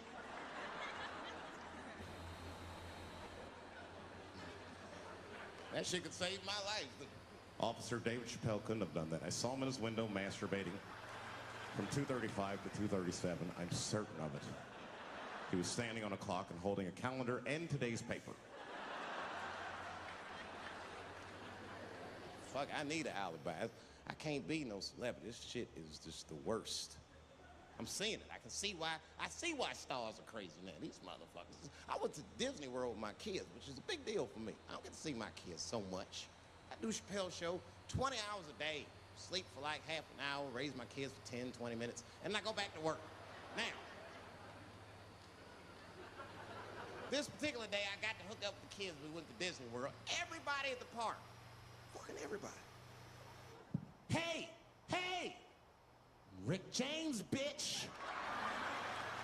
Hey, I'm Rick James, bitch. It's like, hey, man, hey. You mind not calling me a bitch in front of my kids? Time out, motherfucker. We take a day off. Even Mickey Mouse did it. I said, this is the most unprofessional shit I have ever seen in my life. Rick James, bitch. Oh, I was fed up. I caught that motherfucker with an uppercut. Bop! Knocked his head clean off. Everybody was screaming. Oh my God, oh my God. Mickey Mouse is Mexican.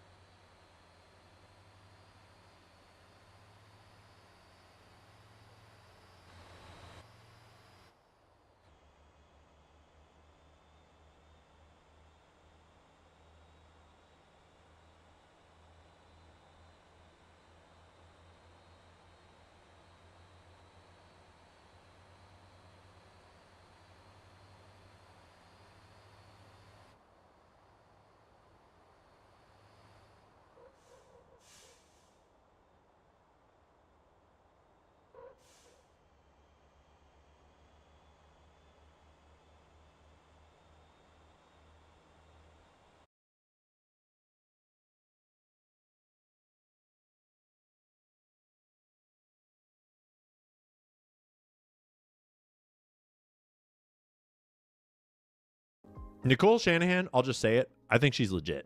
I think she's fucking legit. Conspiracy theories are entering a dangerous Information is the oxygen of a democracy. There's so much evidence out there that even if less than 1% is true, that would be enough to collapse the current paradigm and change the whole planet.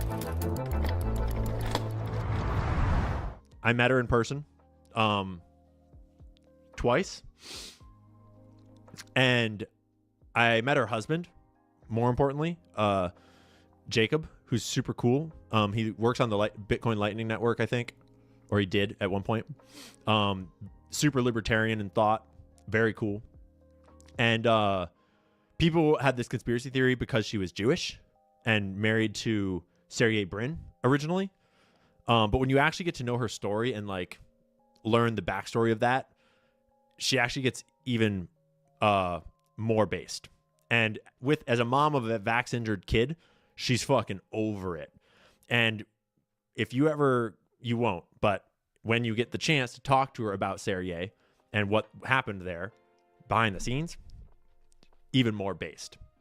And she knows some shit.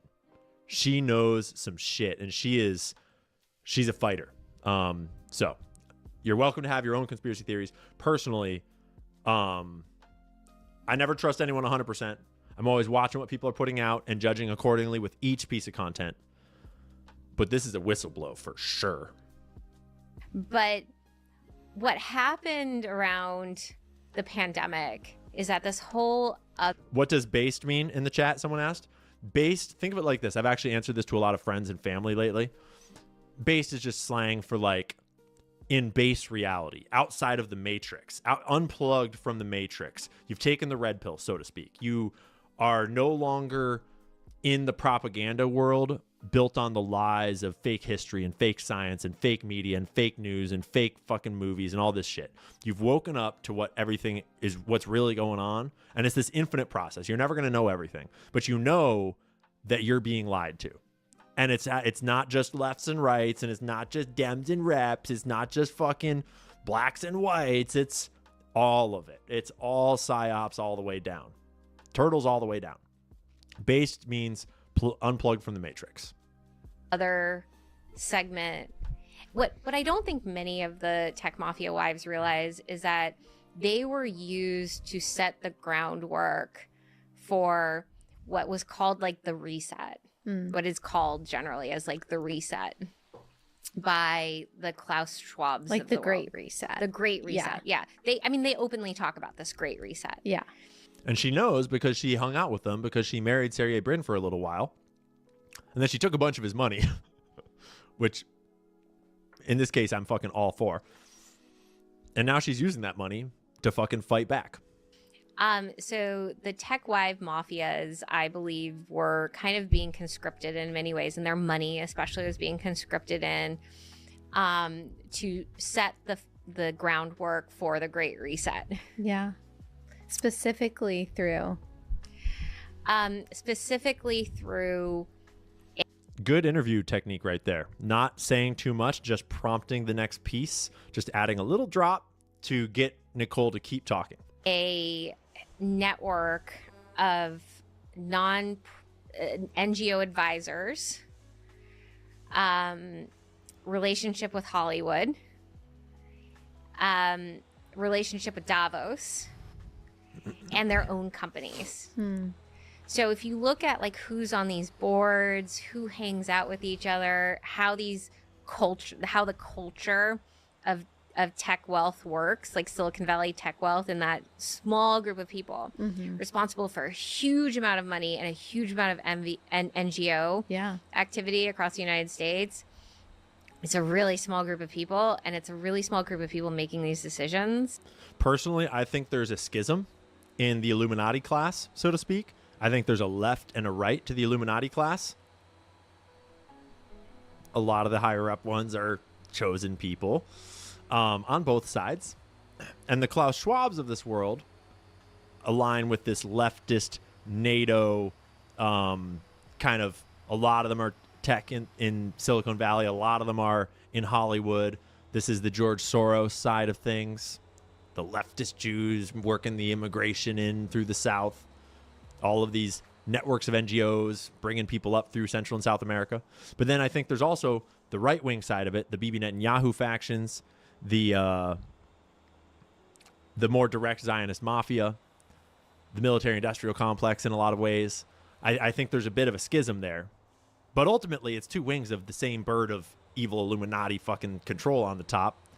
But they're vying for control, and they are in this wrestling match, and we're all collateral damage. And they all fucking don't care about us. And I suspect, just on face value here, I suspect that she's more referring to the left-wing side of this thing, from where she comes from and from who she knew and what she is. Yeah. And then and the tactics she's about completely to blind to everything else that's going on and how Two cheeks of their the same ass. groundwork is being used to then enable. Ralph Barrick, I strongly do not think that she's in it. I very strongly don't think that. The more you learn about her personal story and her child that was irrevocably injured by the COVID vax, she's awake as fuck. And she's fighting back in a big way. And the moment that she smelled the rat in the MAGA coalition that she helped to form, the moment that she realized what was really going on, she checked the fuck out and got out of there. That's a big deal, right? Because we all see that now. We all see. It took me longer than it took Nicole to see. I was on that train longer than her. I mean, I was starting to see the smoke, but she smelled the smoke way before I did, got the fuck out of there, and went and thought for herself for a long time of like, okay, so what do I do about it now that I've realized that the political parties are both captured? It's all controlled. It's turtles all the way down. These other policies, these great Yeah, she was the reset funding behind RFK that got RFK as far as Now, he got. what this group of women doesn't realize is that in their haste, these women are all very busy. Yeah. They have multiple properties. They have tons of staff. They have staff issues, chronic staff issues. Their kids are busy. Their kids oftentimes have some health issues as well. A lot of them have relationship issues with their husbands. And a lot of them themselves are like medicated on SSRIs and antidepressants and all of that because it's just overwhelming. Yeah. So, so it's chaos, and these women find their meaning through their philanthropic work. Yeah. Did you see where this is going? To summarize, she's saying that the tech wives of these billionaires, of these technocratic billionaires, that she once was one, and she met them all and was involved in all that. She's noting that when you get to know that crowd, you realize that these tech wives are being conscripted into a scheme, a plot, maybe even an operation, so to speak, that they are not really aware of what they're being used to do, where they are doing philanthropic work with all of their tech money and their husband's money and their, their family money to pour it into these leftist causes that are actually part of the op, part of the big picture globalist op, without even realizing it, thinking that they're helping the world, thinking that they're being generous. But it's very easy to pull the wool over their eyes because they are busy, medicated, mostly naive, out of touch tech wives, and they're getting used. And she's speaking to them. She's not really speaking to us right now. She's sharing with us, but she's speaking to them. And I think she's probably hoping that they're going to see this. Shout out to Damianti. Thanks for the sub. Like I would find myself, that was my self-worth, was my philanthropic work, and I really believed in it. Mm-hmm. I really believed that I was giving Black communities a chance to, and she comes from the left, like rise obviously. up out of oppression. I really believed that I was helping Indigenous communities rise up out of oppression. And now that I look back and see how all those grants were forming, because my version of success is those communities are actually uplifted. Yeah. Not just more money pumped into them. Not just more money. No, the problems of the community have gotten worse. Crime in the community has gotten worse. Mental health in the Native community, the Indigenous community, has gotten worse. They will even say, the Indigenous community will even say that their biggest supporters in Congress have been Republicans, but yet they continue to vote Democrat. Yeah. Right? I mean, that is this, it's like, the whole model is broken. The whole model makes everybody worse off. And Doesn't make the technocrats and the ruling class and the Illuminati bankers worse off. They're doing great. And they're not pumping money in just to waste money. They're pumping money in to fund all sorts of subversive programs under the guise of aid, under the guise of philanthropy. Goithrapi, yeah.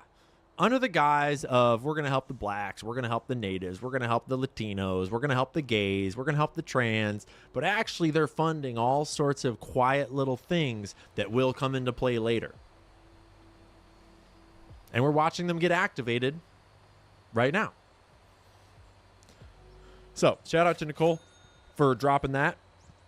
That is a dangerous thing to talk about. And that's legit. That's legit. Thought you should know.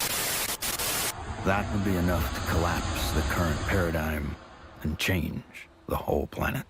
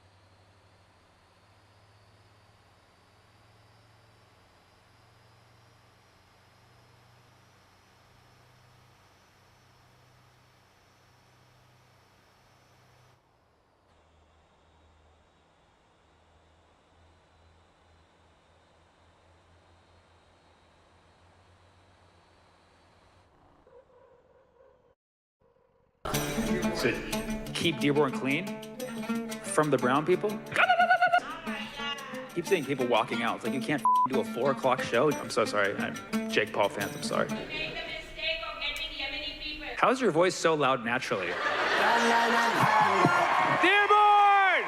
Come on! Yeah! Give it up for my friends out here. Paul, Eunice, Rami. And our white friend for diversity. Had to include him. I wanted to accurately reflect the demographics of Dearborn, you know what I mean? So we threw a white guy in there, you know what I mean? I've been touring all around the world this year. I probably did 250 shows so far. Yeah. It feels like I'm home now, really.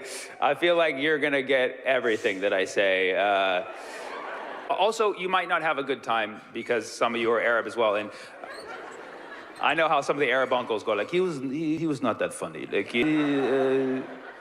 So I am receptive to negative feedback, but you can send that to my website, HassanMinhaj.com.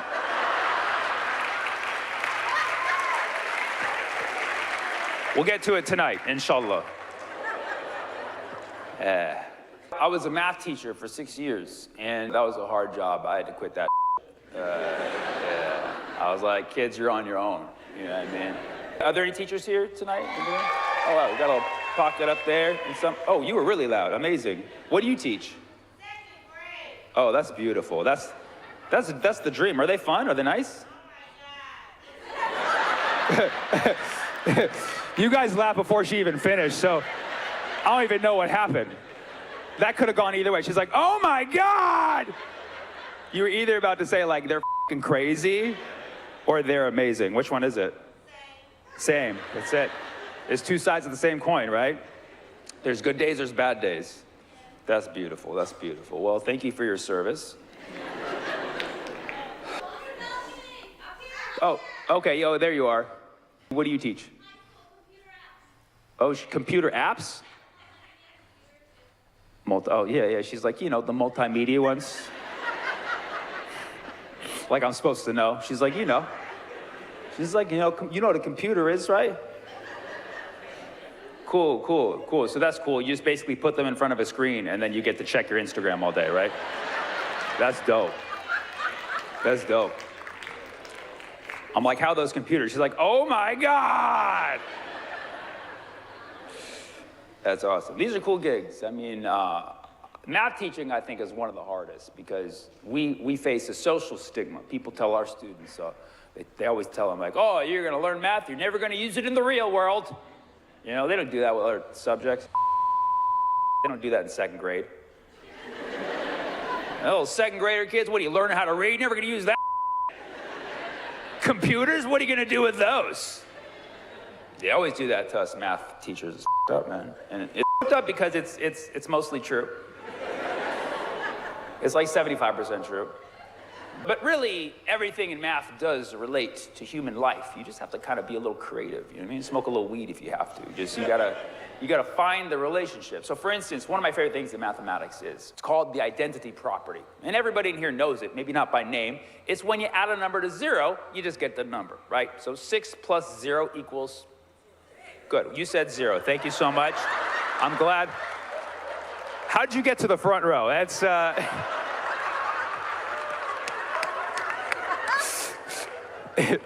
I know you were joking, but if you meant it, I'm like, that's the sure shot sign that wealth is inherited. You know what I mean?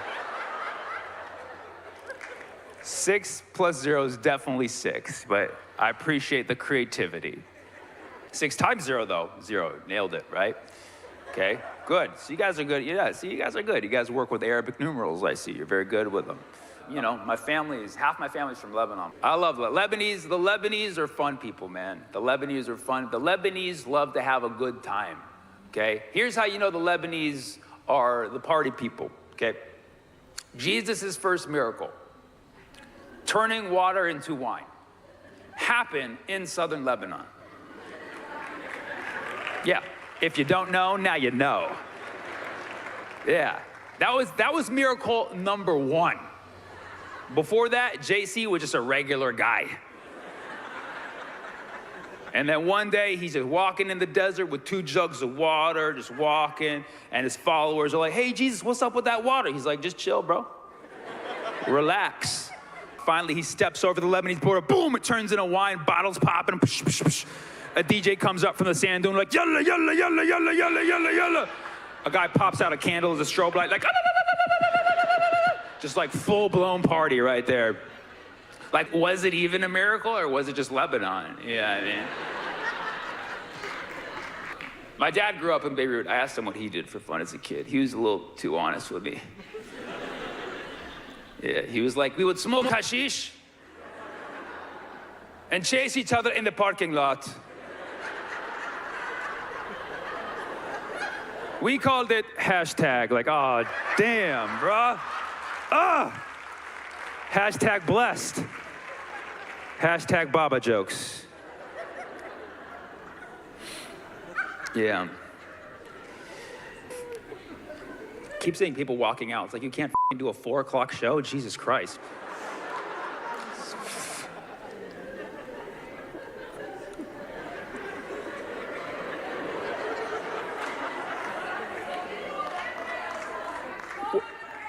Oh, they're going to pray. My bad. That's fair. Look at me. What an asshole. It's the biggest asshole thing ever. I didn't think about that. That's definitely a Dearborn-specific issue. Bro, people kept walking out of my show. Why? They didn't like you? No, they had to get closer with God. You know what I mean? So they're faithful people. Yeah. All right. I still got 5 hours left.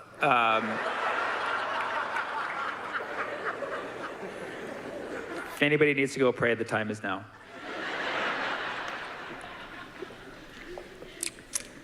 We should have worked that out before, like a rotating prayer schedule. So it's like some people go, so I don't have like an empty room.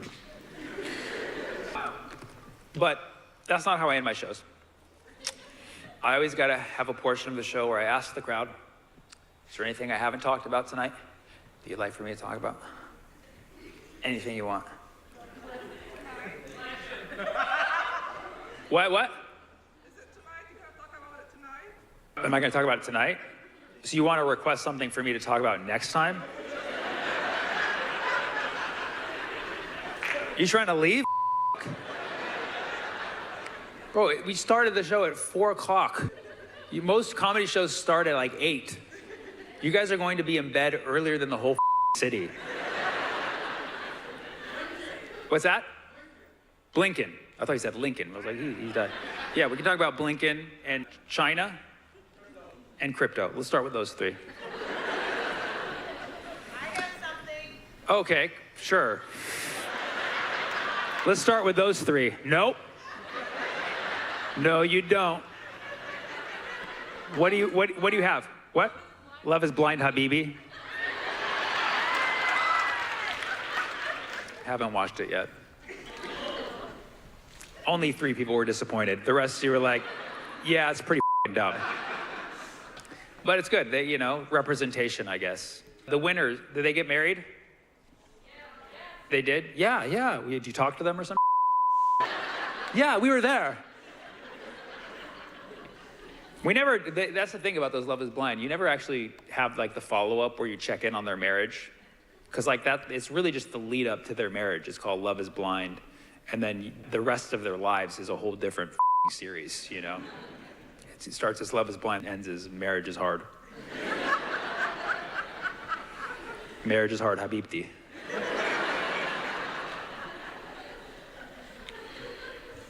you married? Am I married? Who's asking? To be honest, right now, my relationship life is kind of like how Dearborn did politics this year. I'm uncommitted.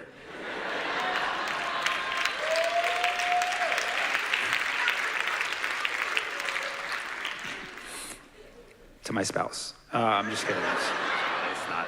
I'm not married. I'm married. Depends on who's asking, I guess. But cool. China. Make some noise, you've been to China. 3 people. What was the best part of going to China? Not the food wasn't good? Not a fan? They didn't have baba ganoush? Not enough shawarma joints, you know what I mean? What was the best thing about going to China? The people? Nice people? They're very advanced in technology. Can you give me an example of something that's like common there technologically that you don't have here in the States? They have escalators on their roads? Dude, that's crazy. You guys know about that? Or like you're driving and then you like hit a thing and then you just start going up. Like you have to slow down. And then you always have some idiot going the wrong way. Like running against it. That's savage. Cool. Any other cool trivia I should know about China? Their scooters are all electric. It's quiet in the morning. So they don't have gas-powered leaf blowers going off 24/7 either. That's such a an American thing. You go to other countries, it's just like leaves everywhere. But here it's just like, no, you gotta get rid of the leaves. I really think that's an American thing. It started from like the American settlers. They had to clear up all the foliage because that's where the natives were hiding. It's not safe. They could be under the leaves.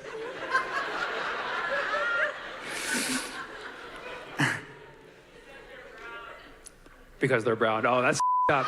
You went there. You went there. You went there. I do welcome additions to the joke if they're more racist than I was gonna say. That way we get a laugh, but it was on you, it wasn't me. I didn't say that. What this city's was? What was this city's motto? Formerly. So keep Dearborn clean? From the brown people? Shut up. Wait, when was that? The guy this building was named after, Guido, and Hubbard right after. Guido? Was it Guido? Hubbard. Hubbard founded the city of Dearborn? No, but he made that slogan. What year was this? 50s. Holy keep Dearborn. Yeah. No, that's... Yeah, that's what you just told me. I mean, that's fucking... I like how I said, I'm like, to like get rid of the brown people, and you guys were like, yeah. And then she's like, it meant all white. You're either an Arab person or Hubbard's granddaughter in disguise. It still means keep it all white. We're not giving up. Holy dude. He would have been very disappointed on the outcome. Rest in peace, not so much that guy, huh? He's somewhere under some brown leaves.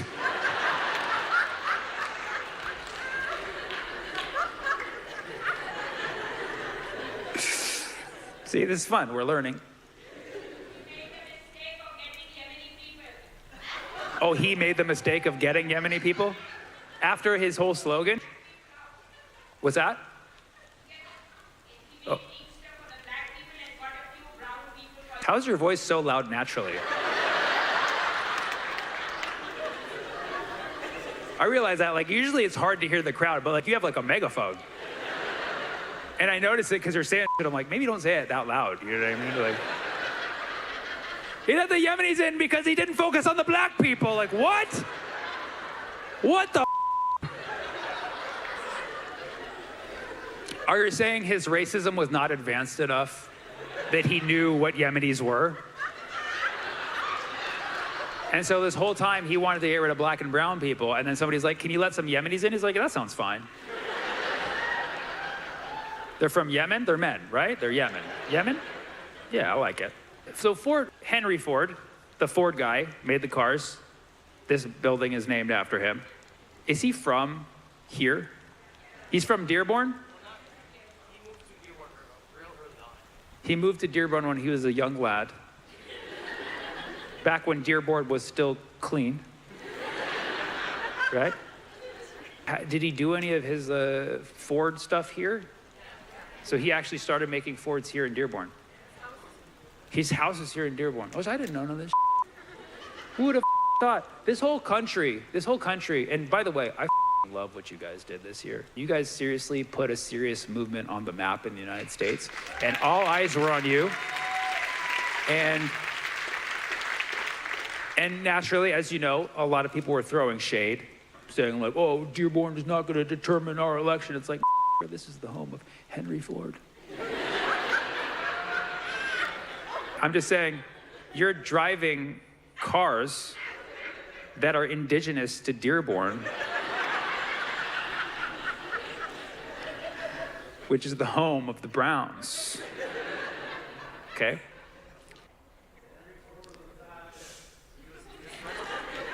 Henry Ford was friends with Hitler.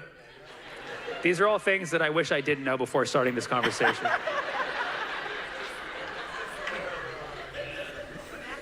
Bro, I'm getting so sabotaged right now by dude, Mossad. What's that? Crypto, yeah, I like how you say it. Back to crypto.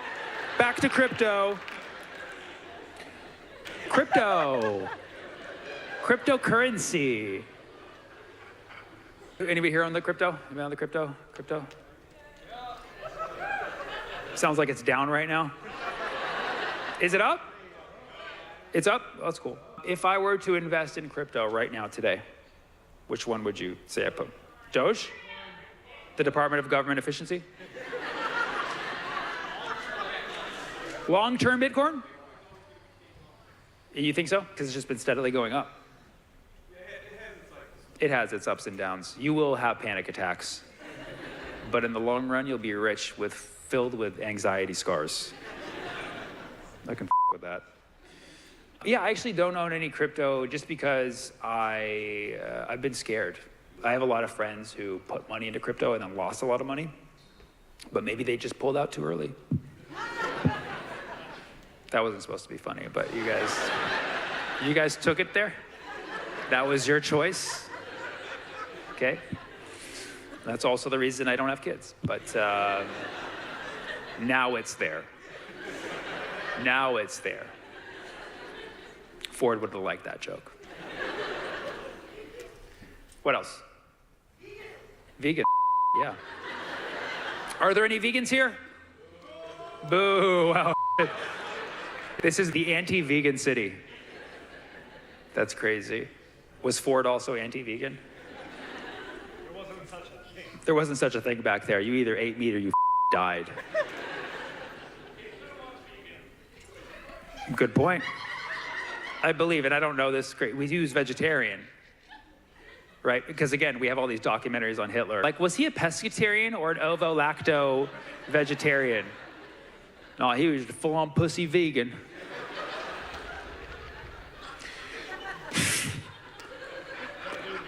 But he was a vegetarian. Whether kind of vegetarian, he was a vegetarian. So it's not a great legacy. So probably a good, it's like I eat meat to show that I don't hate. You said human meat? Oh, I don't want to go there. We're too close to Milwaukee. Oh my God. I made a Jeffrey Dahmer joke in Milwaukee. That's the same reaction they made. Like, oh, don't talk about our only interesting trivia. I love vegans. Vegans, they don't kill animals, They can kill a vibe, but they don't. My only tofu with the vegans is they now claim plant-based. That's not fair. We're all plant-based mathematically, right? Like if a chicken eats plants, plant-based chicken, right? And if I eat the chicken, I'm now chicken-based, right? But the chicken's based from plants. I'm based from the chicken that's based from plants. Do the math. I'm plant-based, right? I could eat a vegan, still be plant-based. Matter of fact, I would eat a vegan. Probably the healthiest option for human meat.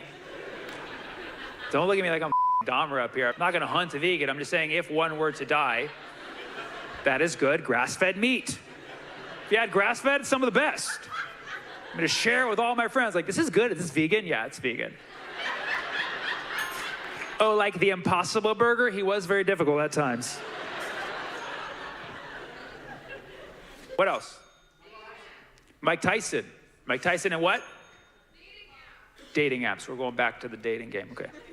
Yeah, who watched the Tyson fight? Cool. How much of your life was lost to buffering? Oh, sorry. I'm so sorry. I'm Jake Paul fans. I'm sorry. I'm sorry. Like, we're praying, you dumb. Yes. Yeah, I didn't watch it because I had a show. I was busy working like a good American. But yeah, no, I heard it was disappointing to a lot of people. But also, it's like, I don't know. It was just interesting to me how many people were so sure that Tyson was going to win. Like, bro's almost 60 now, and he had not been training for a very long time. Even then, it's rigged. Yeah, I like that, too. It's all... No, it is. Those things are all designed to take your money. You know, they're designed to take your money, to take other people's money. So, but I put all my money in crypto, so I'm good. Oh, dating apps. You wanted dating apps? Muslim dating apps. Minder?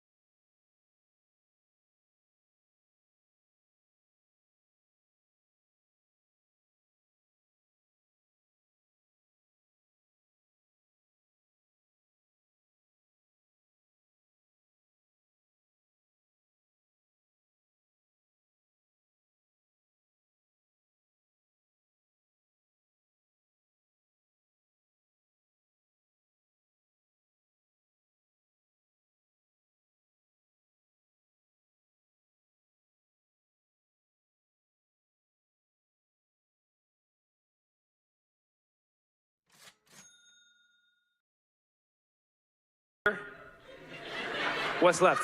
Salam? Muzz. Man, the names just get worse and worse. I remember back when it was like Minder, wasn't there one called Salam? And then now it's just Muzz.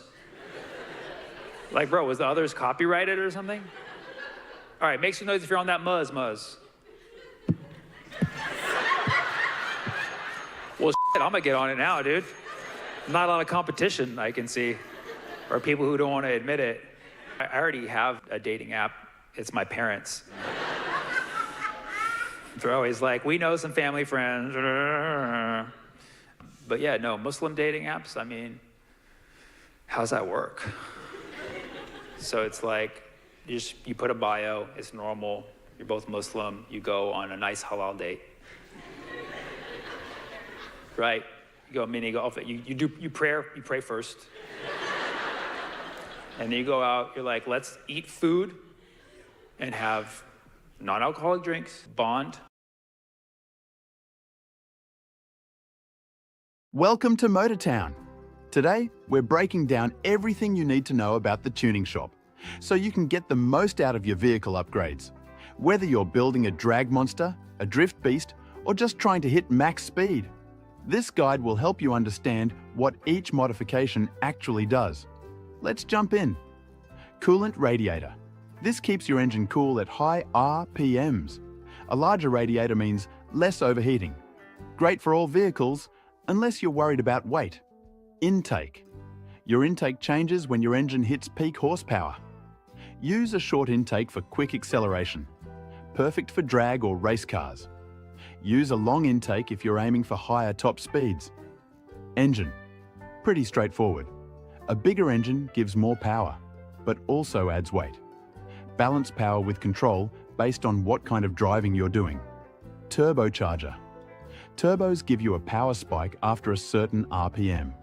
They boost acceleration, ideal for race or drag cars. Just keep in mind, they add weight. Transmission. This controls how fast you accelerate and your top speed. Fewer gears, like a 4-speed, means faster acceleration, but lower top speed. More gears, 5 or more, slow your acceleration a bit, but give higher top speed. Perfect for racing, drifting, or off-road builds. Final drive ratio. This works with your transmission. A lower number means slower acceleration, but more top speed. A higher number gives you quicker acceleration, but a lower top speed. Most setups do well between 4.27 and 6.5, unless you're building something really specific. LSD. This controls how your wheels spin during turns or slips. Locked diff. Best for off-roading. Both wheels spin equally. One-way LSD. Locks during acceleration only. Great for racing. 1.5-way LSD. Locks on acceleration and partially on deceleration. Good for racetracks. 2-way LSD. Locks both ways. Best for drifting and rally cars. Brake power. Controls how much force is applied when braking. Higher numbers equals harder brakes. Anti-roll bar. Reduces how much your car leans in corners. Soft bars are useful for drifting. Stiff bars stop your car from tipping. Good for racing or off-roading. Suspension spring. This controls how stiff your ride is. Not the same as ride height. Use stiffer springs on heavier or towing vehicles. Light cars handle better with softer springs. Suspension damper. This decides how fast your suspension resets after impact. Lower settings are better for racing and drifting. Higher settings are for off-road and heavy vehicles that need quick rebound. Ride height. Purely up to you, mostly for looks. Higher ride height helps for off-roading. Lower helps stability at speed. Wheel spacer. Makes your wheels stick out more. No real performance impact, it's just visual. Angle kit changes how much your car can turn while steering. Useful for drift cars, race cars, or trucks. Try a few setups and go with what feels right. Tires. Tires matter for how your car handles. KM1-65 and off-road. Best for off-road and casual driving. Sideway. Built for drifting. KM1-45 and KM2-45. Best for racing and track use. Wheels. These are purely cosmetic. Choose what looks good. Just keep weight in mind. Aerodynamics. Front bumpers, spoilers, all cosmetic. They don't affect performance in the current version of the game. Taxi license. Install one to pick up hitchhikers and make extra cash. Trailer hitch. Add one to tow small trailers. Use a lower or riser hitch depending on your ride height. That's a full breakdown of the Motortown Tuning Shop. If this helped, drop a like and consider subscribing for more Motortown guides. Got questions? Drop them in the comments. Thanks for watching, and I'll see you in the next one.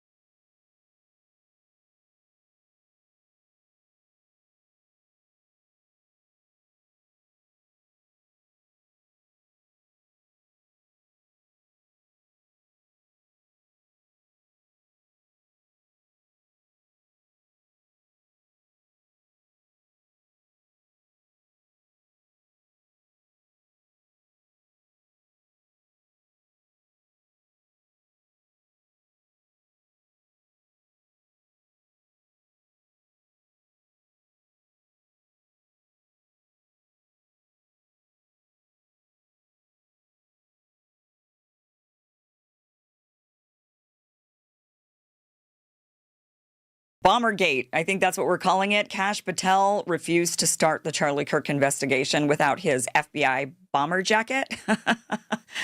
Apparently, he refused to get off the plane. He just basically threw a fit like a little baby and said, give me that jacket, otherwise I'm not going to start this investigation. I got to start this investigation. This report came out from this organization. This report was released. It is from the Federal Bureau of Investigation Agents Association. This was founded in 1981. It says, our mission is to advance and safeguard the careers, economic interests, conditions of employment, and welfare of Federal Bureau of Investigation agents and retired FBI agents. We fulfill this mission by providing support and advocacy to more than 14,000 active and retired FBI special agents. So they are a collection of active and former FBI special agents. I believe, actually, let me just look at this again. It says the members are elected. The FBIAA National Executive Board consists of 7 volunteers who are also full-time agents. Says here that it doesn't, well, and the thing is they don't actually say who's authoring this report, so they kind of keep it under wraps. But there's a lot of different things that are in the report. But let me just share with you, just to kind of keep it simple, because the report is many pages long. This is an article written about the report from the New York Post. Damning report labels FBI rudderless ship under Kash Patel, with him and Dan Bongino more concerned with building personal resumes. Says here, FBI Director Kash Patel is facing withering criticism from an alliance of active duty and retired agents and analysts days after the White House denied media reports that the president is about to fire him. A troubling new report card on the first 6 months of Patel's leadership concludes he is in over his head and his deputy Dan Bongino is something of a clown. According to the alliance, which in 2 previous reports warned about crippling DEI and politicization of the FBI during the Biden administration. So if that gives you any context, this organization had previously been like, DEI is ruining the FBI. The Biden administration is politicizing the FBI. Also, in this latest report that they came out with, they also did say that Trump derangement syndrome is still alive and well in the FBI, and it's a problem. So that gives you a little context to who this organization is. These are not like the ultra-woke Trump derangement syndrome people who want DEI. They're not like the ultra-liberal leftists that are wanting to control the FBI or change it into some woke, utopia. No, they're against all of that. This group is against that. They're even calling out Trump derangement syndrome in the FBI. They're calling all of this stuff out, and yet they still are the ones saying, and by the way, Kash Patel and Dan Bongino are a clown. They're clowns, and they're running the place, and it's a joke. So take that, into consideration when we listen to what they have to say. They say that the Patel-led FBI is described in the 115-page report as a rudderless ship and all effed up. Patel is described by multiple internal sources as inexperienced, with one source saying he has neither the breadth of experience nor the bearing an FBI director needs to be successful. Another source, a self-professed Trump supporter, said Patel is not very good, is insecure, and lacks the requisite experience or the measured self-confidence to be an FBI director. I feel like we see that. I feel like we all see Kash Patel does seem very insecure whenever he's doing interviews, whenever he's talking. He does give off the impression, whether he is or he isn't, from just a viewer's perspective, he comes across as insecure. And he's also been a joke. I mean, quite honestly, not investigating, like even the Charlie Kirk assassination properly, not releasing the Epstein files after saying he was going to. I mean, there's just a whole host of things that Kash Patel said he was going to do, and he's failed at that. The New York Post article goes on to say, however, an additional source described him as very personable and likable, while noting he created a culture of mistrust and uncertainty among the ranks. So they're saying, we like the guy. He's really nice, but he's insecure and he's kind of a joke, and he's created a culture of mistrust and uncertainty among the ranks. Yeah, kind of like now Pete Hegseth, who's created a culture for sure of mistrust. Can't even trust your Department of War secretary to have your back. So the guy throws you under the bus. And apparently that's how people are feeling about the FBI and Kash Patel and Dan Bongino. Some of the heavy criticism stems from Patel's behavior in Salt Lake City after the Charlie Kirk assassination. Now, this is where we get into the spilt tea here. He's accused of giving premature public remarks that potentially jeopardized the investigation, taking credit for the work of other agencies when the suspect was arrested, and for yelling and swearing at the agent in charge. Both he and Bongino were criticized for arrogance and an unfortunate obsession with social media. One source said they need to stop talking, stop posing, and just be professional. Another said they are spending too much time on social media and public relations and are too often concerned with building their own personal resumes. I feel like we see that in this whole thing. I feel like we see that. So the report was written in the style of an official FBI intelligence assessment, analyzing reports from 24 FBI sources and subsources, using anecdotes to illustrate troubling themes. The case of the medium-sized raid jacket is one example. Here we go. On September 11th, 2025, the day after Kirk was assassinated, Patel flew into Provo, Utah on the FBI jet, but would not disembark from the plane without an FBI raid jacket. According to Alpha 99, which is what they've named him, a highly respected source who has served in the FBI for multiple decades. Saying Patel apparently did not have his own FBI raid jacket with him, and he refused to step from the plane without wearing one. So he forgot his? And so he was like, I'm not getting off this plane unless I forgot. My mommy forgot to pack my FBI raid jacket with my lunch. And so now I need yours. Cough it up. Essentially is what he did. FBI special agents at the Salt Lake City field office, busy working on the Kirk case, had to stop and ask around to find an FBI raid jacket, a medium-sized one that would fit. When a jacket belonging to a female agent was delivered to Patel on the plane, he complained that 2 areas on the upper sleeves did not have Velcro patches attached. Patel would not leave the plane until he had 2 patches to cover those areas. So members of an FBI SWAT team took patches off of their uniforms and ran those patches over to Patel at the airport. The patches were then attached to the loaner FBI raid jacket, and Patel disembarked from the plane. Are you kidding me? What a giant baby. Oh, I gotta look cool for the cameras. So give me your jacket and give me your patches. Hurry. Otherwise this investigation isn't going anywhere. You want your investigation? Give me my jacket. Oh, Patel did not make a positive impression, said Alpha 99. The director was not happy with the way the investigation was going and had earlier yelled at Special Agent in Charge Robert Bowles and directed an explicitive-laden tirade over perceived blunders in the case. Bongino later called Bowles and apologized for Patel's tirade, saying that it never should have happened, according to a source. So Bongino kind of had to step in and be like, oh, yeah, man, that shouldn't have ever happened. Alpha 99 also said Patel did a disservice to the FBI by breaking with Bureau tradition and norms by taking credit for the good work by other agencies in the Kirk case and seemed to imply the results achieved in the investigation would not have been possible without Patel's involvement. What exactly did he do in the Charlie Kirk case? What is he still doing? Because they're like, oh, yeah, we caught the guy, even though there's all these massive plot holes and all these amateur investigators online are out sleuthing the FBI.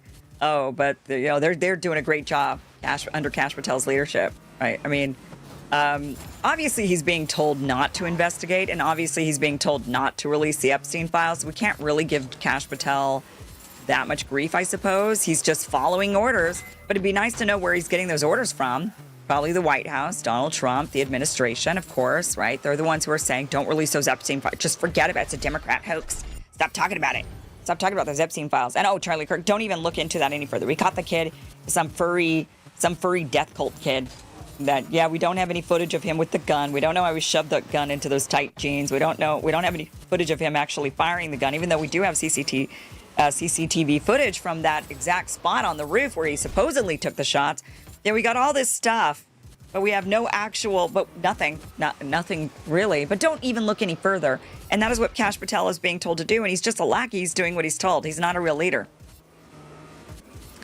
It says, in another situation at the FBI Academy in Quantico, Patel was said to be upset when he heard about a discussion that took place. Oh, this one's great. So he hears about this discussion that took place, and it's amongst some FBI personnel. But it turned out that they were criticizing Kash Patel. So you know what he did? He went and required them to take a polygraph test. Who's talking shit about me? Take a lie detector test. Take a lie detector test. Who's talking like this about me? I want to know which ones of you are talking bad about me behind my back. And now, because I'm basically just a high schooler, a glorified high schooler, but unlike a high school kid, I actually have tools to polygraphs, and you're all going to be subject to polygraph tests. So that's what he did. He actually made people take polygraph tests in order to root out who was gossiping about him. I mean, this is not a serious person. Oh my gosh.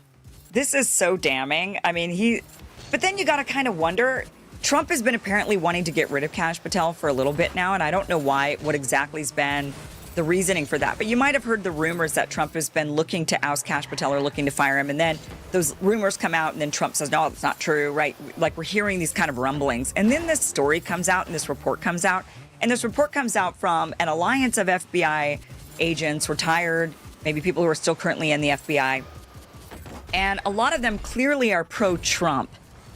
So you got to wonder a little bit if this is a planted story. If, yes, maybe there's some shred of truth to these stories. Maybe Kash Patel did kind of say, hey, look, I really would like to have maybe he was demanding and throwing a fit and basically on the ground, pumping his fist, saying, give me my FBI jacket. I need an FBI jacket. I mean, maybe he was doing that. Or maybe he wasn't. Maybe he was just like, hey, I got to go in front of the cameras. I'd like to use somebody's bomber jacket. Can I borrow somebody's jacket? Oh, you know what? Mine normally has patches. Can I just borrow your patches? Maybe it was something as simple as that because he knew he was going to be on camera and he thought, I should probably have a jacket. And maybe it was something that was like 5 minutes and it was nothing.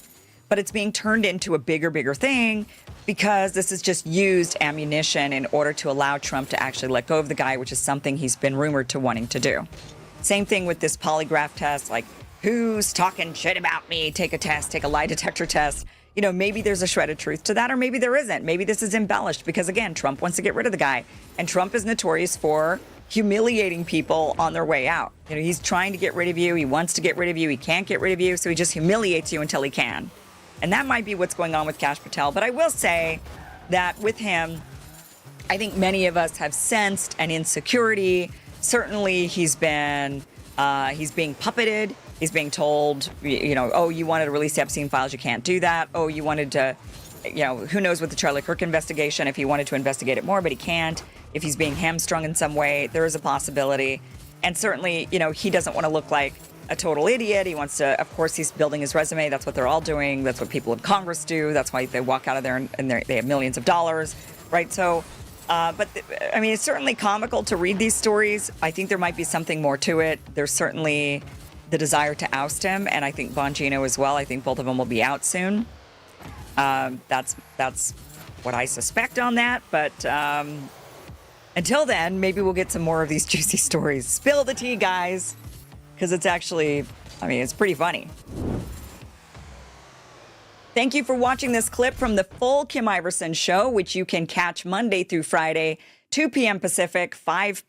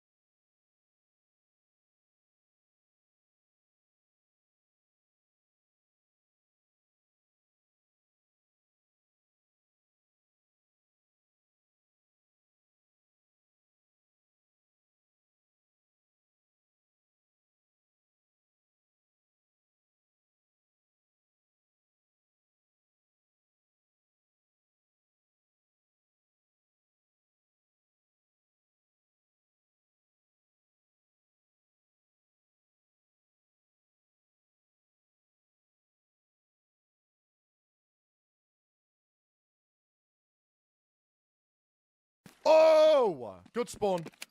Dude, the amount of gear that they have as well. You guys see all the gear? Like, how would you get all that out? You'd have to bring, you'd have to come in as a 5-man, I think. If you wanted to get gear to you, you'd have to bring friends, I feel like.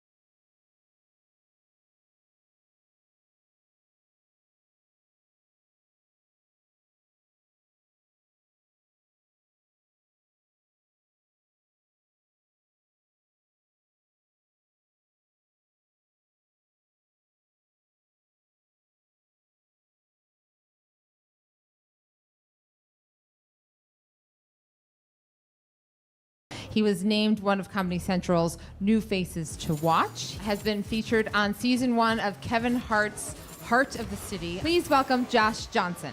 I grew up in Louisiana. Yeah, see.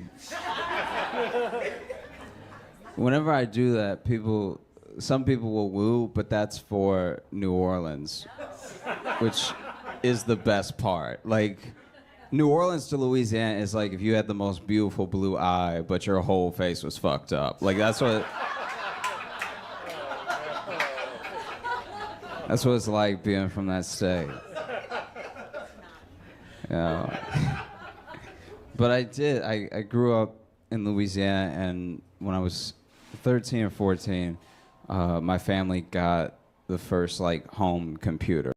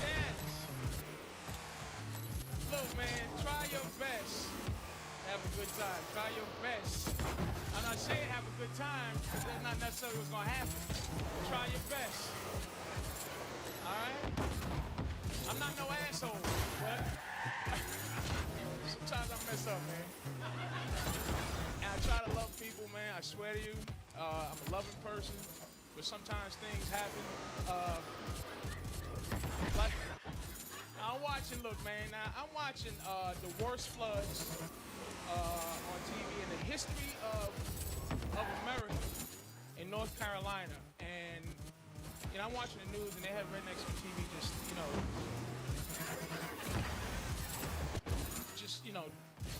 drowning, and they were being interviewed on the news, like, God damn it.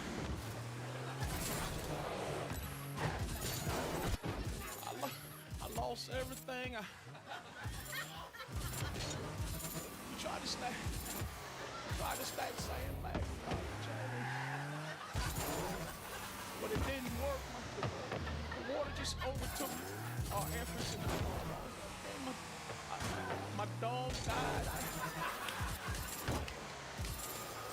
I didn't know what to do, and I swear, man, I'm not no asshole. I started crying, I cried because I couldn't give a fuck. I tried my best. I really did. I'm like, oh, Jesus.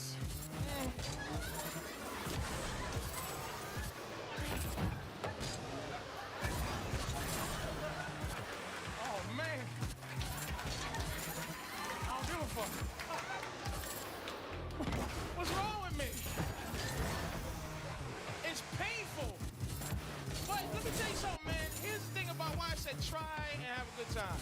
Because when you get adult, all you can do is try to have a good time. You know what I'm saying? Remember the good old days when you was a kid and you see somebody with a funny shaped head and you pointed right at the head like it was nothing in you to stop from pointing at that funny head that made you, oh, jeez, look at that funny shaped head right there. It wasn't that bullshit in you to stop, like now we adults, you still want to point at a funny shaped head, but now I can't point at someone's funny head. But your first feeling is your real feeling. You understand? That other shit is you trying to trick God some way into thinking you're a wonderful person. You know what I'm saying? But that first feeling of look at that big funny head, that's the real. You know what I mean? Now I'm watching a talk show. They had the 1,000-pound man, right?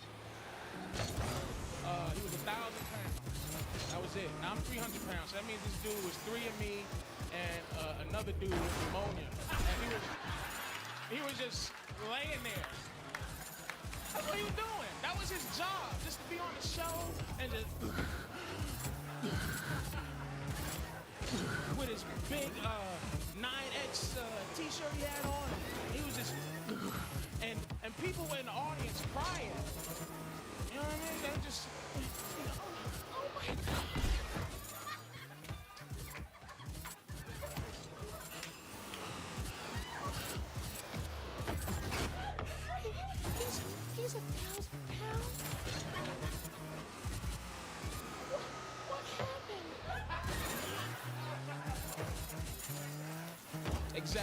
ate.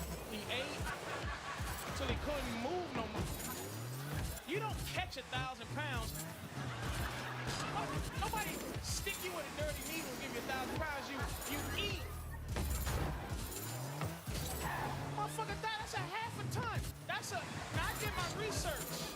A half a ton is a baby killer whale or a full-grown sea lion is 1,000 pounds.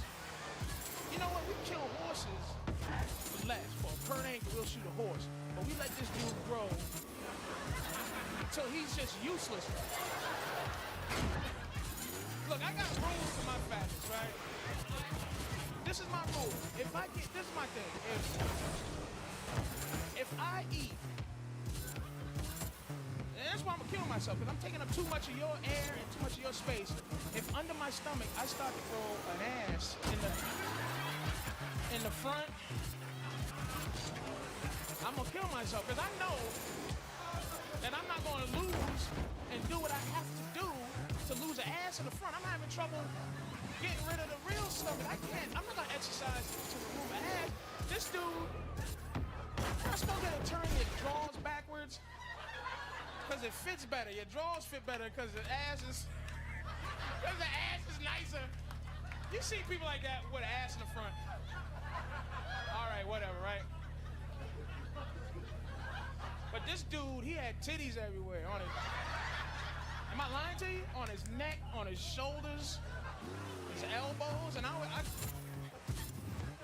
getting horny watching. I was sitting there like, once I'm like, man, this is full of titties. Look at his titties.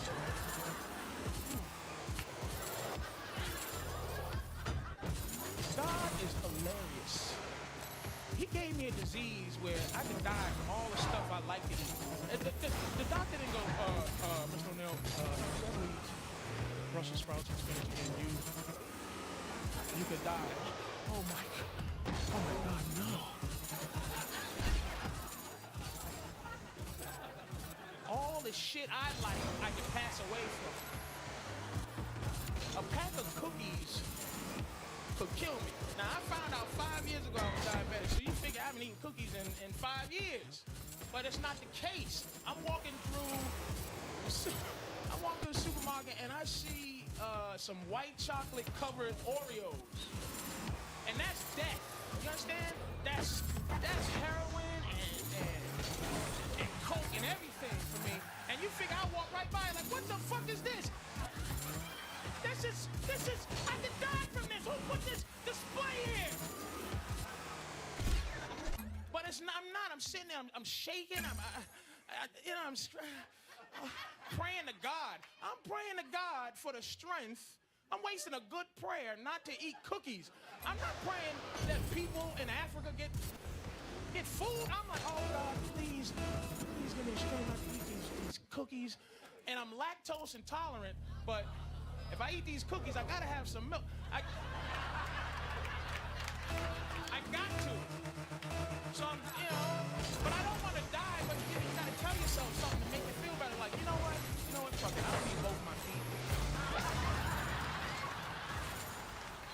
One day I'm gonna lose weight. It's harder when you get older. When you get older, it's harder to lose weight, man, because, now I have to lose weight to stay alive. And that's not enough motivation.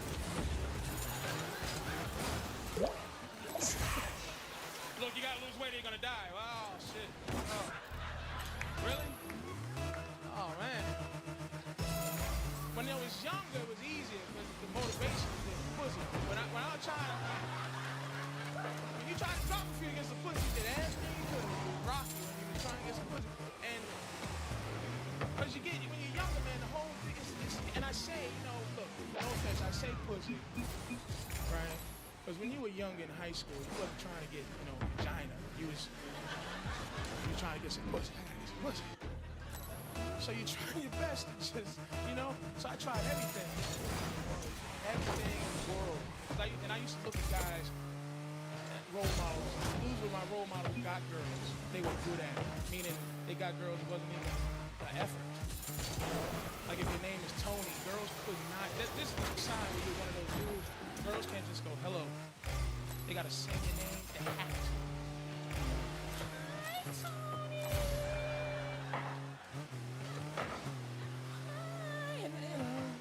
I'm saying, damn, I just do Tony in high school. He would get dates. He would get a date. I swear to you, I used to watch him like a hawk. He'd smack a girl in the back of the neck.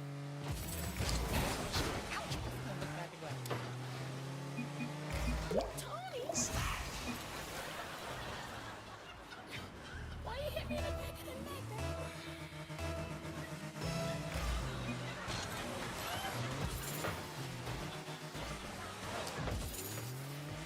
Wanna go to the movies?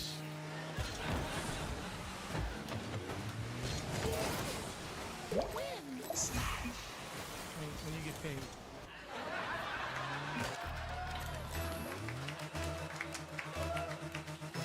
I used to be in the back watching. Yeah, that's it. That's how you get girls. Smack them in the back of the fucking neck. What was I thinking? Because I used to do all type of shit. I was poetry, man. I used to write poetry to the girl. And pictures too. Like if I would go I would draw a chair. Plus-ish. An eyeball. I draw an eyeball and a chair. Oh, it's so cute. Look at that. That's wonderful. This new shit. But whatever he did, that wasn't my shit. You know, it didn't go like it. You ever watch the original Frankenstein? And the little girl, you play with this little girl. The little girl had a flower, she threw in the water and it floated. And Frankenstein just was like, and he took her and threw her in the water, but she sunk. And he's just like, he getting burned and shit with torches. That's me. Hitting girls in the back of the neck. I was anxious. I always find a way to hit her in the part of the neck that makes her fall in a coma and smash her face open. Everybody's like, what the fuck is wrong with you? I'm like,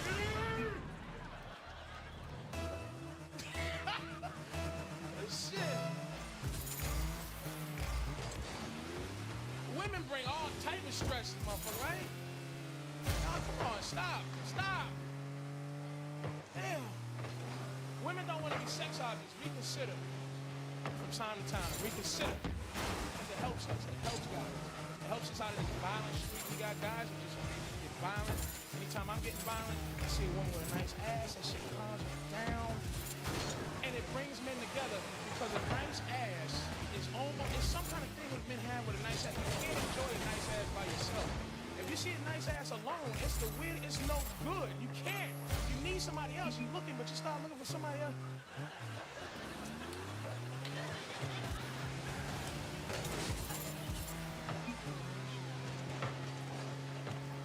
And I've been all over the world, man. White guys have a signal for nice ass. And it doesn't even involve verbal contact. It's just like, you don't want to talk to me, but you want to enjoy one's ass with me. So you're just very careful. This is a universal white guy signal for nice ass. Woman walks by.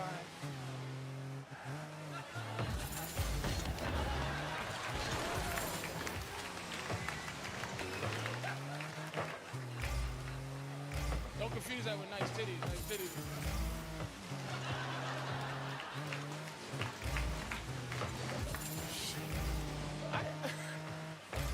I turn into a ventriloquist when I see a nice ass. I'm like, God damn!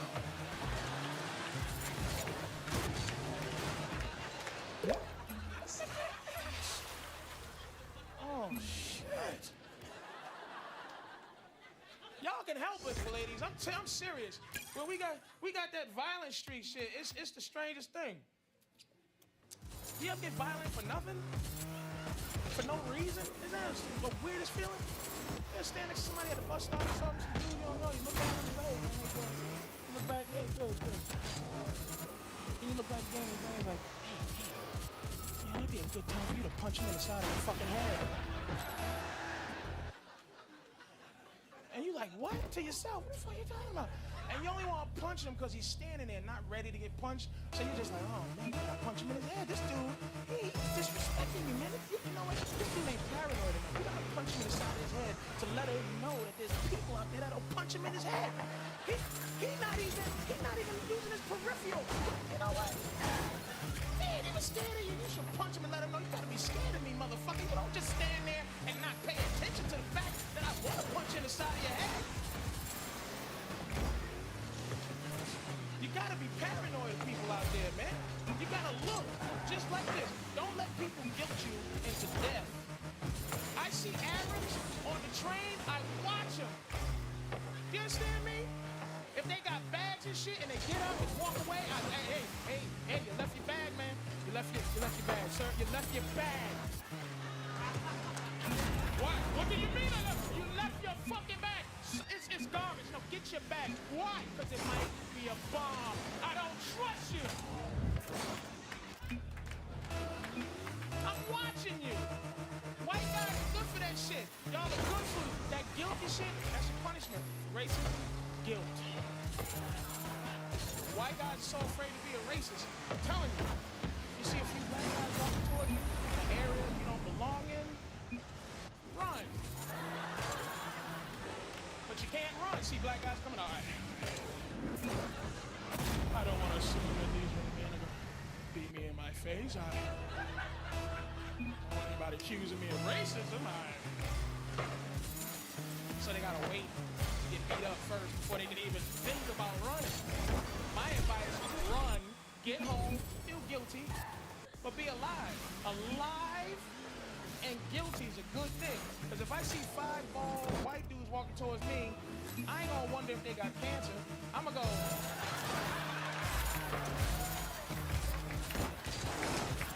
Those look like skinheads. Get the fuck out of here. And I'm not gonna come back. And even if they pretend they got cancer, oh, dude, no, don't run, dude. We got cancer. I'm coming from chemotherapy classes over here, and they just told me what's wrong. You know, and I'm not running. I'm not. No. Because that could be the old cancer hang a nigga trick. I go back, hey, you guys all right? Get him! Oh! I fell for the cancer hang a nigga trick. How the fuck did I...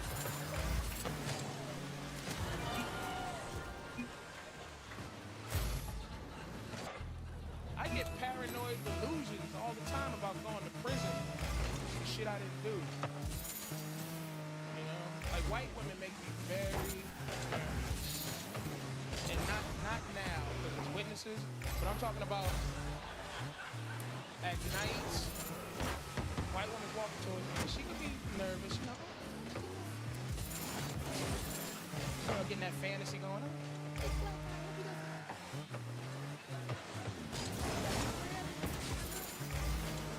And I'm thinking the same thing, like, Jesus. Why would nobody kill this white lady? Because I'm going to get blamed for this shit.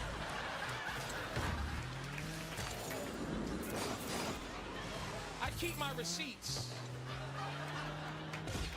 I collect receipts because it's a trail of where I've been during the day, during the week. It's a time, it's a date, it's a place of where I've been, and I don't go more than a half hour without buying some shit. Ever.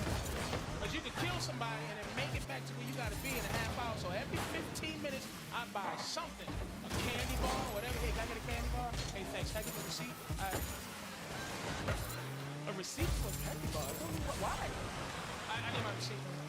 I don't have receipt for candy. Look. I need my receipt. No receipt. Give me my receipt. I don't have receipt. And then I don't really need it because now we're arguing and he remembers me. So I'm like, fuck you too. What time is it? 5:15. All right, I gotta go. Remember my face, asshole. I will. Yeah, that's right. Remember his fucking face. That's right. Remember this. Take a look. That's right. That's why I don't litter. I don't throw garbage in the street ever, and not because I care about the earth, but I'm afraid I'll be walking to the park drinking soda when I'm done. Throw that shit away, the flower over a bush, and land on some dead white woman's head with my fingerprints on the fucking can. Now I'm the Pepsi Cola rapist because I'm fucking lazy. That's just my luck. Land right on the head, look like evidence, just sits there. The chances of that can landing right there are 85 million to 1. You are. Oh, no, fuck on, man. That's why it's good to have a girlfriend, man. It's good. You know, women are the best, man. My girl, we at this point now, though. I love my girl, but we at this point, it's like we've been together a long time. We're not married. And we went from early 20s together to 30s, and it's good for me, but for her now, she's panicking because we don't have kids, and she's like, I gotta have a baby, or I don't have any eggs left. All my eggs are no good. I gotta hurry up, and I gotta listen to her panic, and I don't know what to do because my sperm still comes out. You know, I still ejaculate, but it don't come out like when I was 18. I felt the difference from now to when I was 18. It came out with purpose and anger. Like, you know, my fucking sperm was like, where the motherfucking egg at? Where's the egg? I'm trying to get somebody pregnant. Her egg was young and didn't want to be pregnant. You know, a little scared of me. Hiding in the uterus, telling all the lesbian eggs, tell them I'm here. She's not here, why don't you just leave her alone? Why don't you just breathe? Stop stalking her, man. Fuck out there. I'm trying to get somebody pregnant.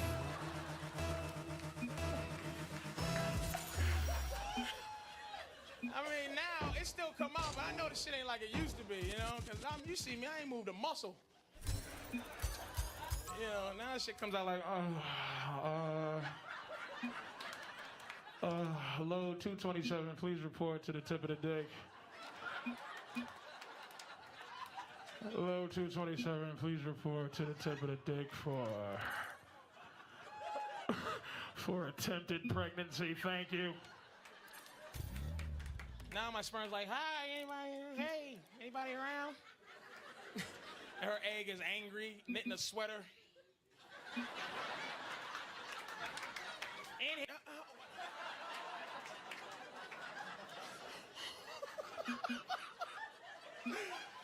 I think I masturbated all my real good sperm away anyway. You know, all I got left really is some fucking bank tellers and a couple of security guards left in my sperm. All the real good citizens are jerked off, man. I've been jerking off in the shower, so I'm surprised a baby hasn't crawled out the drain yet.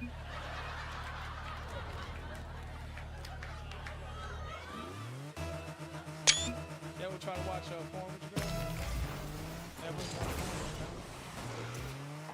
I just introduced porn, to our relationship. I watch her, she watches me. The porn that turns her on, and it was interesting. Some woman's dove throughout the window. And the woman's like, oh my God, my favorite dove. And then it was a knock on the door, some dude, is this your dove? I found your dove, it was flying around and it came to me. Oh my God, that means my dove came right to me. Your aura is so low, come in.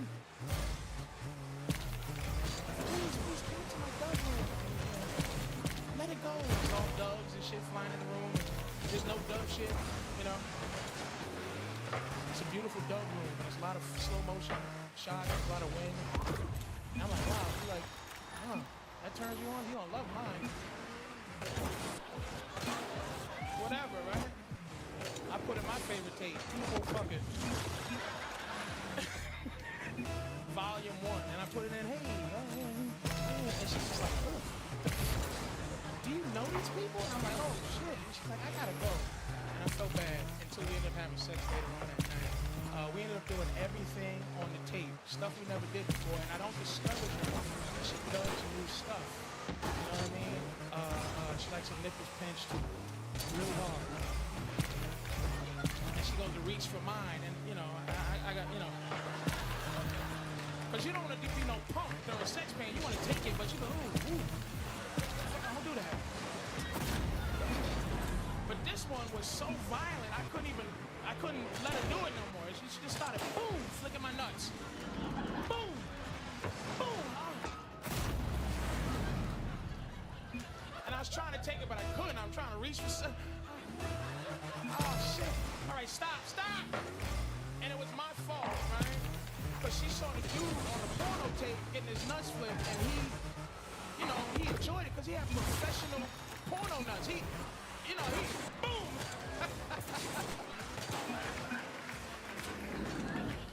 Bow! Go ahead, punch him. The best thing I ever seen on a porno tape in my life. This is, I swear to you, the best thing, nothing to beat it.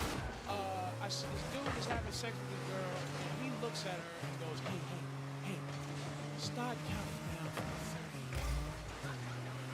And she's like, 30, 29, 20. She starts, messing up numbers. 40. I'm sorry, I forgot. And he just goes like this. That's okay. Just start over. Now I'm like, what is he? I'm sitting there watching. It's not even a porn no more. It's a real movie. It's a mystery thriller now. I'm like this.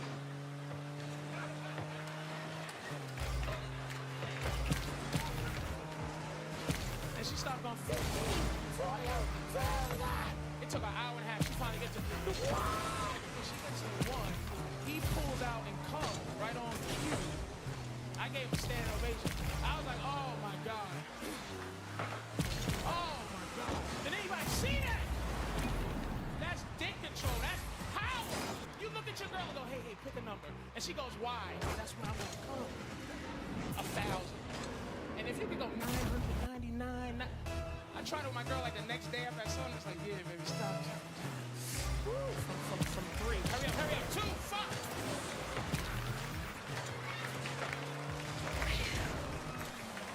I was mad, it wasn't. Hey, look, I gotta go, man. Y'all take care, man.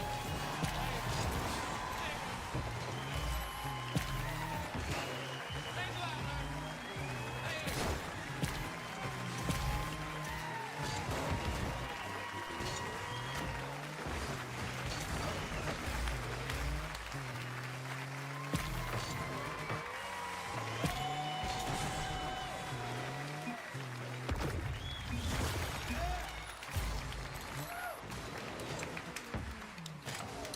Wipe your hand off.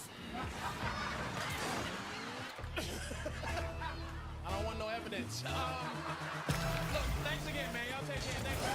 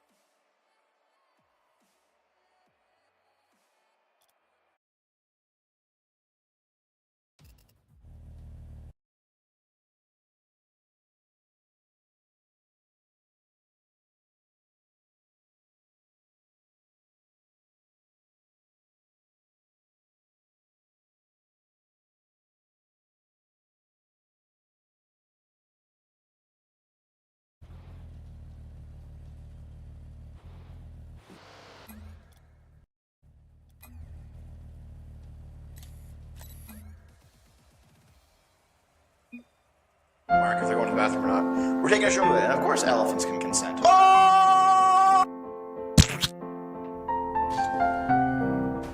Hello and welcome to TikTok Tuesday. How y'all doing today? Hope you've had a good day, because I haven't. That's just how life goes sometimes, you know? But maybe these TikToks will cheer me up. Let's see.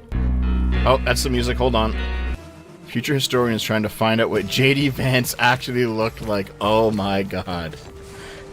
Dude, listen, I think J.D. Vance is like a terrible politician, but the memes are great. That's why, that is part of why I made that video, because the memes are just fire. It's so fucking funny, dude, the shit that people are making about this guy.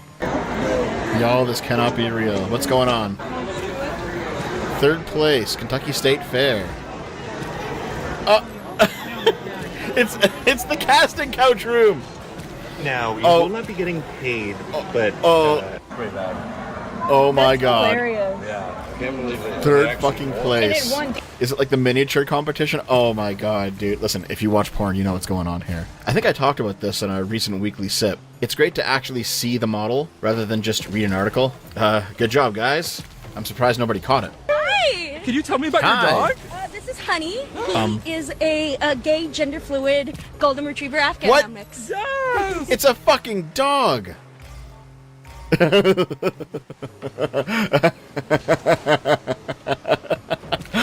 way the dog's looking at him like, nope, don't you dare. I recall an old TikTok from years ago. I might have done it on one of these episodes. It was a long time ago, though. I don't know if I'll be able to find it. But a woman was like, my dog is vegan. Just watch, I'll put meat in front of her and she won't eat it.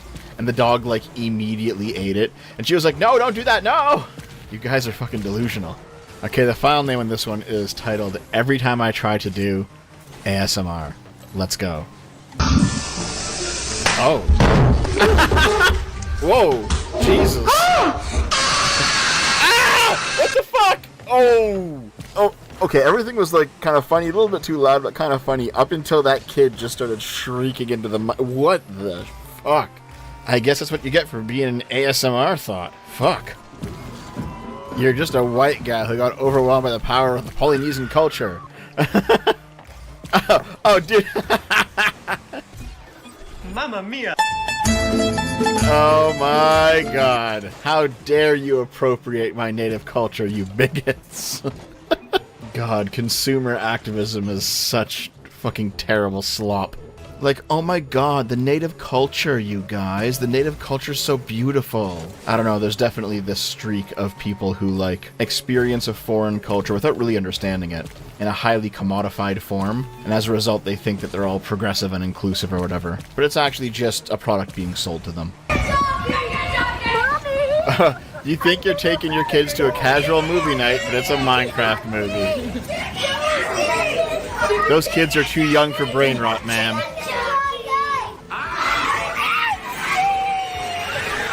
Oh my god. Yeah, this is back when the movie was new, obviously. Is that kid just throwing popcorn into the fucking crowd? What the fuck? Oh my god. This sounds like hell. This sounds like hell. Dev, why do you not want children? This might be why.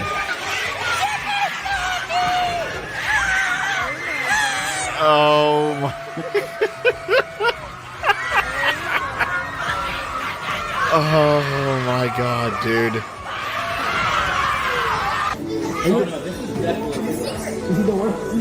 This is the worst you've Holy seen? shit. Set the theater on fire. Oh my god, dude. Okay, listen. I've had some people tell me that as a kid I was a bit rambunctious. I never did anything like this. In fact, I know some kids that did this, and I remember, like, even as like a 5-year-old looking down at them, like, what the fuck's wrong with you, dude? The Minecraft theater story is 6 months old, and I'm still occasionally stumbling on new TikToks and shorts of the carnage that I haven't seen before. Unreal. What's the hottest thing a guy can do? Let's hear about it. I'm not really into nice guys because I like boys, so I can't really think of All anything right. nice that they can do. My lucky day, hell yeah. I'm just joking. All right, and what's the worst thing a guy can do? Let's see. I guess be nice. Be nice. Because sometimes if you're too nice, it gives like, oh, it's like the ick. Really? The ick. Because it's like, why are you so nice? Do you like when guys like degrade you type? Is that what you like? Not degrade me, but like. Well, some girls like that. Because I actually. feel like But if a guy is nice, that means he gets no girls, and that's like a turn off. You know what I mean? wow. Yeah. Unfortunately. Yeah. But then What I'm if- on social media she's like, terrible, I want a by guy the that way. gets no bitches, but like that's just not true. So. It's just not true, is it? Yeah. So, guys, do not waste your energy on chicks like this. Abso-fucking-lutely not. Like, don't be a wimp, don't be a pushover. But yeah, as somebody who's been in relationships, your girlfriend does actually want you to, be nice to her. You know what? Just as a general rule, do not take any dating advice from these street interviews. This slop is always just the bottom of the barrel. These people are always the fucking worst. These TikToks exist to blackpill you. Just say no, kids. What? Oh my god, dude. Here, have some meat and cheese. Come on, cyclist. He's got to be on a train or a bus or something, right? Yeah, it's a bus. How? Would you guys eat the random bus meat, do you think? I don't know. We listen and we don't judge. When I was Okay. younger, I shoved a hot dog up my ass and put it right back in the fridge. Oh my god. All right. I don't know what to say about that one. I guess we're not supposed to judge what this person did with the hot dog when they were younger. Who had to eat that hot dog later, dude? I don't know, man. I understand the utility of we listen and we don't judge, but I do think that some things got to be judged. It's our first trip together. Oh, that's cute. Hey, everybody in first class. I thought he was getting us first class tickets, but he lied. What? Wait, and they're all laughing at him? But at least it's our first trip. He's trying. Look at him. Look at y'all in first class. Oh, it must be nice. Look at y'all. Oh my god. Got water already. Speaking of girls that you shouldn't be fucking messing with, that guy should have just walked the fuck out. And see, I thought this was gonna be like a wholesome, young couple doing their first couple things together, first trip, first airplane ride, No, she's just being a bitch. She's just shaming her boyfriend or husband, whatever, for not being able to afford first class tickets. What a fucking asshole, dude. Like, dump her, throw her out of the airplane, Jesus.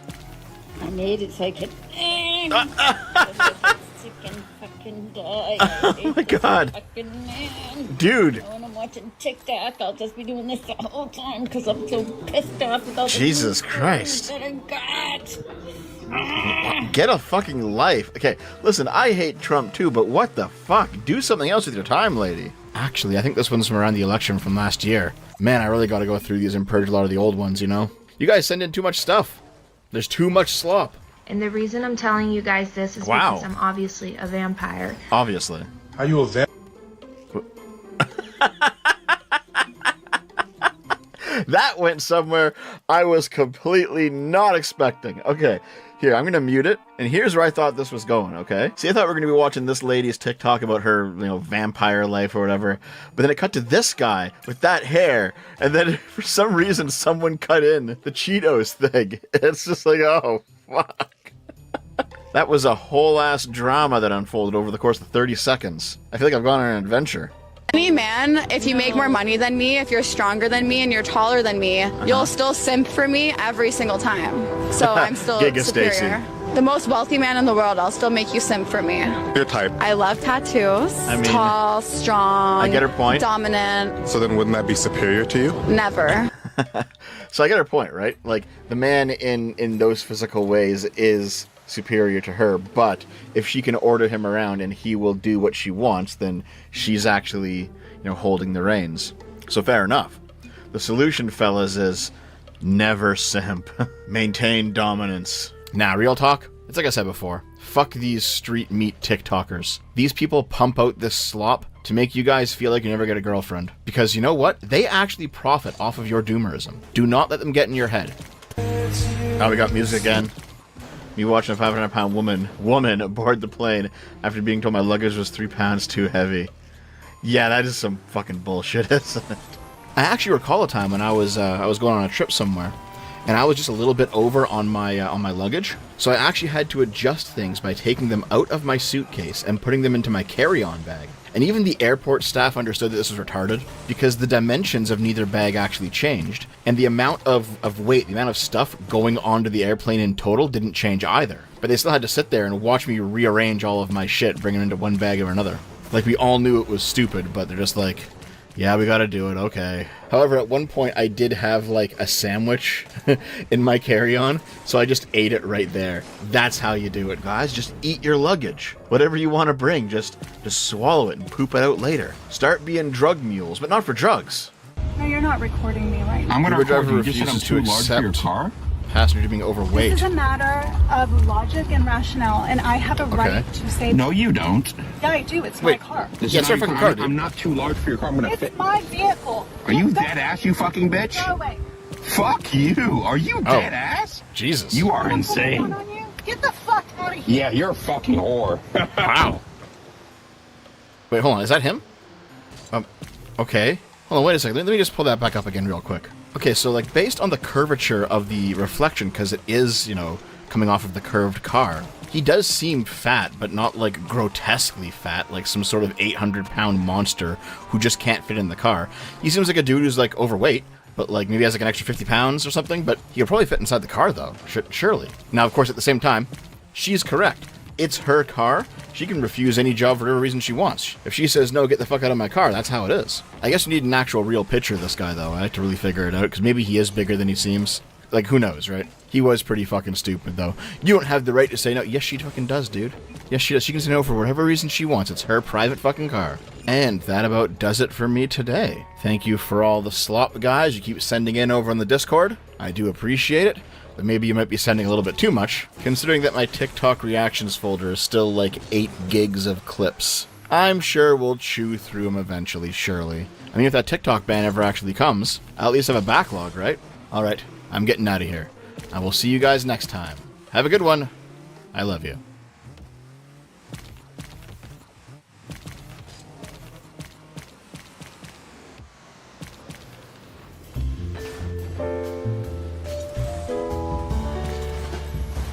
Hey, is it one of those dev videos where we start off with some viral nonsense, but by the end of the video attempt to drill down deep at some underlying ethic? Yeah, it's one of those. Let's roll the clip. Okay, so this raggedy ass bitch just came into Erotic and stole from my store.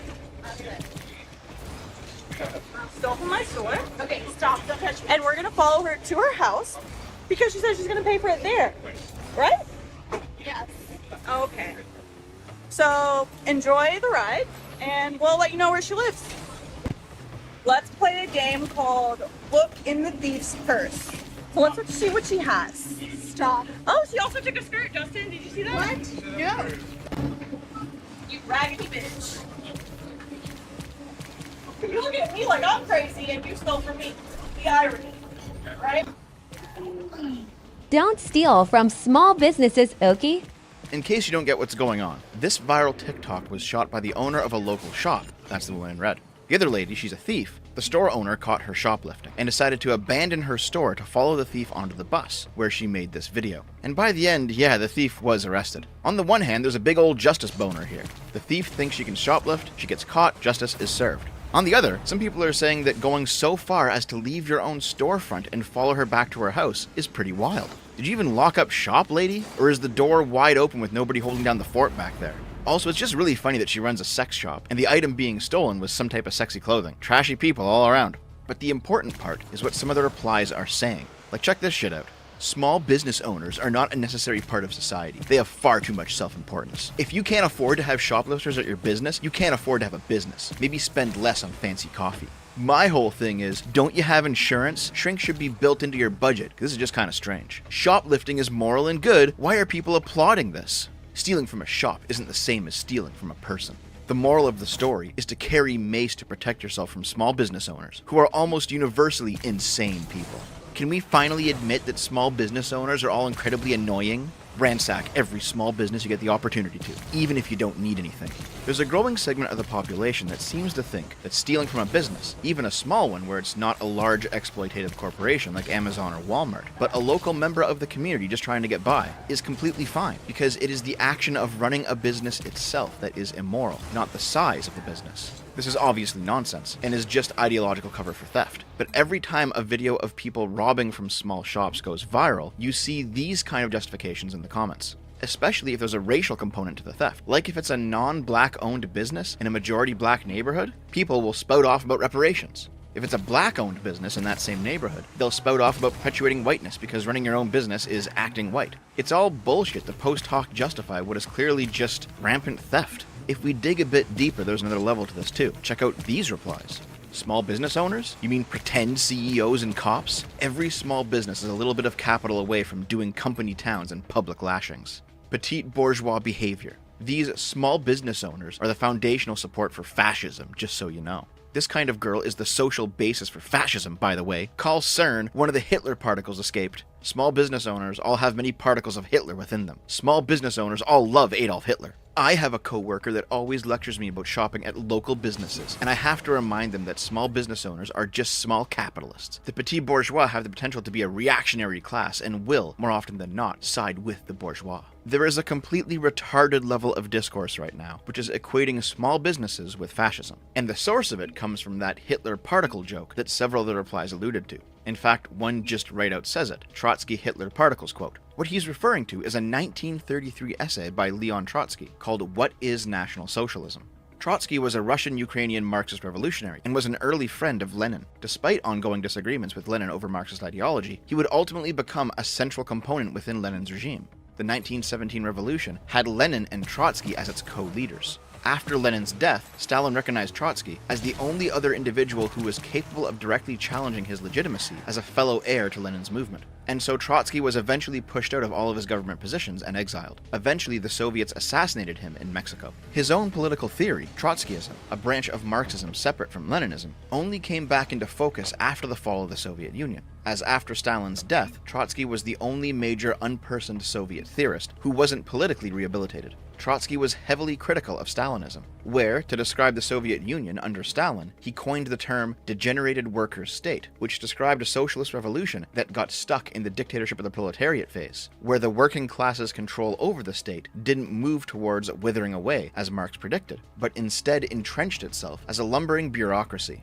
In this way, Trotsky was a purer Marxian socialist than Stalin. Stalin's focus was on bringing to bear the full might of the capitalist mode of production within Russia, which Marx said was one of the preconditions for a true socialist revolution, while Trotsky believed that these efforts simply amounted to collaboration with capitalists, and there would be no true socialism unless the entire world's working class revolted as one. However, in practice, Trotskyism was no different than Stalinism, as Trotsky himself, in capacity as leader of the Red Army, played his part in many repressive purges. I figured I'd quickly go over all of that because I just realized I've never really talked about Trotsky in this channel before. I will say though, one big difference between Stalin and Trotsky is that Stalin, up until Germany invaded the Soviet Union, was completely fine with Hitler's National Socialism, but Trotsky was highly critical of it, for many of the same reasons he was critical of Stalinism, which brings us back to that 1933 essay.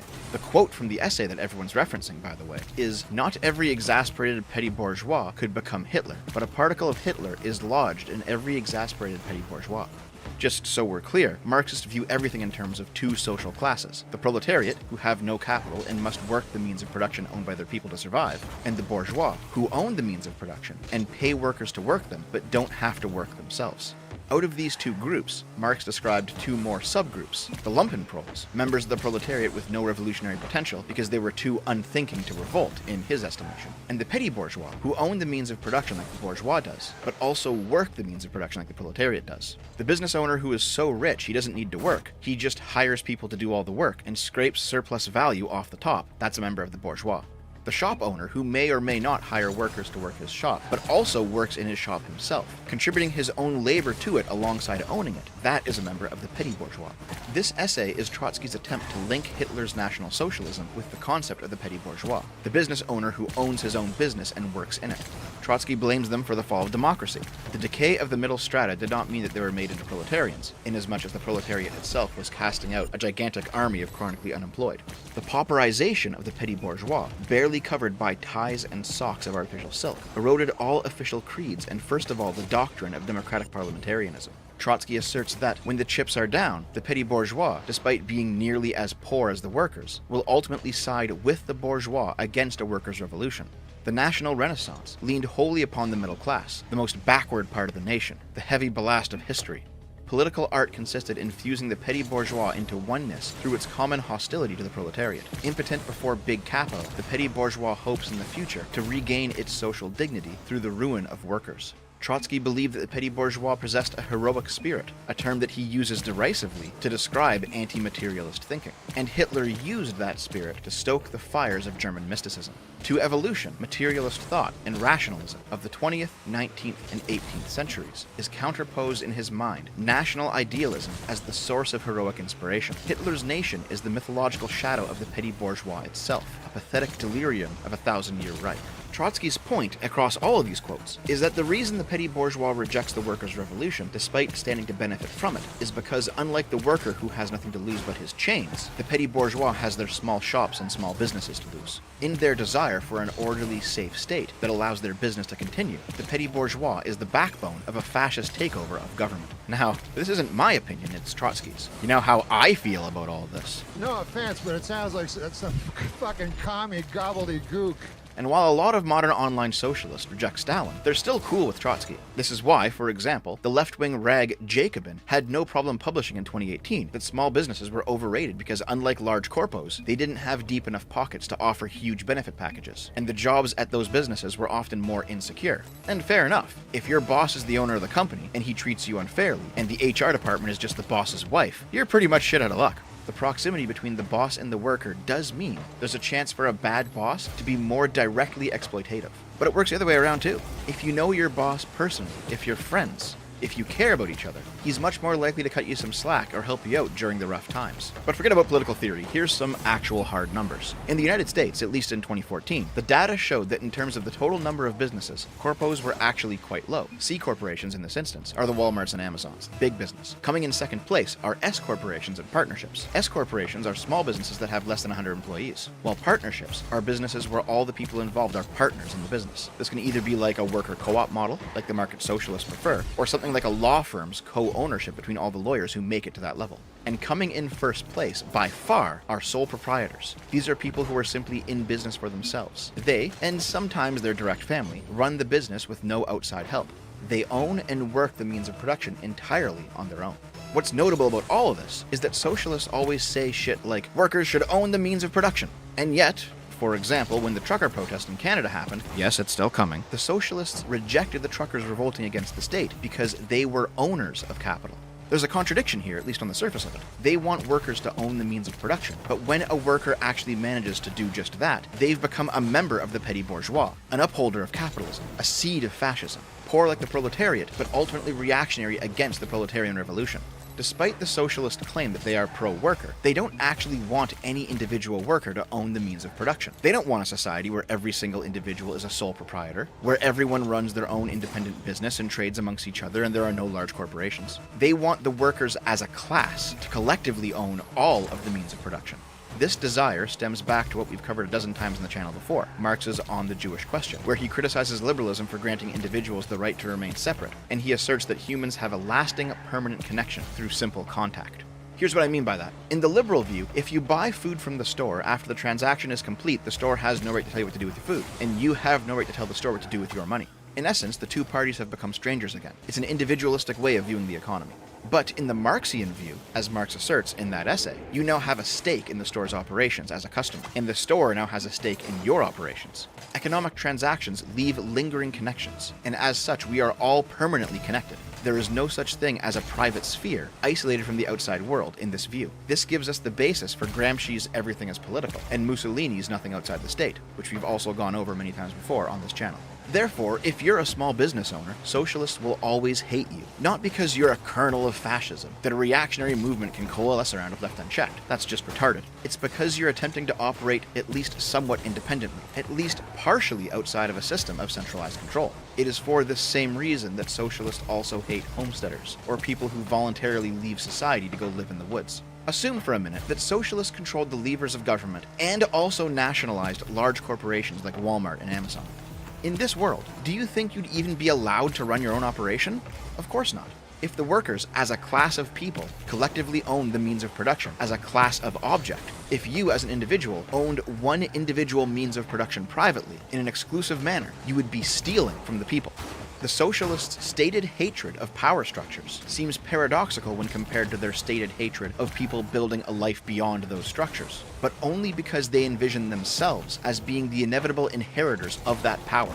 And if you're rejecting their overarching superstructure, if you're rejecting the connection that we all have in the Marxian view, in order to build something for yourself that is private, local, and particular, then you're a reactionary who is rejecting socialism itself. This is why nobody on the left really cared when during the Summer of Love 2020, BLM rioters burned down small businesses. They would say things like, "Shut up, insurance will cover it. Our political movement is more important," even though in a lot of these cases, insurance didn't actually cover it. Because, as per their ideology, the liquidation of the petty bourgeois is actually one of their goals. Except, of course, if it's a black-owned business. Then they're proper revolutionaries who are down for the cause or whatever. Fuck me, dude. At the end of the day, though, there is no contradiction here. The socialist wants the petty bourgeois plugged back into the system of capitalist social control, because they believe after the revolution, they will be the ones in control of that system. Trotsky said that today's small business owner, in deriving his livelihood from outside the control of that system, is tomorrow's counter-revolutionary. He is incentivized to fight socialism to maintain his own individuality. And in prioritizing his freedom from wage slavery, he also prioritizes his freedom from the socialist project.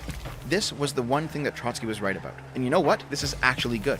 It is good for people to want to be independent and free and individualistic, no matter how booty blasted the communists get. So when you see the next viral video about how small businesses are fascist and how it's good to steal from them, keep in mind everything that we've discussed today. Where you and I might see a simple, honest shopkeeper, they see a rebellion against their future totalitarian system. I mean, I've never heard the word collective without I know, but Leon Daniel Trotsky. puts...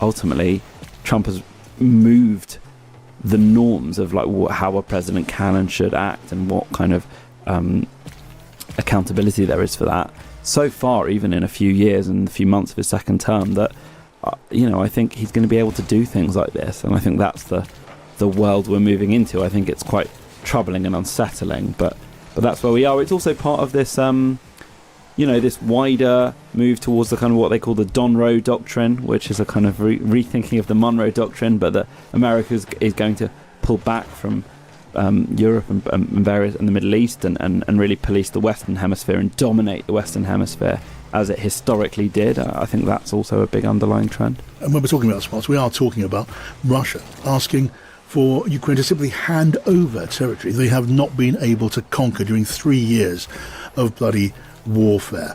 And a concession of that kind to so many Ukrainians, unthinkable. The constitution of Ukraine doesn't allow it. Just imagine how public opinion would react to any such proposition. It doesn't take a huge leap of imagination. Niall Standage at the Hill in Washington. I mean, what are your expectations of these talks? What's the feeling in Washington about these talks? Listening to what was coming out of Moscow just a couple of hours ago, it does somehow seem so futile. I think it does. I think one of the fundamental dynamics here, John, is the fact that Vladimir Putin believes that time is on his side. And he believes that the American will to aid Ukraine has certainly already been sapped and will continue to wane. Therefore, he expects greater gains the longer this goes on. That in itself creates an obvious problem because, negotiations and true concessions are more typically made in a kind of stalemate situation. And then on top of that, you have Trump's history of being fairly friendly, shall we say, to Russian interests. Certainly the 28-point plan that was put out by the US was, I think, regarded by many people here in the US, but also by many Europeans, as far too pro-Russian, as you say, including the idea that Ukraine should give up territory that Russia had not yet conquered, and that Ukraine's military should be limited, whether in wartime or peacetime, to 600,000. I mean, we could, Niall, talk about the impossibly steep mountain of making ground in these talks with Russia. We could do that for 2 minutes. We could do that for 2 hours. But when it comes to Capitol Hill and Congress, which you know so well, is there any kind of a shift in the mood among congressmen going on both sides? I don't think there's a shift in the mood in terms of, the last few months. It is perhaps worth reiterating that President Trump has sort of surfed this wave of so-called America First politics. And again, big picture, this is about the American population or large swathes of it, getting exhausted by previous wars in Iraq and Afghanistan, feeling that those were fairly futile, particularly in the case of Afghanistan, and therefore having less appetite for foreign engagement. Of course, it is fused with just straight-up nationalism, the idea that it should be somebody else's problem. So in, for example, the Republican Party, you have a very clear split between the old traditional, more hawkish Republicans who would favour aid to Ukraine on the basis that they regard Russia as a key adversary. But then you have the Trump MAGA people, Marjorie Taylor Greene, for example, who are very critical of the cadence and pace of US aid to Ukraine and really just don't want to get further enmeshed in these foreign conflicts. The big running story now this week, where you are, has been the campaign of attacking the boats in the Caribbean Sea, identified by the administration as being involved in drug trafficking. And then we have the story, in the Washington Post, picked up by the Wall Street Journal, about, what is reported to be an order to kill the survivors of a strike in the Caribbean. And the Washington Post said that came from Pete Hegseth, an order essentially to kill them all. And the Wall Street Journal, a report from their own source, that the authority for the strikes came directly from Pete Hegseth. And what we got was Pete Hegseth, now called Secretary for War, pointing the direction at the Admiral Bradley, who was the commander of the operation militarily. Now, Pete Hegseth was at that cabinet meeting I mentioned a moment ago in Washington just in the last hour or two, stating the recent airstrikes in the Caribbean were just the beginning. And then it's getting after and going after narco-terrorists and designated terrorist organizations in our own hemisphere. As I've said, and I'll say again, we've only just begun striking narco boats and putting narco-terrorists at the bottom of the ocean because they've been poisoning the American people. And Joe Biden tried to approach it with kid gloves. And allowed them to come across the border, cartels take over community, 20 million people, hundreds of thousands of Americans poisoned. And President Trump said, no, we're taking the gloves off. We're taking the fight to these designated terror organizations. And that's exactly what we're doing. So we're stopping the drugs. We're striking the boats. We're defeating narco-terrorists. And Pete Hegseth had this to say too. You may say one thing, that drugs coming in through the sea by sea are down 91%. And I don't know who the 9% is. I'm not sure either, sir. But down 91% by sea. We've had a bit of a pause because it's hard to find boats to strike right now, which is the entire point, right? Deterrence has to matter, not arrest and hand over and then do it again, the rinse and repeat approach of previous administrations. This is meant to get after that approach. Okay, well, Pete Hegseth not backing away from the ultra-aggressive approach to those boats in the Caribbean. I'm going to get Josh and Joe involved in this too, but where are we with this? And we have some concerns about the killing of those on those boats, struck and then struck again when the boat was destroyed and two of them were in the water. Talk about, is this a war crime? And Pete Hegseth points to the commander, although of course he had ultimate command. Where's this heading? Sorry, Josh, was that for you? No, that was you, Niall. I think. That's you, Niall. Oh, yeah. okay. How do you see this developing? There are some Republicans certainly beginning to express greater concern about this. That said, you heard in the clip that you just played, John, Pete Hegseth saying there's been a bit of a pause because we can't find boats to strike, and there have been this round of chuckles around the room. There have been approximately 20 of these strikes. They have killed more than 80 people, and the evidence provided to the public of actual drug trafficking has been slim to none.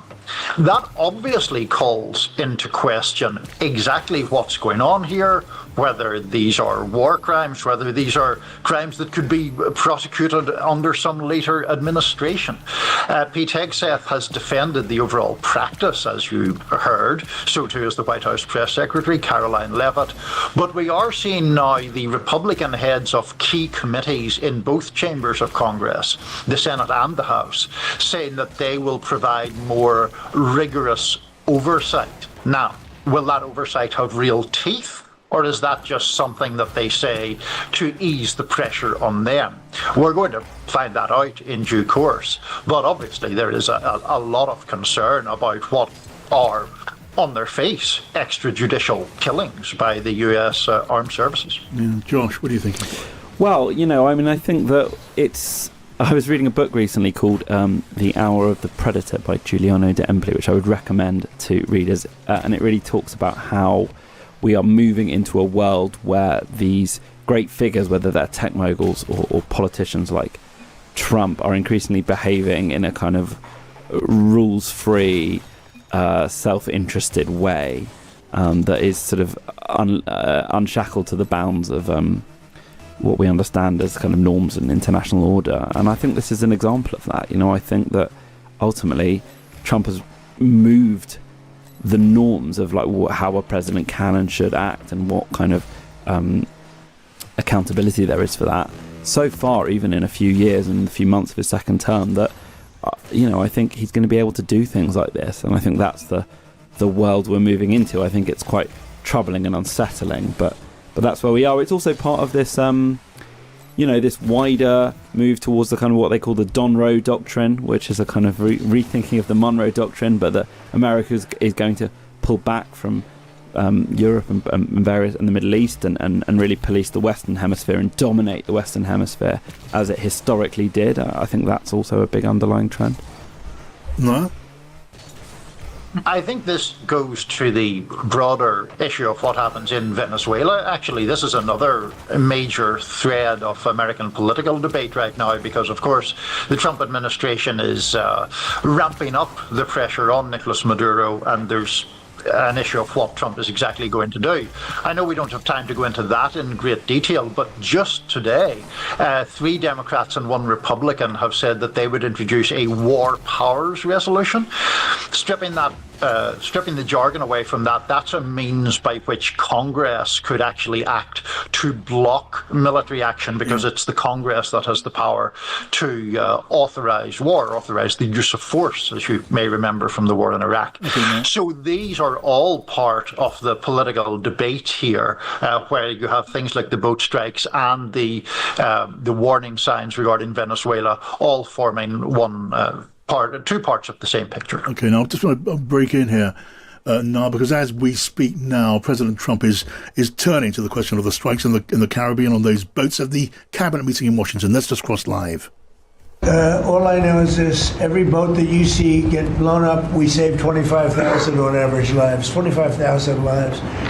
They've been sending enough of this horrible fentanyl and other things like cocaine and other things, but fentanyl right now is the leader of the pack, to kill our entire nation, because a little speck on the head of a pin can kill somebody. It's very dangerous stuff. I know so many people where their sons were drug addicts. They had one little sample and they died. They couldn't believe it. As far as the attack is concerned, I still haven't gotten a lot of information because I rely on Pete. But to me, it was an attack. It wasn't 1 strike, 2 strikes, 3 strikes. Somebody asked me a question about the second strike. I didn't know about the second strike. I didn't know anything about people. I wasn't involved in it. I knew they took out a boat. But I would say this, they had a strike. I hear the gentleman that was in charge of that is extraordinary. He's an extraordinary person. I'll let Pete speak about him. But Pete was satisfied. Pete didn't know about second attack having to do with 2 people. And I guess Pete would have to speak to it. I can say this, I want those boats taken out. And if we have to, we'll attack on land also, just like we attack on sea. And there's very little coming in by sea. I think we've knocked out over 90% of it. There's very little, and I understand that. There's very little. We're saving hundreds of thousands of lives with those pinpoint attacks. It's an amazing thing when you see a boat going along, and a lot of the press would like to say they're not.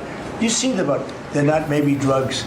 You see these boats. First of all, who has 5 engines on the back of a boat going in weird directions and loaded up with lots of white containers?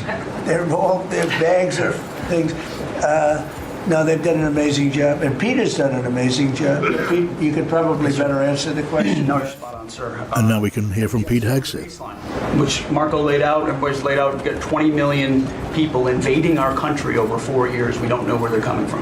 That includes Tren de Aragua and cartels and violent criminals. They bring drugs, and you mentioned it, Mr. President, poisoning, an intentional poisoning of the American people, killing hundreds of thousands of Americans. So the president had the courage to designate these cartels as designated terrorist organizations. Now, a number of us here served in the military and spent 20 years fighting terrorists like Al-Qaeda and ISIS on the other side of the world. How do you treat Al-Qaeda and ISIS? Do you arrest them and treat them, pat them on the head and say, don't do that again? Or do you end the problem directly by taking a lethal, kinetic approach? And that's the way President Trump has authorized the War Department to look at these cartels. And I wish everybody could be in the room watching our professionals like Mitch Bradley, Admiral Mitch Bradley, and others at JSOC and SOCOM and other commanders.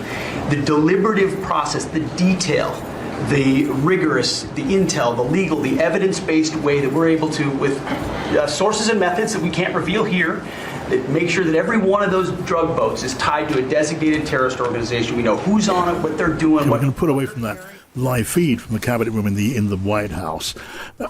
What do you make of what we heard there, Niall? There was the president very strongly defending the military action that's been taken against these boats on the Caribbean Sea, saying, as he argues, they're very clearly carrying narcotics. He mentioned fentanyl. We can maybe come back to that.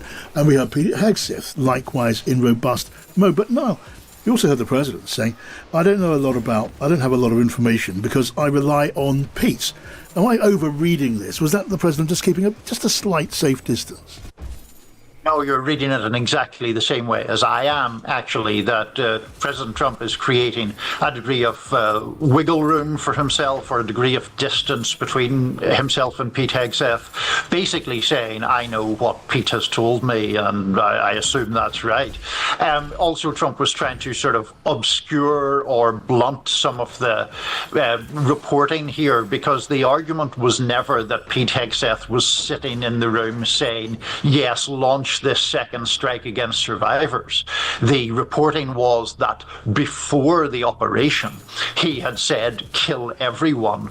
And then amid the operation, this admiral authorized a second strike, apparently against two people clinging to the wreckage of the boat. So there's some fudging of the issue going on, but there's also, I think, a very clear effort by President Trump to place the primary responsibility here on Pete Hegseth, and that's not surprising, because a lot of people think that second strike was on its face a war crime or a contravention of the laws of conflict, even if one accepts the idea that this is some sort of armed conflict that the US is involved in with drug traffickers. Josh Glancy, it's a new chapter, this, and it's got a long way to go. Well, it's certainly...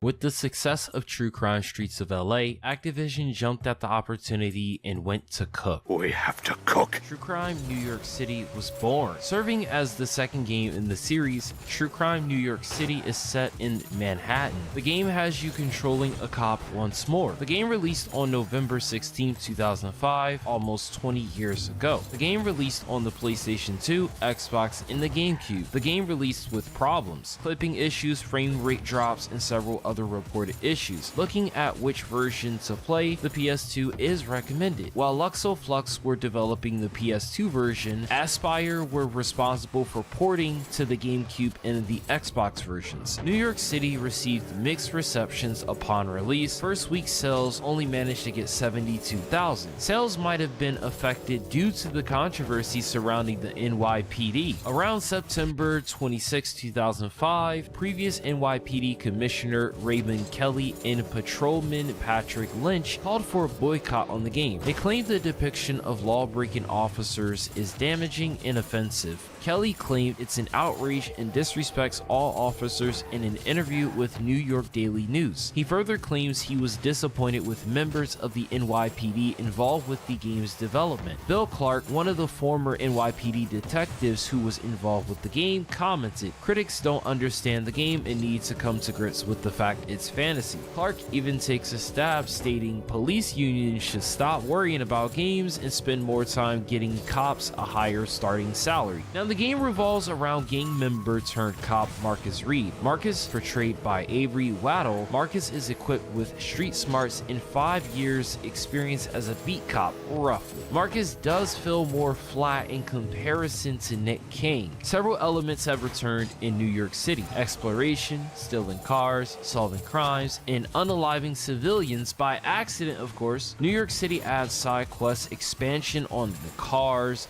weapons. They have an equipment system for them. The game also has customization with clothes, hairstyles, and cars. The game features buildings that you can enter. Marcus can buy food to replenish health inside of food spots and pharmacies. Many buildings will feature the same generic layouts copied various times. NYC removes the shield for currency and replaces it with actual money. Marcus will receive a salary, but he can also earn money via extortions and, of course, doing side quests. The game does, however, change things I don't like. Upgrades have been reworked in this game. Skills have been tied to a promotion system. Marcus will start at rank 5. As he gets career points, he will increase his rank. The highest rank is 1. Each time you hit a new rank, you can get more skills. Skills can only be purchased as long as you have the appropriate rank. And Streets of LA, the only thing that it required the player to have is a shield available and to complete the minigame. Once you did that, it was all yours. While I like the promotion feature, it does nothing but restrict the player from getting all the skills in cars early, and it also adds the unfortunate caveat that you won't master the skill and you may forget about it. In this game, I kinda didn't do too much pertaining to the cars because kinda didn't practice it in this game versus in Streets of LA. Something I thought I would like ended up being annoying is the random crimes. Random crimes were completely optional. They weren't tied to a single thing in the game. New York City gives you a reason to do crimes. Marcus will earn money completing the crimes, collecting evidence. Solving crimes is required to 100% the game. And boy, this is tedious, but I will get to that much later. The karma system also makes a return in New York City, but it gets in the way more than it does in LA. When good cop actions are performed, Marcus earns good cop points and career points. When bad cop actions are performed, he gets bad cop points, but he still gets career points in most cases. The reason the karma system gets in the way is because of how fast the bad karma adds up. It will fill up a secondary bar known as the rogue meter,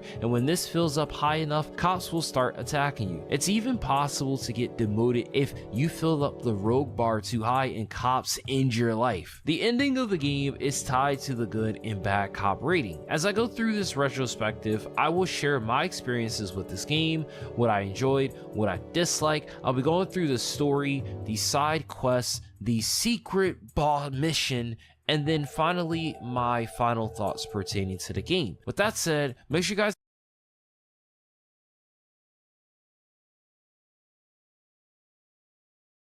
hit the like button on this video. If you guys don't know who I am Kai, aiming for 1,000 subscribers. So if you appreciate videos like this, just simply hit the like and subscribe.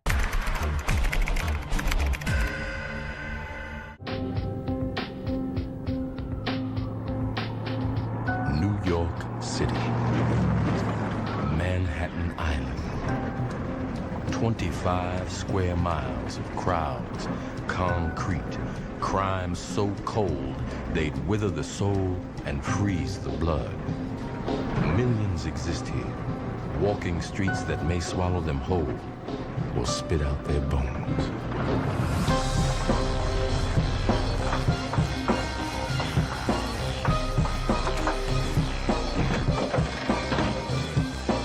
Been locked away for the better part of 15 years, you've got no choice but to rely on those closest to you to watch out for your interests outside.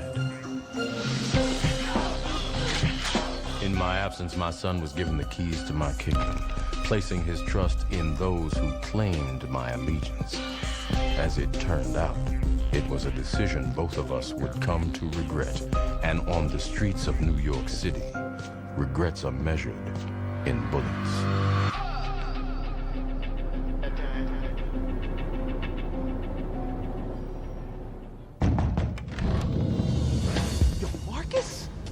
Damn, money? I didn't know, man. I swear. Bounce the fuck out. No.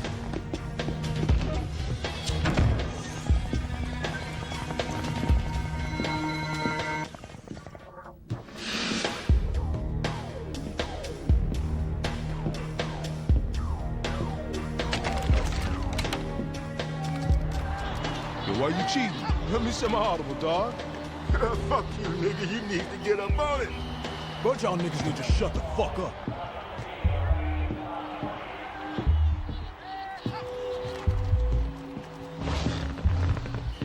Marcus! Damn, Dunn. Look who ain't dead, yo. I ain't the only one. What you talking about, nigga? Your boy's fucked up, Kev. My pops is still alive.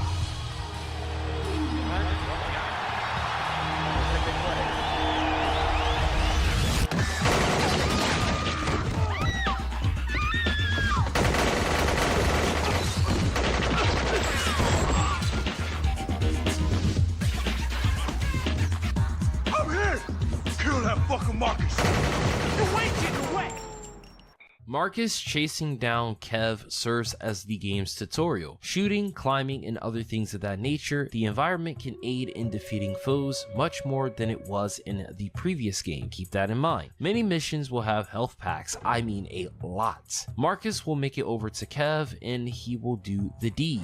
You want shit till I brought you in. You just like your old man. You always go get played, nigga.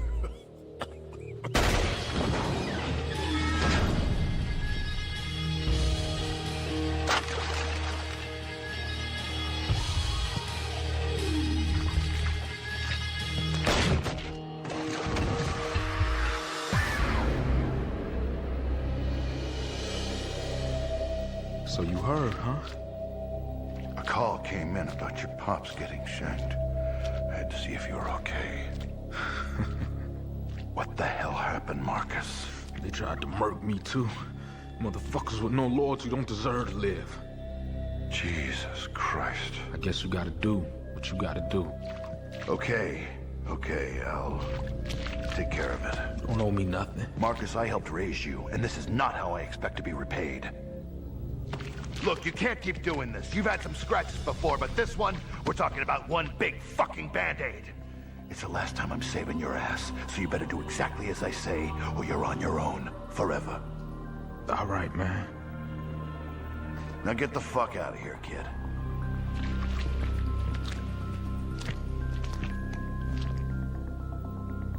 Merry Christmas.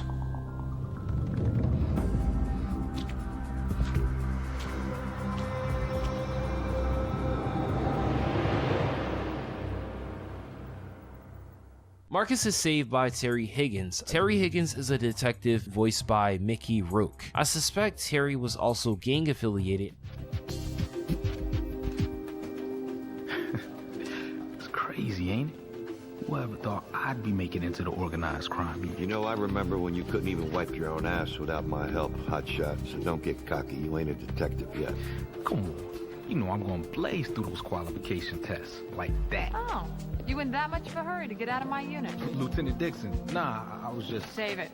I'm I'm happy for you. You're gonna make a hell of a detective. Well, hurry up and polish your badge or you're gonna be late.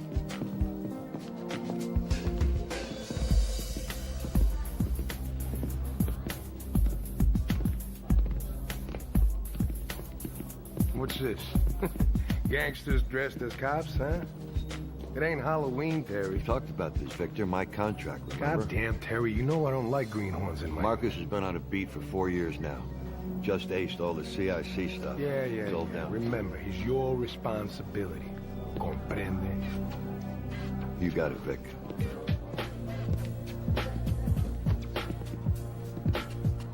This is it, kid. All you gotta do is pass, huh? Don't shoot yourself in the foot, huh?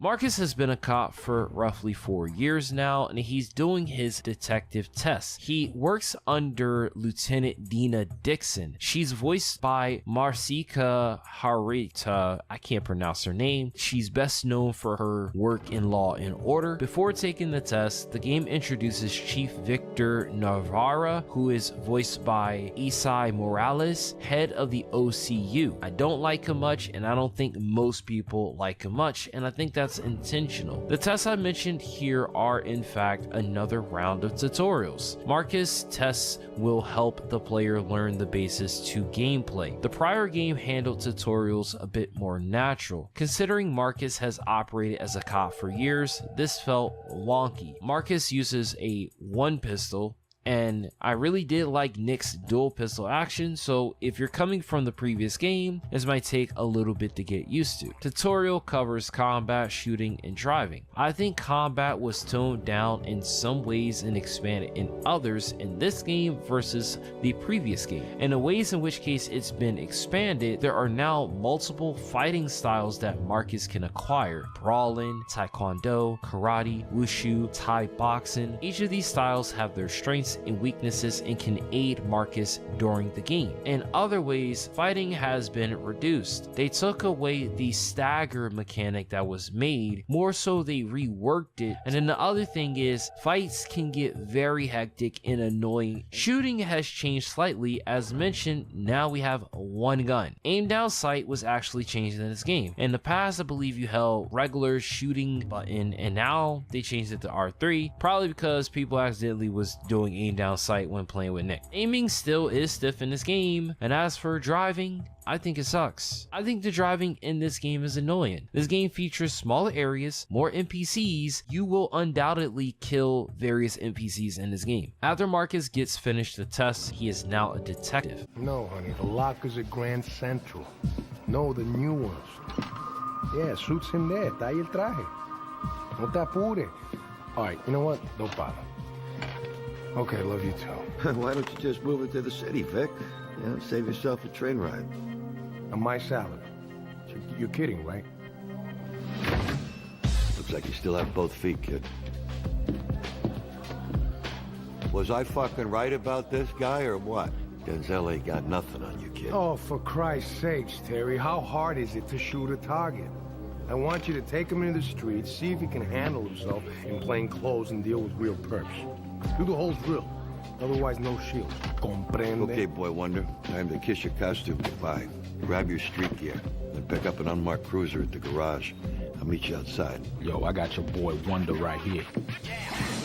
Vic wants Terry to take him out on the beat, and this serves as another form of tutorials. Marcus will head to his locker, change into a getup that looks like he's a criminal. I say that, but quite literally, that's what most of the NPCs are gonna think, including the cops. Marcus goes from having a fade to having cornrows. How does that happen? Now, in this area, you can buy police cars, driving skills, and you can grab your car here, but for the time being, you're going to be grabbing the one car that you can, and you're going to meet up with Terry. Cars have been reworked. In the previous game, you earned cars via the bonus mission. In this game, cars, at least in the police station, are tied to your rank. The lower the rank, the better cars you can purchase. Once you hit the necessary rank required, you still have to purchase the car. If Marcus takes a car, destroys his car, and then he goes retrieves it later, say you reset the game, that car car still retains the damage. You are forced to use the car repair places. But then here's the problem with the car repair places in this game. They're not labeled on the map. It's when you get close to them that you'll see them appear on the mini-map.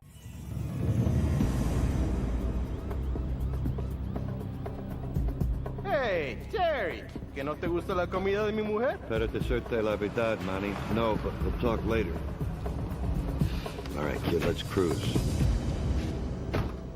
Once Marcus meets up with Terry, Terry is going to have him race to a destination. These racing destination missions have been changed. They've been reworked. The icon that we saw in the first game, they don't have it anymore. Instead, there's a timer. Now, once at the location, Marcus will perform the basic duties of a cop, basically going over frisking, checking the trunk. We also have enemy types yellow, orange, and red. Yellow means unarmed. Orange means they have a weapon, but it's not a gun. And red means they got a gun or a deadly weapon. Unless the enemy surrenders, go for a neutralizing shot and be done with it. It sounds crazy, but half this stuff is not gonna matter. The only time you need to show your badge is if there's other cops in the area. Cops are irritating in this game. If they see you do a cop duty, they're gonna think you're a thug and try to aim down their sight and warn you. So you have to show your badge so they'll leave you the fuck alone. You can hit a person in the car, come out, show the badge, and they'll leave you alone. And Another reason why you want to just go for the neutralizing shot. Now, once the tutorial's in, Terry and Marcus will head over to Isaiah, Marcus's father.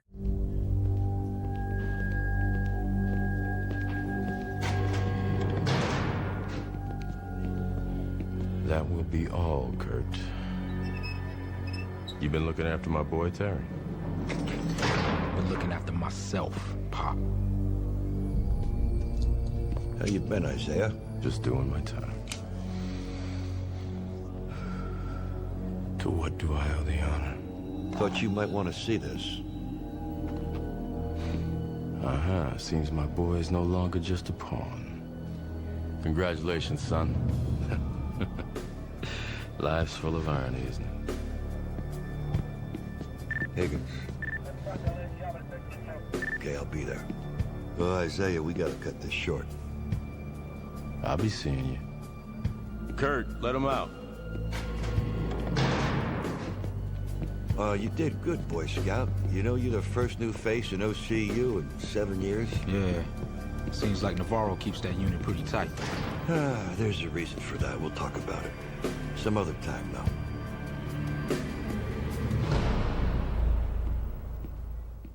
Little is known about him except him and Terry are friends. Terry promised to look after Marcus when Isaiah was incarcerated, and Isaiah has a unique cell in which he could still do work in it. Did he snitch on somebody? Did he pay somebody off? All these are questions that don't get answered at all. Terry will get a call and he'll have Marcus race over to a particular spot. There are some moments in this game that Marcus have funny remarks. Shit, where's the fire, man? You gonna tell me what's up with that briefcase? Sure. If you need to know. Nah, man, it's cool. If I'm not out in 6 minutes, you come in guns blazing. All right, I got your back.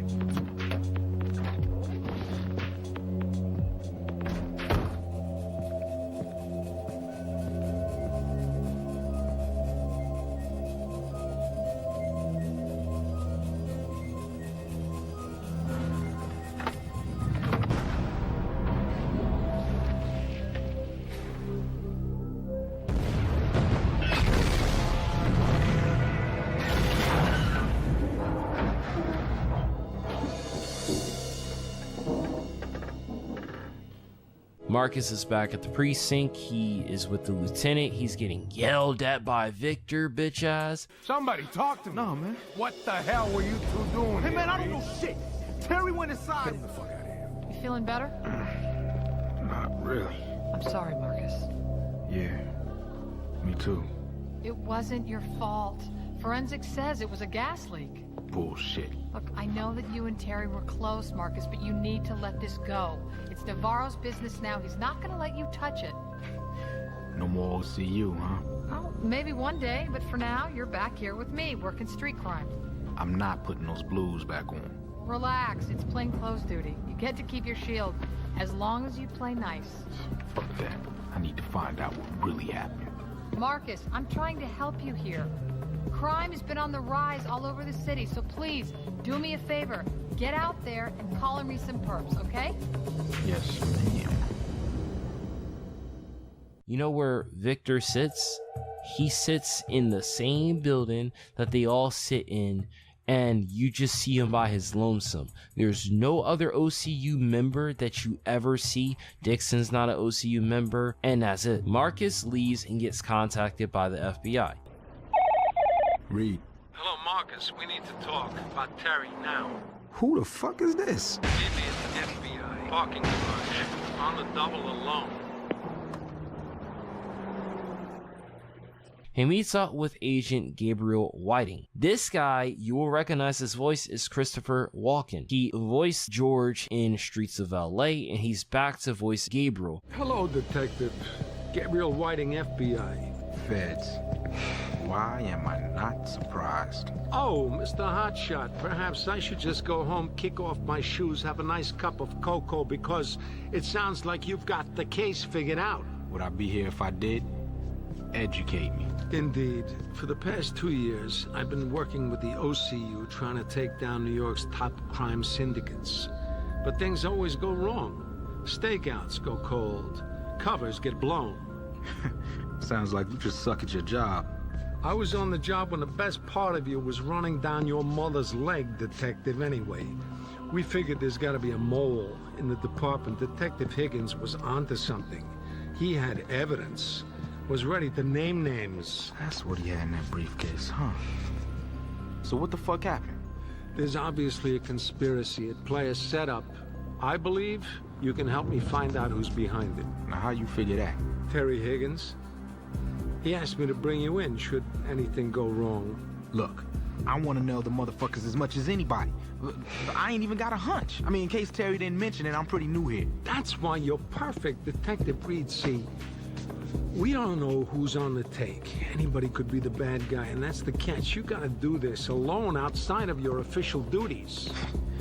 No support, huh? You arrest anyone connected with this investigation, I'll make sure they do not pass go. Gather enough evidence on the mole, we will bury him together in a deep, dark cell. Have we got a deal? Where do I start, man? We know that these 4 crime syndicates have been in contact with the mole. You shake them down, you will find Terry's killer. I've collected some details, rather scanty, I'm afraid, but they should get you started. Yo, Gabriel. Man, I hate this cloak and dagger shit. This is where the prologue ends. Marcus' mentor and godfather, Terry Higgins, is killed. Now Marcus wants to uncover what really happened. Assisted by Gabriel, an FBI agent who's worked with the OCU, wants to uncover the mole. I'ma just put it out there. Think it's Victor. He's a scumbag. The way he is, it just would be so funny if he's the person. The issue is Terry's body wasn't shown, and we gotta use scary movie logic. If we don't see the dead body, the person is not dead. So there's a bunch of fishy shit going on. Is it Victor? Is it Terry? We don't know. So far, with some hiccups, I'm liking the story setup. Magdalena Cartel is the city's prime coke syndicate. Even conservative estimates have these guys running 75% of the 5 boroughs' flow.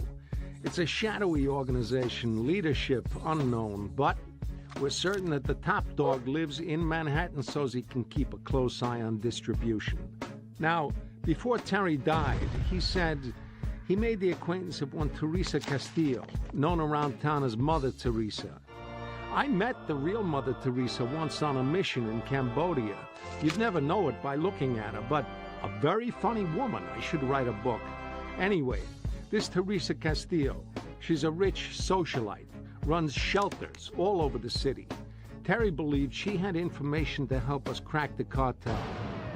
You can find her at the Wellness Clinic in Spanish Harlem. His intel points Marcus to a Teresa Castello. Teresa is voiced by Sir Coro Santiago. Marcus will make his way over to check out the wellness clinic in Spanish Harlem. Exploration officially opens up at this point, allowing Marcus to tackle crimes and other activities as he pleases. You as the player can go ahead and skip all this and you can just do the crimes and do all that shit right now. I did decide to take on some of the crimes as to get a feel for the game. I actually hated the controls. I was struggling for a while. Like the first hour or two, I was not liking this. Now eventually Marcus will make his way over to Teresa.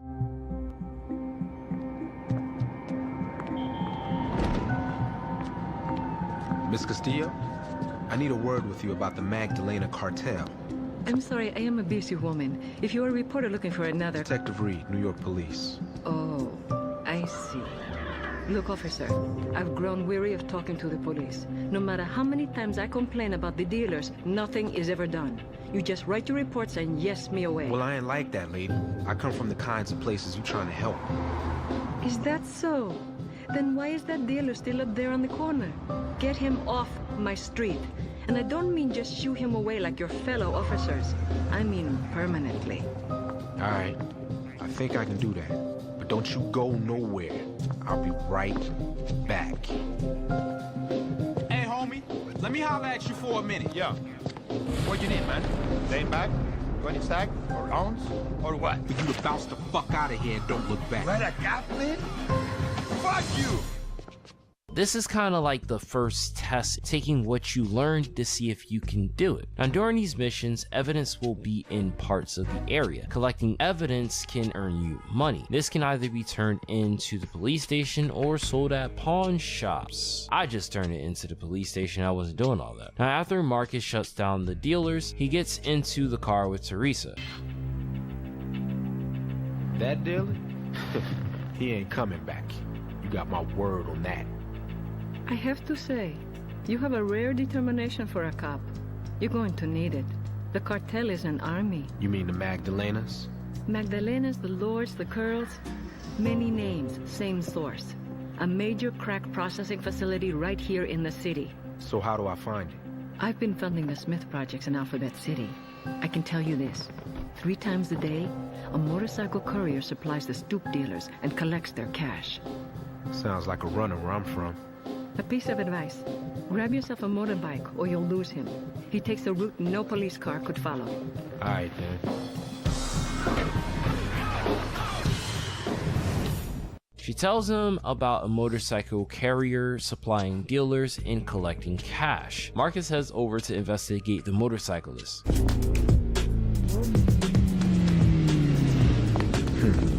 Looks like that old lady wasn't bullshitting.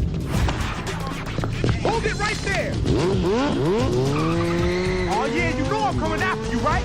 Chase missions have been reworked. These missions are now chase and interrogate missions. Most of them actually don't even happen in a car, they happen on foot. Chase missions in the first game were easier. Killing the enemy here will result in a failure. You can't kill them because you have to interrogate them. You do this through a mini game. This mini game is a cool mechanic, but it gets repetitive and then eventually you get bored of it. A bar will appear, you'll have 3 exclamation points that you have to get, and you have to line up in the middle perfectly to get an exclamation point. Once all 3 are lit, then you will get the information that you need out of the person. In this case, the carrier will reveal Ray. Just a delivery boy, okay? Do you want to find Ray? At his safe house. They're watching a soccer game. I'm supposed to bring them a pizza and... Shit, man, if he finds out I talk, it's Columbia necktie for me, man. My toe slid and my tongue pulled through it. Oh, man, I'm gonna die. Right. I'll look into that. So Marcus will head over to the warehouse to confront Ray. Vamos, Guanajo, pasa la bola, coño. Oh, vamos, chico, dale. Patealo, pendejo. Coño, voy a matar a este condenado Ramírez. What you want? Oye, chico, ¿qué es eso? It's a pizza? Chico, that ain't no fucking pizza! Please, get your ass on the floor, now! The Magdalenas are over! ¿Pero quién es este pendejo? Marcus goes in and he starts chasing after the guy. Now, believing these guys are the Magdalenas, Marcus will go through a series of thugs. Ray will run upstairs, and there's a metal door that Ray runs through. You gotta find an RPG and just blow it down. The rocket launcher is conveniently in the area, and I do recommend taking it with you. Once the door is blown down, Marcus can go past it. There's a trap set up in there. Going past that, climbing up to the top, Marcus will come face to face with Ray. Ray kind of operates as a boss. He has his own rocket launcher that he will launch at Marcus periodically. Ray will utilize the billboard as cover. Marcus has to shoot at the billboard, destroying it completely to make it fall down. Once this happens, Ray will give up and he can then be interrogated. One thing that makes this easier is using the rocket launcher to destroy the billboard. Most of, if not all of it, it shortens the duration of this fight. Now, I will admit, during this fight, my first attempt, I did not know what to do, and I ended up dying. It's also at this point I realized that the missions don't have a checkpoint. Traditionally, I just assumed that, hey, I got to this point, if I die here, it's gonna respawn me right here. Nope, I had to do the whole thing from the beginning. It was annoying. Once Marcus interrogates Ray, he'll find out that he is in fact not the head of the cartel. I am king of the Latin lords! You got played, my friend. Magdalena's been using you to take out their competition. They are real sneaky like that. Last I heard, they import their shitty South American artifacts through the Suma Museum uptown. What do you think of that, bro? Singing like a canary. Marcus heads over to the museum, which it's under. Hello, Moto. Hello? Oh, you did? Excellent. With the lords out of the way, the Magdalenas now have the market corner. The new shipment? Yes. I'm headed down right now to check on it. I'll let you know.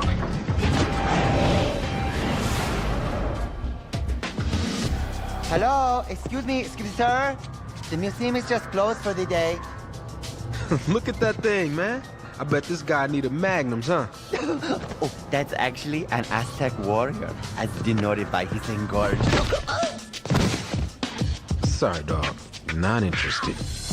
So Marcus kind of has to sneak into the museum. Guess what, guys? Sneaking missions have been reworked. While in the first game, sneaking missions were a requirement. If you got caught, you had to do the mission all over. In this game, sneaking in is completely optional. You can either go in guns blazing, or you can try your best at sneaking around, but I guarantee you'll get caught. So you're better off just starting with the guns blazing. You can simply just go in there and it's a cakewalk. The only thing you have to be mindful of is the enemy gun types. If you're going to sneak in, environment cover sometimes just wonky. I don't think it's a point to do it. Sure, you can add that this would make this part a bit harder if you're looking for a challenge, but the game almost incentivizes you to just pull out your guns and start shooting everybody. There's going to be 2 points in the game where sneaking will benefit you versus just trying to get people's attention. Now, once Marcus gets to the elevator in this area and he goes down, the enemies will notice him and he has no choice but to shoot his way through. So once Marcus clears this room, he'll be able to interrogate the director, who swore nobody was getting in, even had laser traps set up. Once Marcus interrogates him and gets the information, he finds out about the mental ward. Didn't anybody in the precinct tell you this museum is off limits? You're in way over your head. I don't know much, but I do know that we send these shipments to the Salvation Ward up on Greenwich and West 11th. Do you understand? Yeah, okay. See, now wasn't that easy? This is where the game gets kind of goofy, and I'm not gonna lie, I didn't like it. Marcus arrives at the mental ward, and he's immediately knocked out.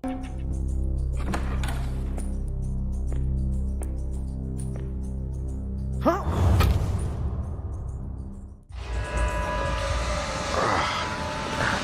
Damn, my head. A side effect of the drugs we injected you with, I'm afraid. We were expecting you.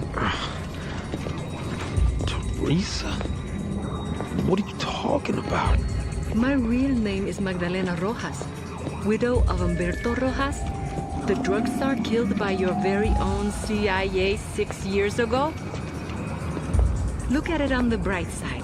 You took care of Ray, my main rival. You fucking bitch. Have to be in this business. See, I've made some people very rich. People who are supposed to eliminate pests like you. But the dividends from my investments aren't what they used to be. Well, I'd love to chat, but I'm late for the opera. I so love the classics. Time to play with your new friends. Adios, detective. What the fuck? Oh, shit! So Marcus will attempt to escape the ward, but several enemies stand in the way. And oh, Marcus is in a straitjacket. This mission is not really hard, it's just bizarre. Don't like this mission, and I will explain why. The stamina system in this game shows its ugly head. They don't have a tutorial, they don't explain the best way to go around it. They have this limitation for combat in there. This part is weird because they also make use of Beetlejuice. A character named Zeke, a very short dwarf-like character, is portrayed by Beetlejuice. When I was playing, all I heard was like a weird voice, and I'm like, what the hell? Did my game get hacked? On your own, Zeke will help.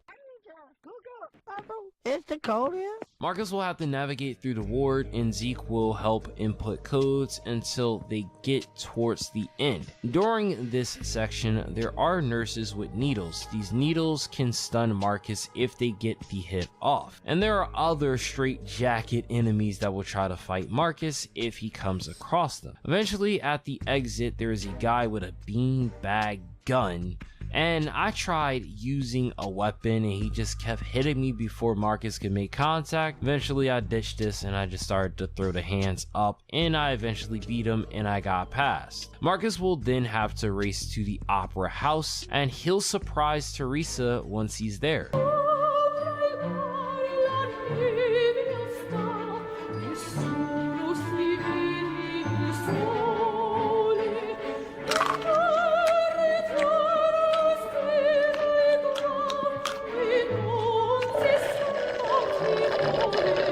Please, do you mind? ¡Chingada la madre! ¡La policía otra vez! ¡Mátalo!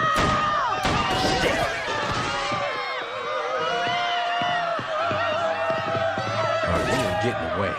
I'm taking you alive. You pinky puta! She will run off, leaving her goons, and Marcus will give chase. They can catch you slipping, but for the most part, shooting enemies of this caliber isn't really scary. You'll eventually chase her to the stage of the opera, and gunmen will appear on the props riding them, and they will try to attack Marcus. As Marcus zones in on Teresa, she gets on the stage of the opera. She's in a boat dragon. This thing can shoot fire towards Marcus, and you're probably gonna die to this. I wasn't sure how to fight her. She didn't have a health bar, and the only thing that helped was the hint displayed during the fight. I got lucky, but I was very close to death. One thing I'm not liking so far is that bosses don't have health. How am I supposed to know if I'm going to win? Even though she doesn't have health, later bosses have health. So what gives Activision? Alright, Teresa. Show's over. Who's the mole in OCU? Okay, officer. I was doing business with someone at the department, but the calls were always masked. The information we got was quality. It's definitely someone in the organized crime unit. That ain't much. Yo, let's go. Feds want a word with you. At this point, we as the player learn next to nothing. The Mole is a high-ranking member in the OCU, and so far there's only 2 members in the OCU that have been introduced, Terry and Victor. And as far as we know, Victor is the only known alive person, so surely the Mole is Victor, right? That only makes sense to me. Oh, the Mafia, La Cosa Nostra, organized crime, the mob. Whatever you call them, these guys owned New York City for years. But then in 1995, this hotshot DA puts away the last Don, Al the Mortician Palermo. It was all over the news. Hell, There was even a reality show. Fast forward 10 years, and now these ass clown mafiosi are all prettied up, acting all respectable. We figure there must be a new Don behind all this channeling dirty money into something big, something legitimate. The leads are scarce, but we fingered one Gino DeLuca as the Palermo's weakest link, an old-school capo who sells fenced goods without kicking up a cut to the new boss. In the old days, the Sicilians would cut off his testicles and feed them to a goat for that, but there's no goats in New York City. Anyway, Gino works out of Little Italy, a restaurant called House of Gnocchi. Cozy little place, from what I hear. Marcus heads over to the restaurant. Inside, he's looking for Gino.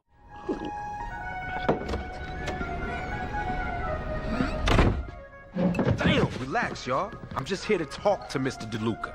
Yo, Gino, who's running things, huh? Who's the new Don? Hey, can you believe the balls on this guy? Yo, I bet he'd love to hear about your side hustle on Canal Street. Yeah? Well, I don't know what Don you're talking about. I only know old man Palermo. He's in for life because he had a code. He wouldn't kill cops. Well, guess what? I ain't got no code like that. What's that supposed to mean? Well, it means I'm gonna smoke a gazebo out back while Donnie and Chi-Chi grind your ass into pork sausage. Capiche? That's good, Gino. Hey, Donnie, watch the fucking furniture, would you? And he ends up in a fight with a group including the restaurant workers. Having focused in on the story thus far, I haven't upgraded any of Marcus' moves, so I only have his brawl style of fighting. However, there's always been one reliable move: dropping the enemy, stomping them out. When all enemies are defeated, Gino will come back out. Again, like the others, he doesn't really offer up too much resistance and he's defeated. Marcus will interrogate him. Gino will give up the details for the pearly gates. I got 2 words. Witness protection. Cause the new Don will have me whacked for this. Hey, look, you want to start with Alfie. He takes orders directly from the top. He runs Palermo's old mortuary, the pearly gates. It's in Washington Heights. Capiche? Cooperation. Now that's what I like to see. Marcus heads over and he sneaks in. Nah, no cop has shown up yet. No, absolutely. Security's double. Yeah, the lab's safe, boss. It's underground. I know how much money it makes for this family. Yeah, like I said, plenty of guards. Yeah, a friggin' army, boss. Okay. A lab, huh? I gotta check this shit out. Buonanotte, maiale.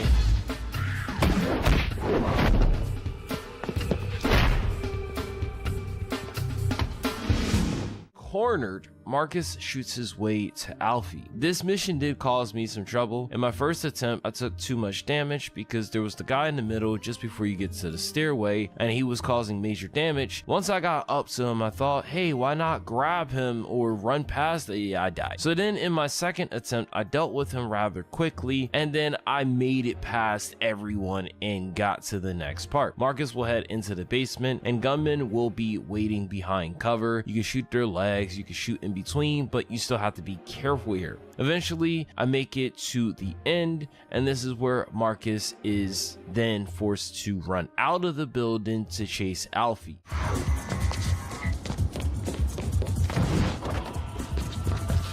the fuck is this guy? Hey, come back here, motherfucker! Just run off my balls, you fucking prick! Alfie gets into a car and he drives off. Conveniently, there's a car here that Marcus can get into and you can drive towards this guy. Now, this whole part gave me some trouble because, again, I have not been upgrading anything. I just been playing the story, and as such, I don't have any other guns besides his basic pistols, and as such, that part was hard. But as for the chase part, the chase mission, right? Marcus has to stop Alfie and interrogate him. You can't explode the car, and stopping cars sometimes in this game is actually wonky. In the previous game, you just gun blaze the car up, or if you wanted to keep the person alive in the crime missions, you just shot all tires and they stopped. In this game, for some odd reason, you shoot all tires, they're still driving. Once Marcus stops the car, Alfie will run away on foot, tackled him, beat his ass, and interrogated him. Marcus learns that Vincent Stussy is the person that he's looking for. Slow down, pal. It's all legal donor organs in there. Look, you want Vincent Tucci? Good luck. He's got an alphabet after his name. Degrees up the ass. Spends most of the day at the fitness club. You know, down on Wall Street. Look, that's all I got for you. Right. I'll look into that. Marcus will head over to the gym where he will finally encounter Vincent. He's voiced by Fred Berman.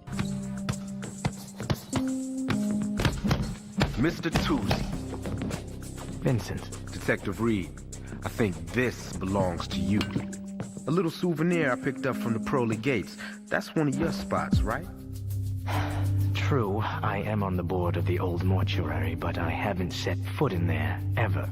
In fact, I've been trying to sell it. It doesn't really fit my, family business. I prefer real estate. Sure the family business don't involve murder? Candy, don't I have that important meeting? Hey, how about payouts to cops? You're in way over your head. Good day, detective. How about a workout, Mr. Policeman? Candy usually charges $500 an hour. But this session's on me. Tucci, I ain't playing, come on! Ah! Vincent will make haste to leave, and he'll leave his trainer to deal with Marcus. Candy, the trainer, is a rather brawlish woman. She's definitely natural, guys. She doesn't take steroids. Why are we making fake accusations? Now, she fights Marcus, and her fight offers little to no stress. However, the minute that you take her down, a thug will throw a weight at you. They will pull up and try to fight you. One of them has a barbell in his hand. Despite the weights, it's not going to be a hard challenge. Once you take these two down, Candy gets back up and she climbs to the second floor. Marcus will have to climb to the second floor, and what do you know? There's a track suspended on the second floor. You have to run around, do the hurdles until you catch up to Candy. I believe she also just gives up after a certain point, and then you can interrogate her. She will tell you a bunch of stuff, but while you're interrogating her, some of her comments imply that her and Vincent were having more than just a business relationship. Let me see. Oh, he's got a bigger cock than you. Eventually, she gives it up and she tells Marcus that she doesn't know where Vincent goes, but... I do know this, though. He has an accountant he goes to all the time, old Tony. He pays all of Vinny's bills, including mine. His office is over on Hudson. Now, would you just let me go? Okay. Finally, you made the right choice. Marcus gets the details on old Tony and he heads over to the accountant. Once Marcus gets inside, we get a quick cutscene. We see old Tony flirting with this woman. Again. This mean I won't see you tonight? Probably not, but keep it warm, huh? You never know. Oh, I swear that tower of his is gonna break the bank. Not if I don't break that motherfucker first.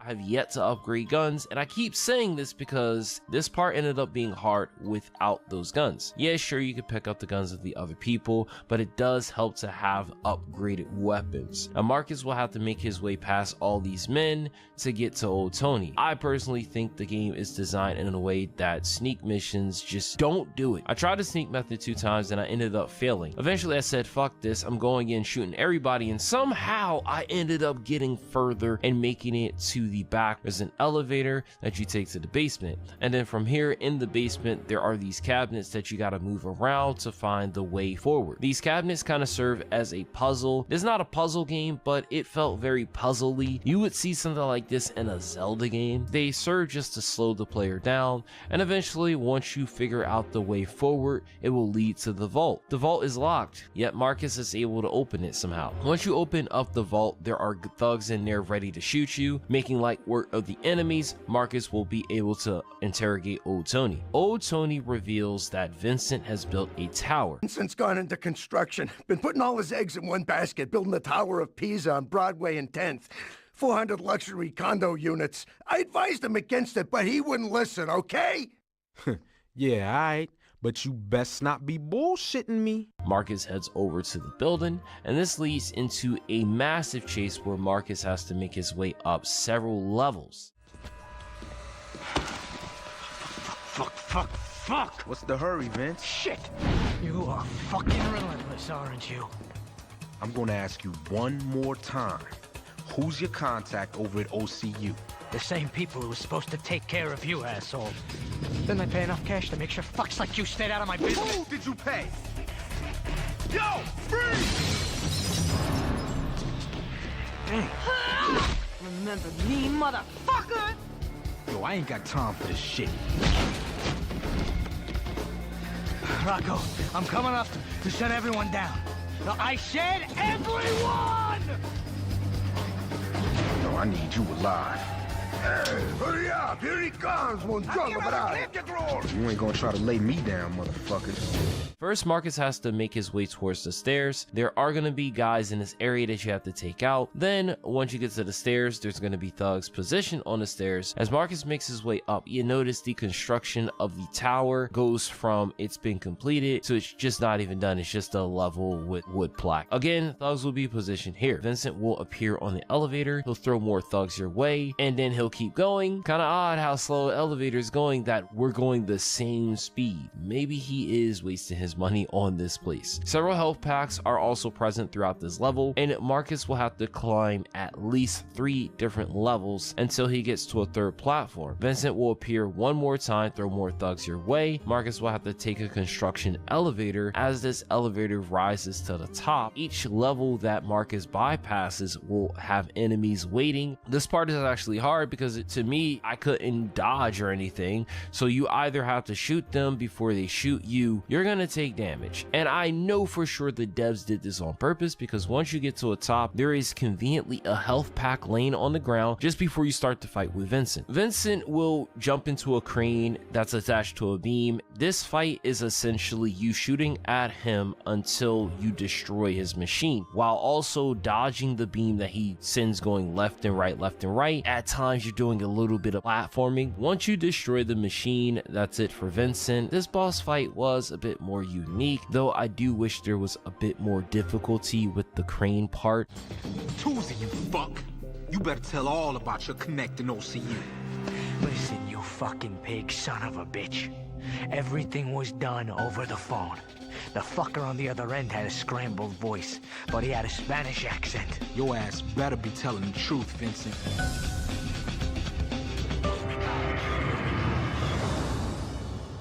This lead up to Vincent was much better than the lead up to Teresa. Now, once Marcus confronts Vincent, he learns the OCU mole had a scrambler voice. Vincent also mentions that he had a Spanish accent. So the game is basically telling us that Victor did it, but did he actually do it? Classic storytelling, this could be a red herring. The evidence, however, is pointing towards Victor. It's way too convenient. I think we have enough evidence to say that it was him, but we have to proceed through the game. The President's Club. I always thought it sounded like a supermarket promotion, but Central Intelligence calls them the fastest rising outfit in town. We got former Crips and Bloods working together, pushing heroin, crystal meth, the works. But their real cash cow is the designer drug du jour, pop, they call it. Think ecstasy meets crack with 10 times the kick. Took Asia by storm. Now it's in New York, courtesy of this club. We've learned that the club is run by 5 presidents, hence the very clever name. There's Lincoln, Hamilton, Jackson, and Grant. Then there's the eye atop the pyramid, Benjamin. Speaking of pyramids, there was a time I was deployed in Egypt. Let me tell you, don't ever get into a spitting contest with a camel. Anyway, we got one solid lead here.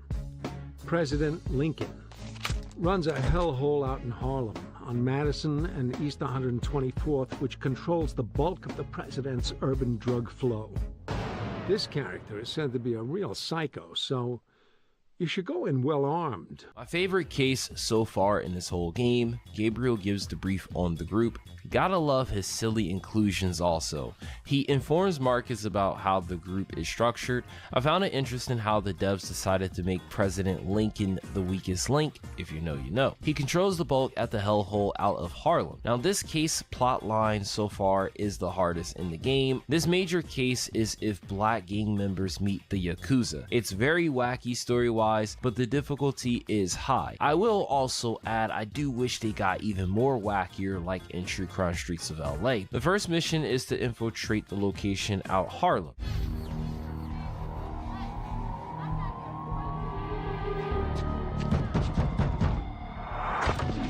What's up, brother?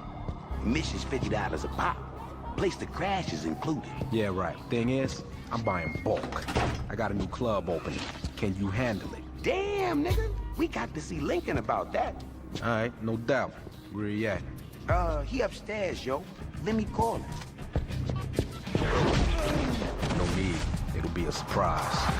Marcus has to make his way through the hideout until he gets to Lincoln. You can do this level sneak-wise, but eventually you're gonna be forced to just go through this level, just guns blazing. This level actually confused me because when you get to the end and you have Lincoln blazing his gun at you, you assume, oh, just kill him and then that's that. But again, I wasn't reading and I ended up killing him.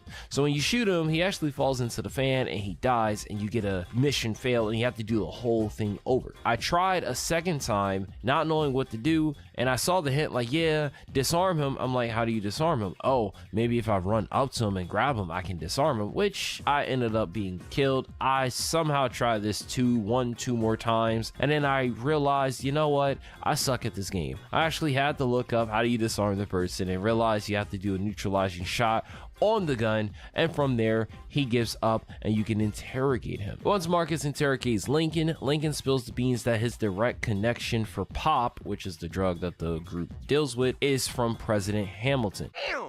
Damn! President Hamilton, he hooked me direct, yo. He work out of Tadal. That's that club over on West 143rd. On the strength, huh? Check it out!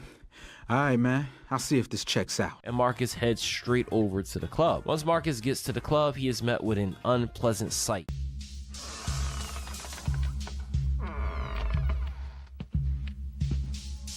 Damn. What the fuck happened here? Damn, dog, you alright? Son of a bitch! Oh, shit, these cats ain't no joke. Hey, Lincoln, is that you? Back here, man. Sounds like a witness to me.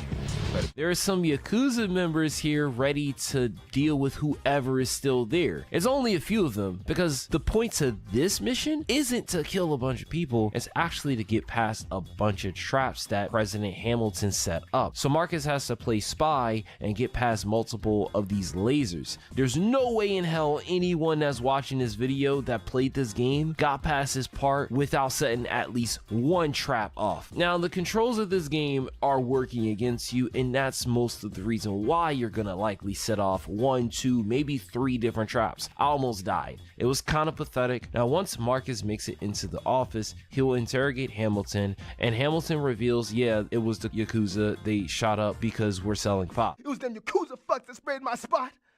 They onto us for selling pop, but we ain't going down like that, dog. We know they be over at Club Nagoya. Jackson's gonna be over at the spot tonight to what that Kobe motherfucker. It's payback time, is what I'm saying. Yeah, okay. See, now wasn't that easy? So Marcus heads over to Club Nagoya to stop the attack, but first Marcus has to make his way back through the traps. I thought the game would allow you to just from there exit. Nope, you gotta go back the way you came. Now once Marcus leaves, Gabriel will give him a call. Club Tadao. Whoa! It reminds me of a club out in L.A. I think it was called a Gulag. Proves that the two games take place in the same universe. Maybe since he works for the FBI, he might be aware of Masterson. Marcus arrives at the club to stop the attack on Kobe, and Marcus is rather surprised that Kobe is a girl. She fine. Yo, partner, wait up. Where's Kobe-san? You seen him? Who wants to know? Hey, it's cool, yo. Detective Reed, see? Now, where's Kobe at? I am Kobe. You're Kobe? Damn! All right, well, we gotta get you out of here so we can talk. Let's go before they... Yo, blaze those Yakuza bitches! Everybody in the car!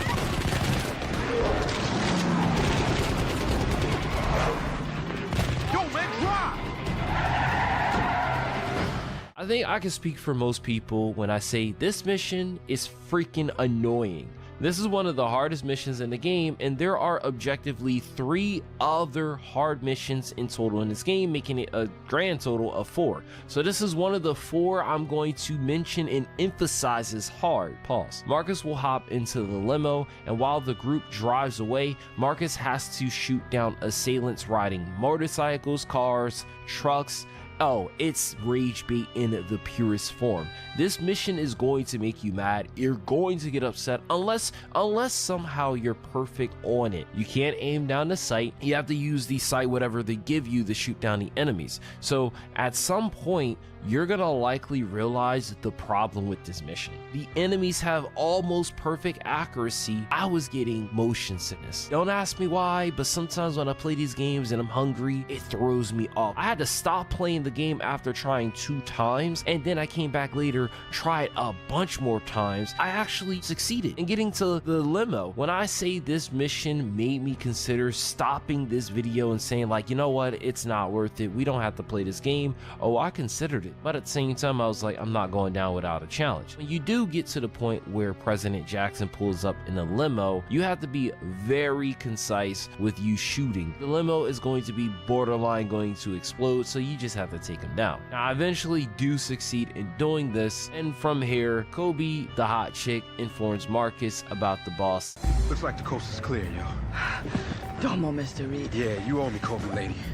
Now I want to know why the beefing with the presidents. It's all about Pop, right? That was President Jackson.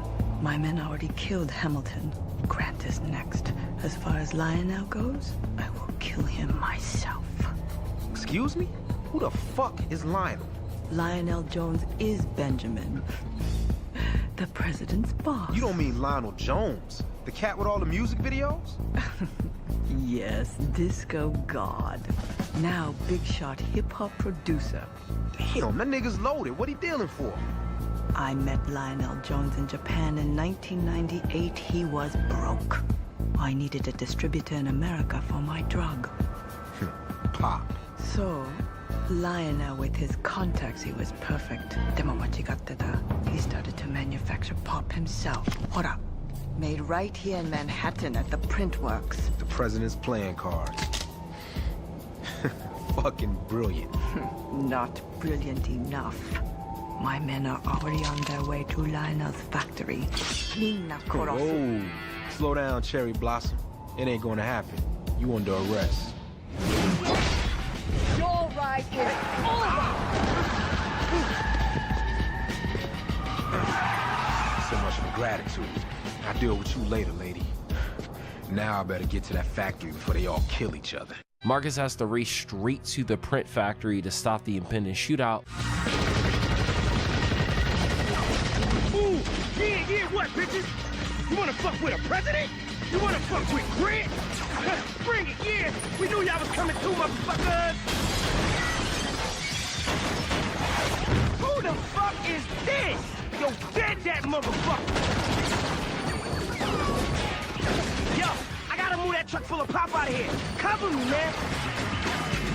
So once he gets inside, Marcus has to make his way through a series of thugs, and he has to chase after Grant. Now, this part is freaking annoying too, but it's not hard. It's not hard. Be mindful that the environment can aid in taking down thugs. This becomes very necessary. So Marcus will chase Grant outside, and he actually gets into a truck and he tries to drive away. I failed this mission because I just got on foot and I chased after the truck, shooted at it, thinking like, oh, this is going to be one of those things where you can take your time. Nope. The reason why the truck's going that slow is because you have to use the obstacles in the area to stop the truck. And there's also conveniently a sniper over there that you can make use of to help you aid in stopping the truck. Once I stop the truck, Marcus will be able to interrogate Grant, and Grant spills the beans on Lionel's location, which is Zen Empire Records. Aight, Benjamin, Lionel, whatever. Look, he don't touch no pop, man. That's why he be delegating to us, yo. Look, he usually at his label down in the square. You know, Zen Empire Records. It's a big-ass fucking building, dog. You cannot miss it. We cool, yo. Yeah, all right. You done the right thing. Wouldn't Marcus have been able to just go straight there, knowing who Benjamin is, which is Lionel? He could have just went to his empire looking for him. So I feel like the mission with Grant was pointless. The next mission is one of the more unique missions. Marcus arrives at the building. He's grabbed, knocked out. Marcus is tied up, and Lionel appears before him. Whoa, money. You got clear? Hey, I'm here to see Lionel jump. Hey, get the fuck off me. I'm a cop. Hey! Mr. Jones, sorry to interrupt your workout. So this here's the little nigga trying to expose my pop sensation, huh? Funny. I spent a fortune paying off the proper individuals to make sure my business was protected. Now I got this snot-nosed wannabe gangster cop waltzing into the middle of my enterprise. Even worse, now I got to get my hands dirty doing the shit I'm paying all you niggas for. Joe, Mr. Jones, we got an intruder up on the roof. In my garden, no one fucks with my zen. I'll be back to handle you personally. Shit.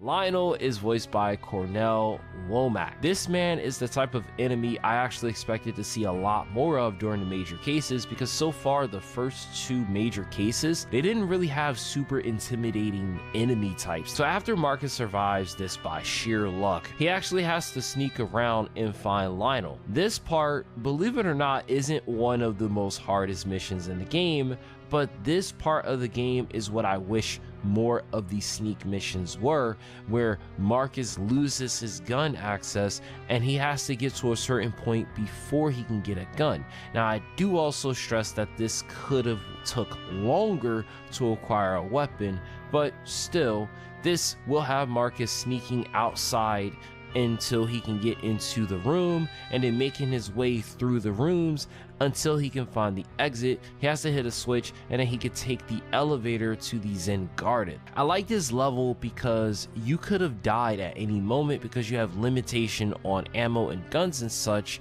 and it also requires you to take your time. But at the same time, I do wish it was expanded a bit more. Once Marcus arrives up top, we'll see a fight between Lionel and Kobe. Hey, Yaru! Hands up! Police! Oh, Mr. Policeman. Survival of the fittest, bitch! As I said, little man, I'm gonna handle you personally. I ain't gonna get to no samurai shit with you, man. I want it. There's steel, and then there's my Shinto sword. Cuts through bone like butter. Oh, I can't believe this shit. One of the hardest fights will commence in this game. Lionel is a three-phase fight. The first phase is as Lionel is wearing this armor and he has a katana, and he will cause major damage to you. The trick to this fight is you have to grab a katana that's on the ground and or bamboo and hit Lionel's armor off. You have to do this until the armor comes off completely. Lionel gets mad and he runs to the second phase. Now, I didn't know that you can grab some bamboo via punching the bamboo, and I was waiting for Lionel to cut it down. It was getting very annoying.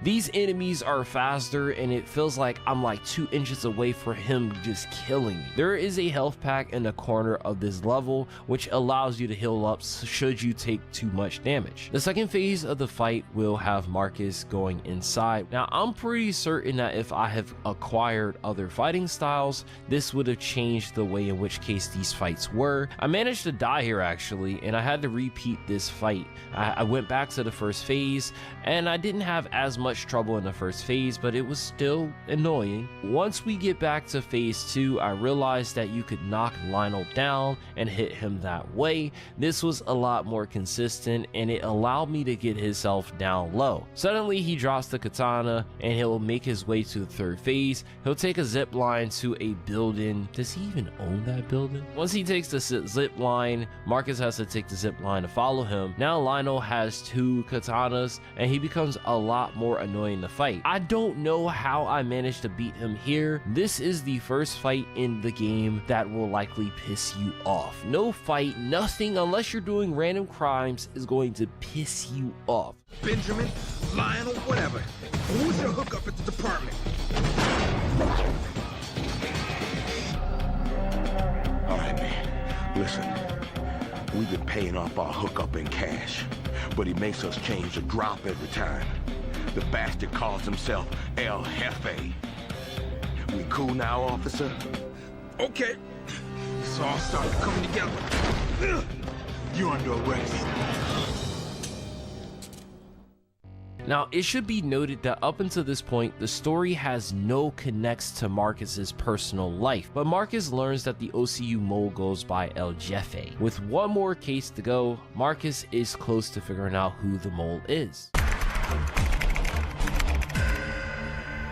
Ready to take on New York's most powerful Chinese gang? Oh, China, you know, you really should go one day. You haven't lived until you've eaten out in China. Just watch out for the crabs. Little joke, son. Did you miss it?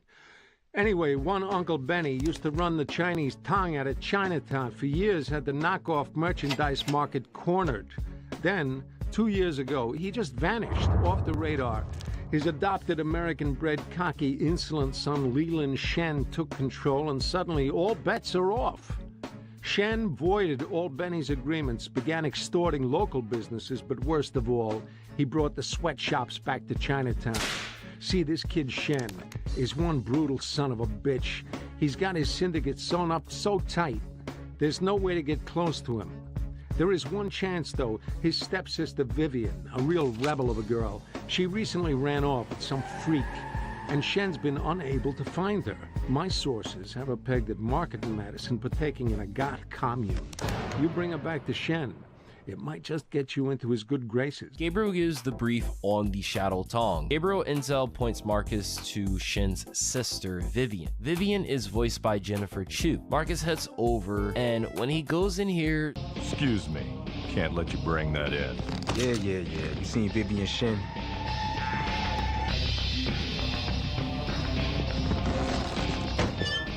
You Vivian? Who the hell are you? The hip-hop club's up the street. Just a friend. Come to take you home. I hate my home. That ain't my problem. Now let's go. Excuse me. Vivian belongs to me. Damn. You got some taste, girl. Who do you think you are, mortal? Yo, I'm the man who's gonna knock those plastic fangs down your throat. I will show you how vampire fight. These goths try to stop you, and this part is freaking annoying because I have yet to upgrade any fighting styles. There are girl enemies here, and girl enemies, from what I can tell, tend to go down faster than guy enemies. A little sexist, huh? So they wield weapons but aren't the worst. Then a second wave of enemies will come out, and after you defeat them, the goth leader has a flamethrower, and he will use the fire to fight. Now when Marcus gets hit with fire, he literally you'll see. So he'll spam this throughout the course of the fight. I noticed that if you go up to him and you fight, he doesn't have time to do this, but if you are at a bit of a distance, he'll have the chance to use the flamethrower. I know the devs know that they made this fight hard and they have 2 health packs. Typically, if they have 2 health packs in a small level like this, they realize it's going to be annoying. I was even getting jumped by the regular enemies. So this mission will only prove one thing: goths freaking suck. Next mission might make you hate them. So once Marcus takes down the goth leader, Vivian will agree to leave with him. It is so comical how she just gets up and runs out of this building, yo. Okay, stop already. You proved your point. Fine, let's get out of here. So it turns out the goths didn't appreciate the way they got their ass beat. You gonna tell me where you live. I need to talk to your brother. Oh, so you're using me to get to him? What are you really after? Grown-up business. You wouldn't understand. Where the fuck is my ride? Guns! Are they crazy? I'll tell you where I live. Just get me out of here! No.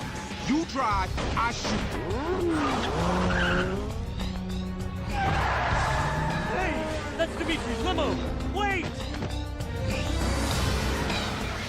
This is the same drive and shoot mission like before during the President Club's missions, and this one in particular is actually reduced in difficulty because this one is shorter compared to the President Club one, and they don't have a bunch of tanks that we have to shoot at. So Vivian will drive to her house while Marcus shoots at all the enemies. Just like before, you're shooting at assailants on motorcycles and cars, but there's no trucks this time. Vivian mentions that they took Dimitri's limo. What was the point of them mentioning this if this never comes up? Playing through the mission, its setup is very similar, it's shorter, and despite this, I actually failed the first attempt. It took me only 2 times. In my second attempt, I completed the mission, though I thought it was gonna blow up. I succeeded. Marcus brings Vivian home, and her brother isn't happy. Vivian! 你怎么离家出走了? Leland, she back! Damn, girl, we're looking all over for you. Whoa, who the fuck are you, dude? I'm gonna cut your throat. Relax. I ain't your sister's boyfriend. Name's Jimmy Mack, King's posse. It's stepsister, asshole. I'm sorry, mister. Vivian's father spoiled her badly. How dare you speak of my father, you witch! You just married him so that you could... Oh! Watch your mouth, bitch! Hey, cool it, man. I brought her back here as a favor to you. Oh, yeah? You want something, bro, huh? That it? Yeah, the King likes your knockoff souvenir hustle. He wants to offer you distribution way uptown. 50% cut. What makes you think I'm in the souvenir trade, homie? Yo, let's not fuck around, Leland, alright? Word on the street is you trying to get in the door up in Harlem. Well, maybe so, but selling my merchandise takes a special kind of skill set. You know what I'm saying? Hey, you ain't said nothing but a word. Extortion's what I do best. Marcus persuades him, especially showing that he can use his extortion skills. Marcus heads over to meet with old Lin, but something tells me that Shin isn't convinced and he likely does some digging on Marcus. Hey, Lin, is it? Jimmy. Jimmy Mack. Yeah, I know, Leland called. He said you're very eager. We can use eager. What you have in mind? See, I have truck full of souvenirs. You take 2 partners around town, okay? Leland raised price again. So anyone no pay, you beat up, yeah? Truck come back empty by 6 p.m., huh? All right. No sweat. Gotta do this in roughly 15 minutes. It's not really hard. The first one I did, I actually got attacked by the person after extorting them. When you're doing this, just knock the person out. Once the mission's complete, Marcus will head back. Shin likely did his digging, found out Marcus's identity, and told old Lin. Jimmy Mack?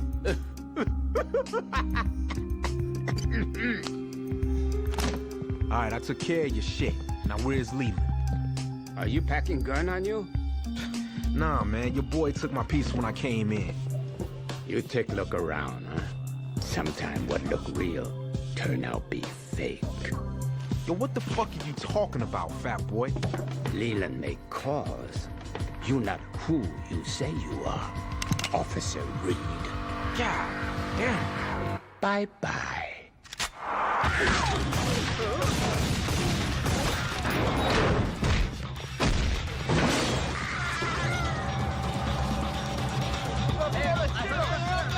Sounds like they want to throw down. All right, then. Marcus must fight and shoot his way to old Lin. Old Lin will just run away like everybody thus far, but in this particular instance, Marcus gave up his gun before he came inside, so he has to fight his way using fisticuffs. I have yet to get any other fighting styles, so I can only rely on brawling. Brawling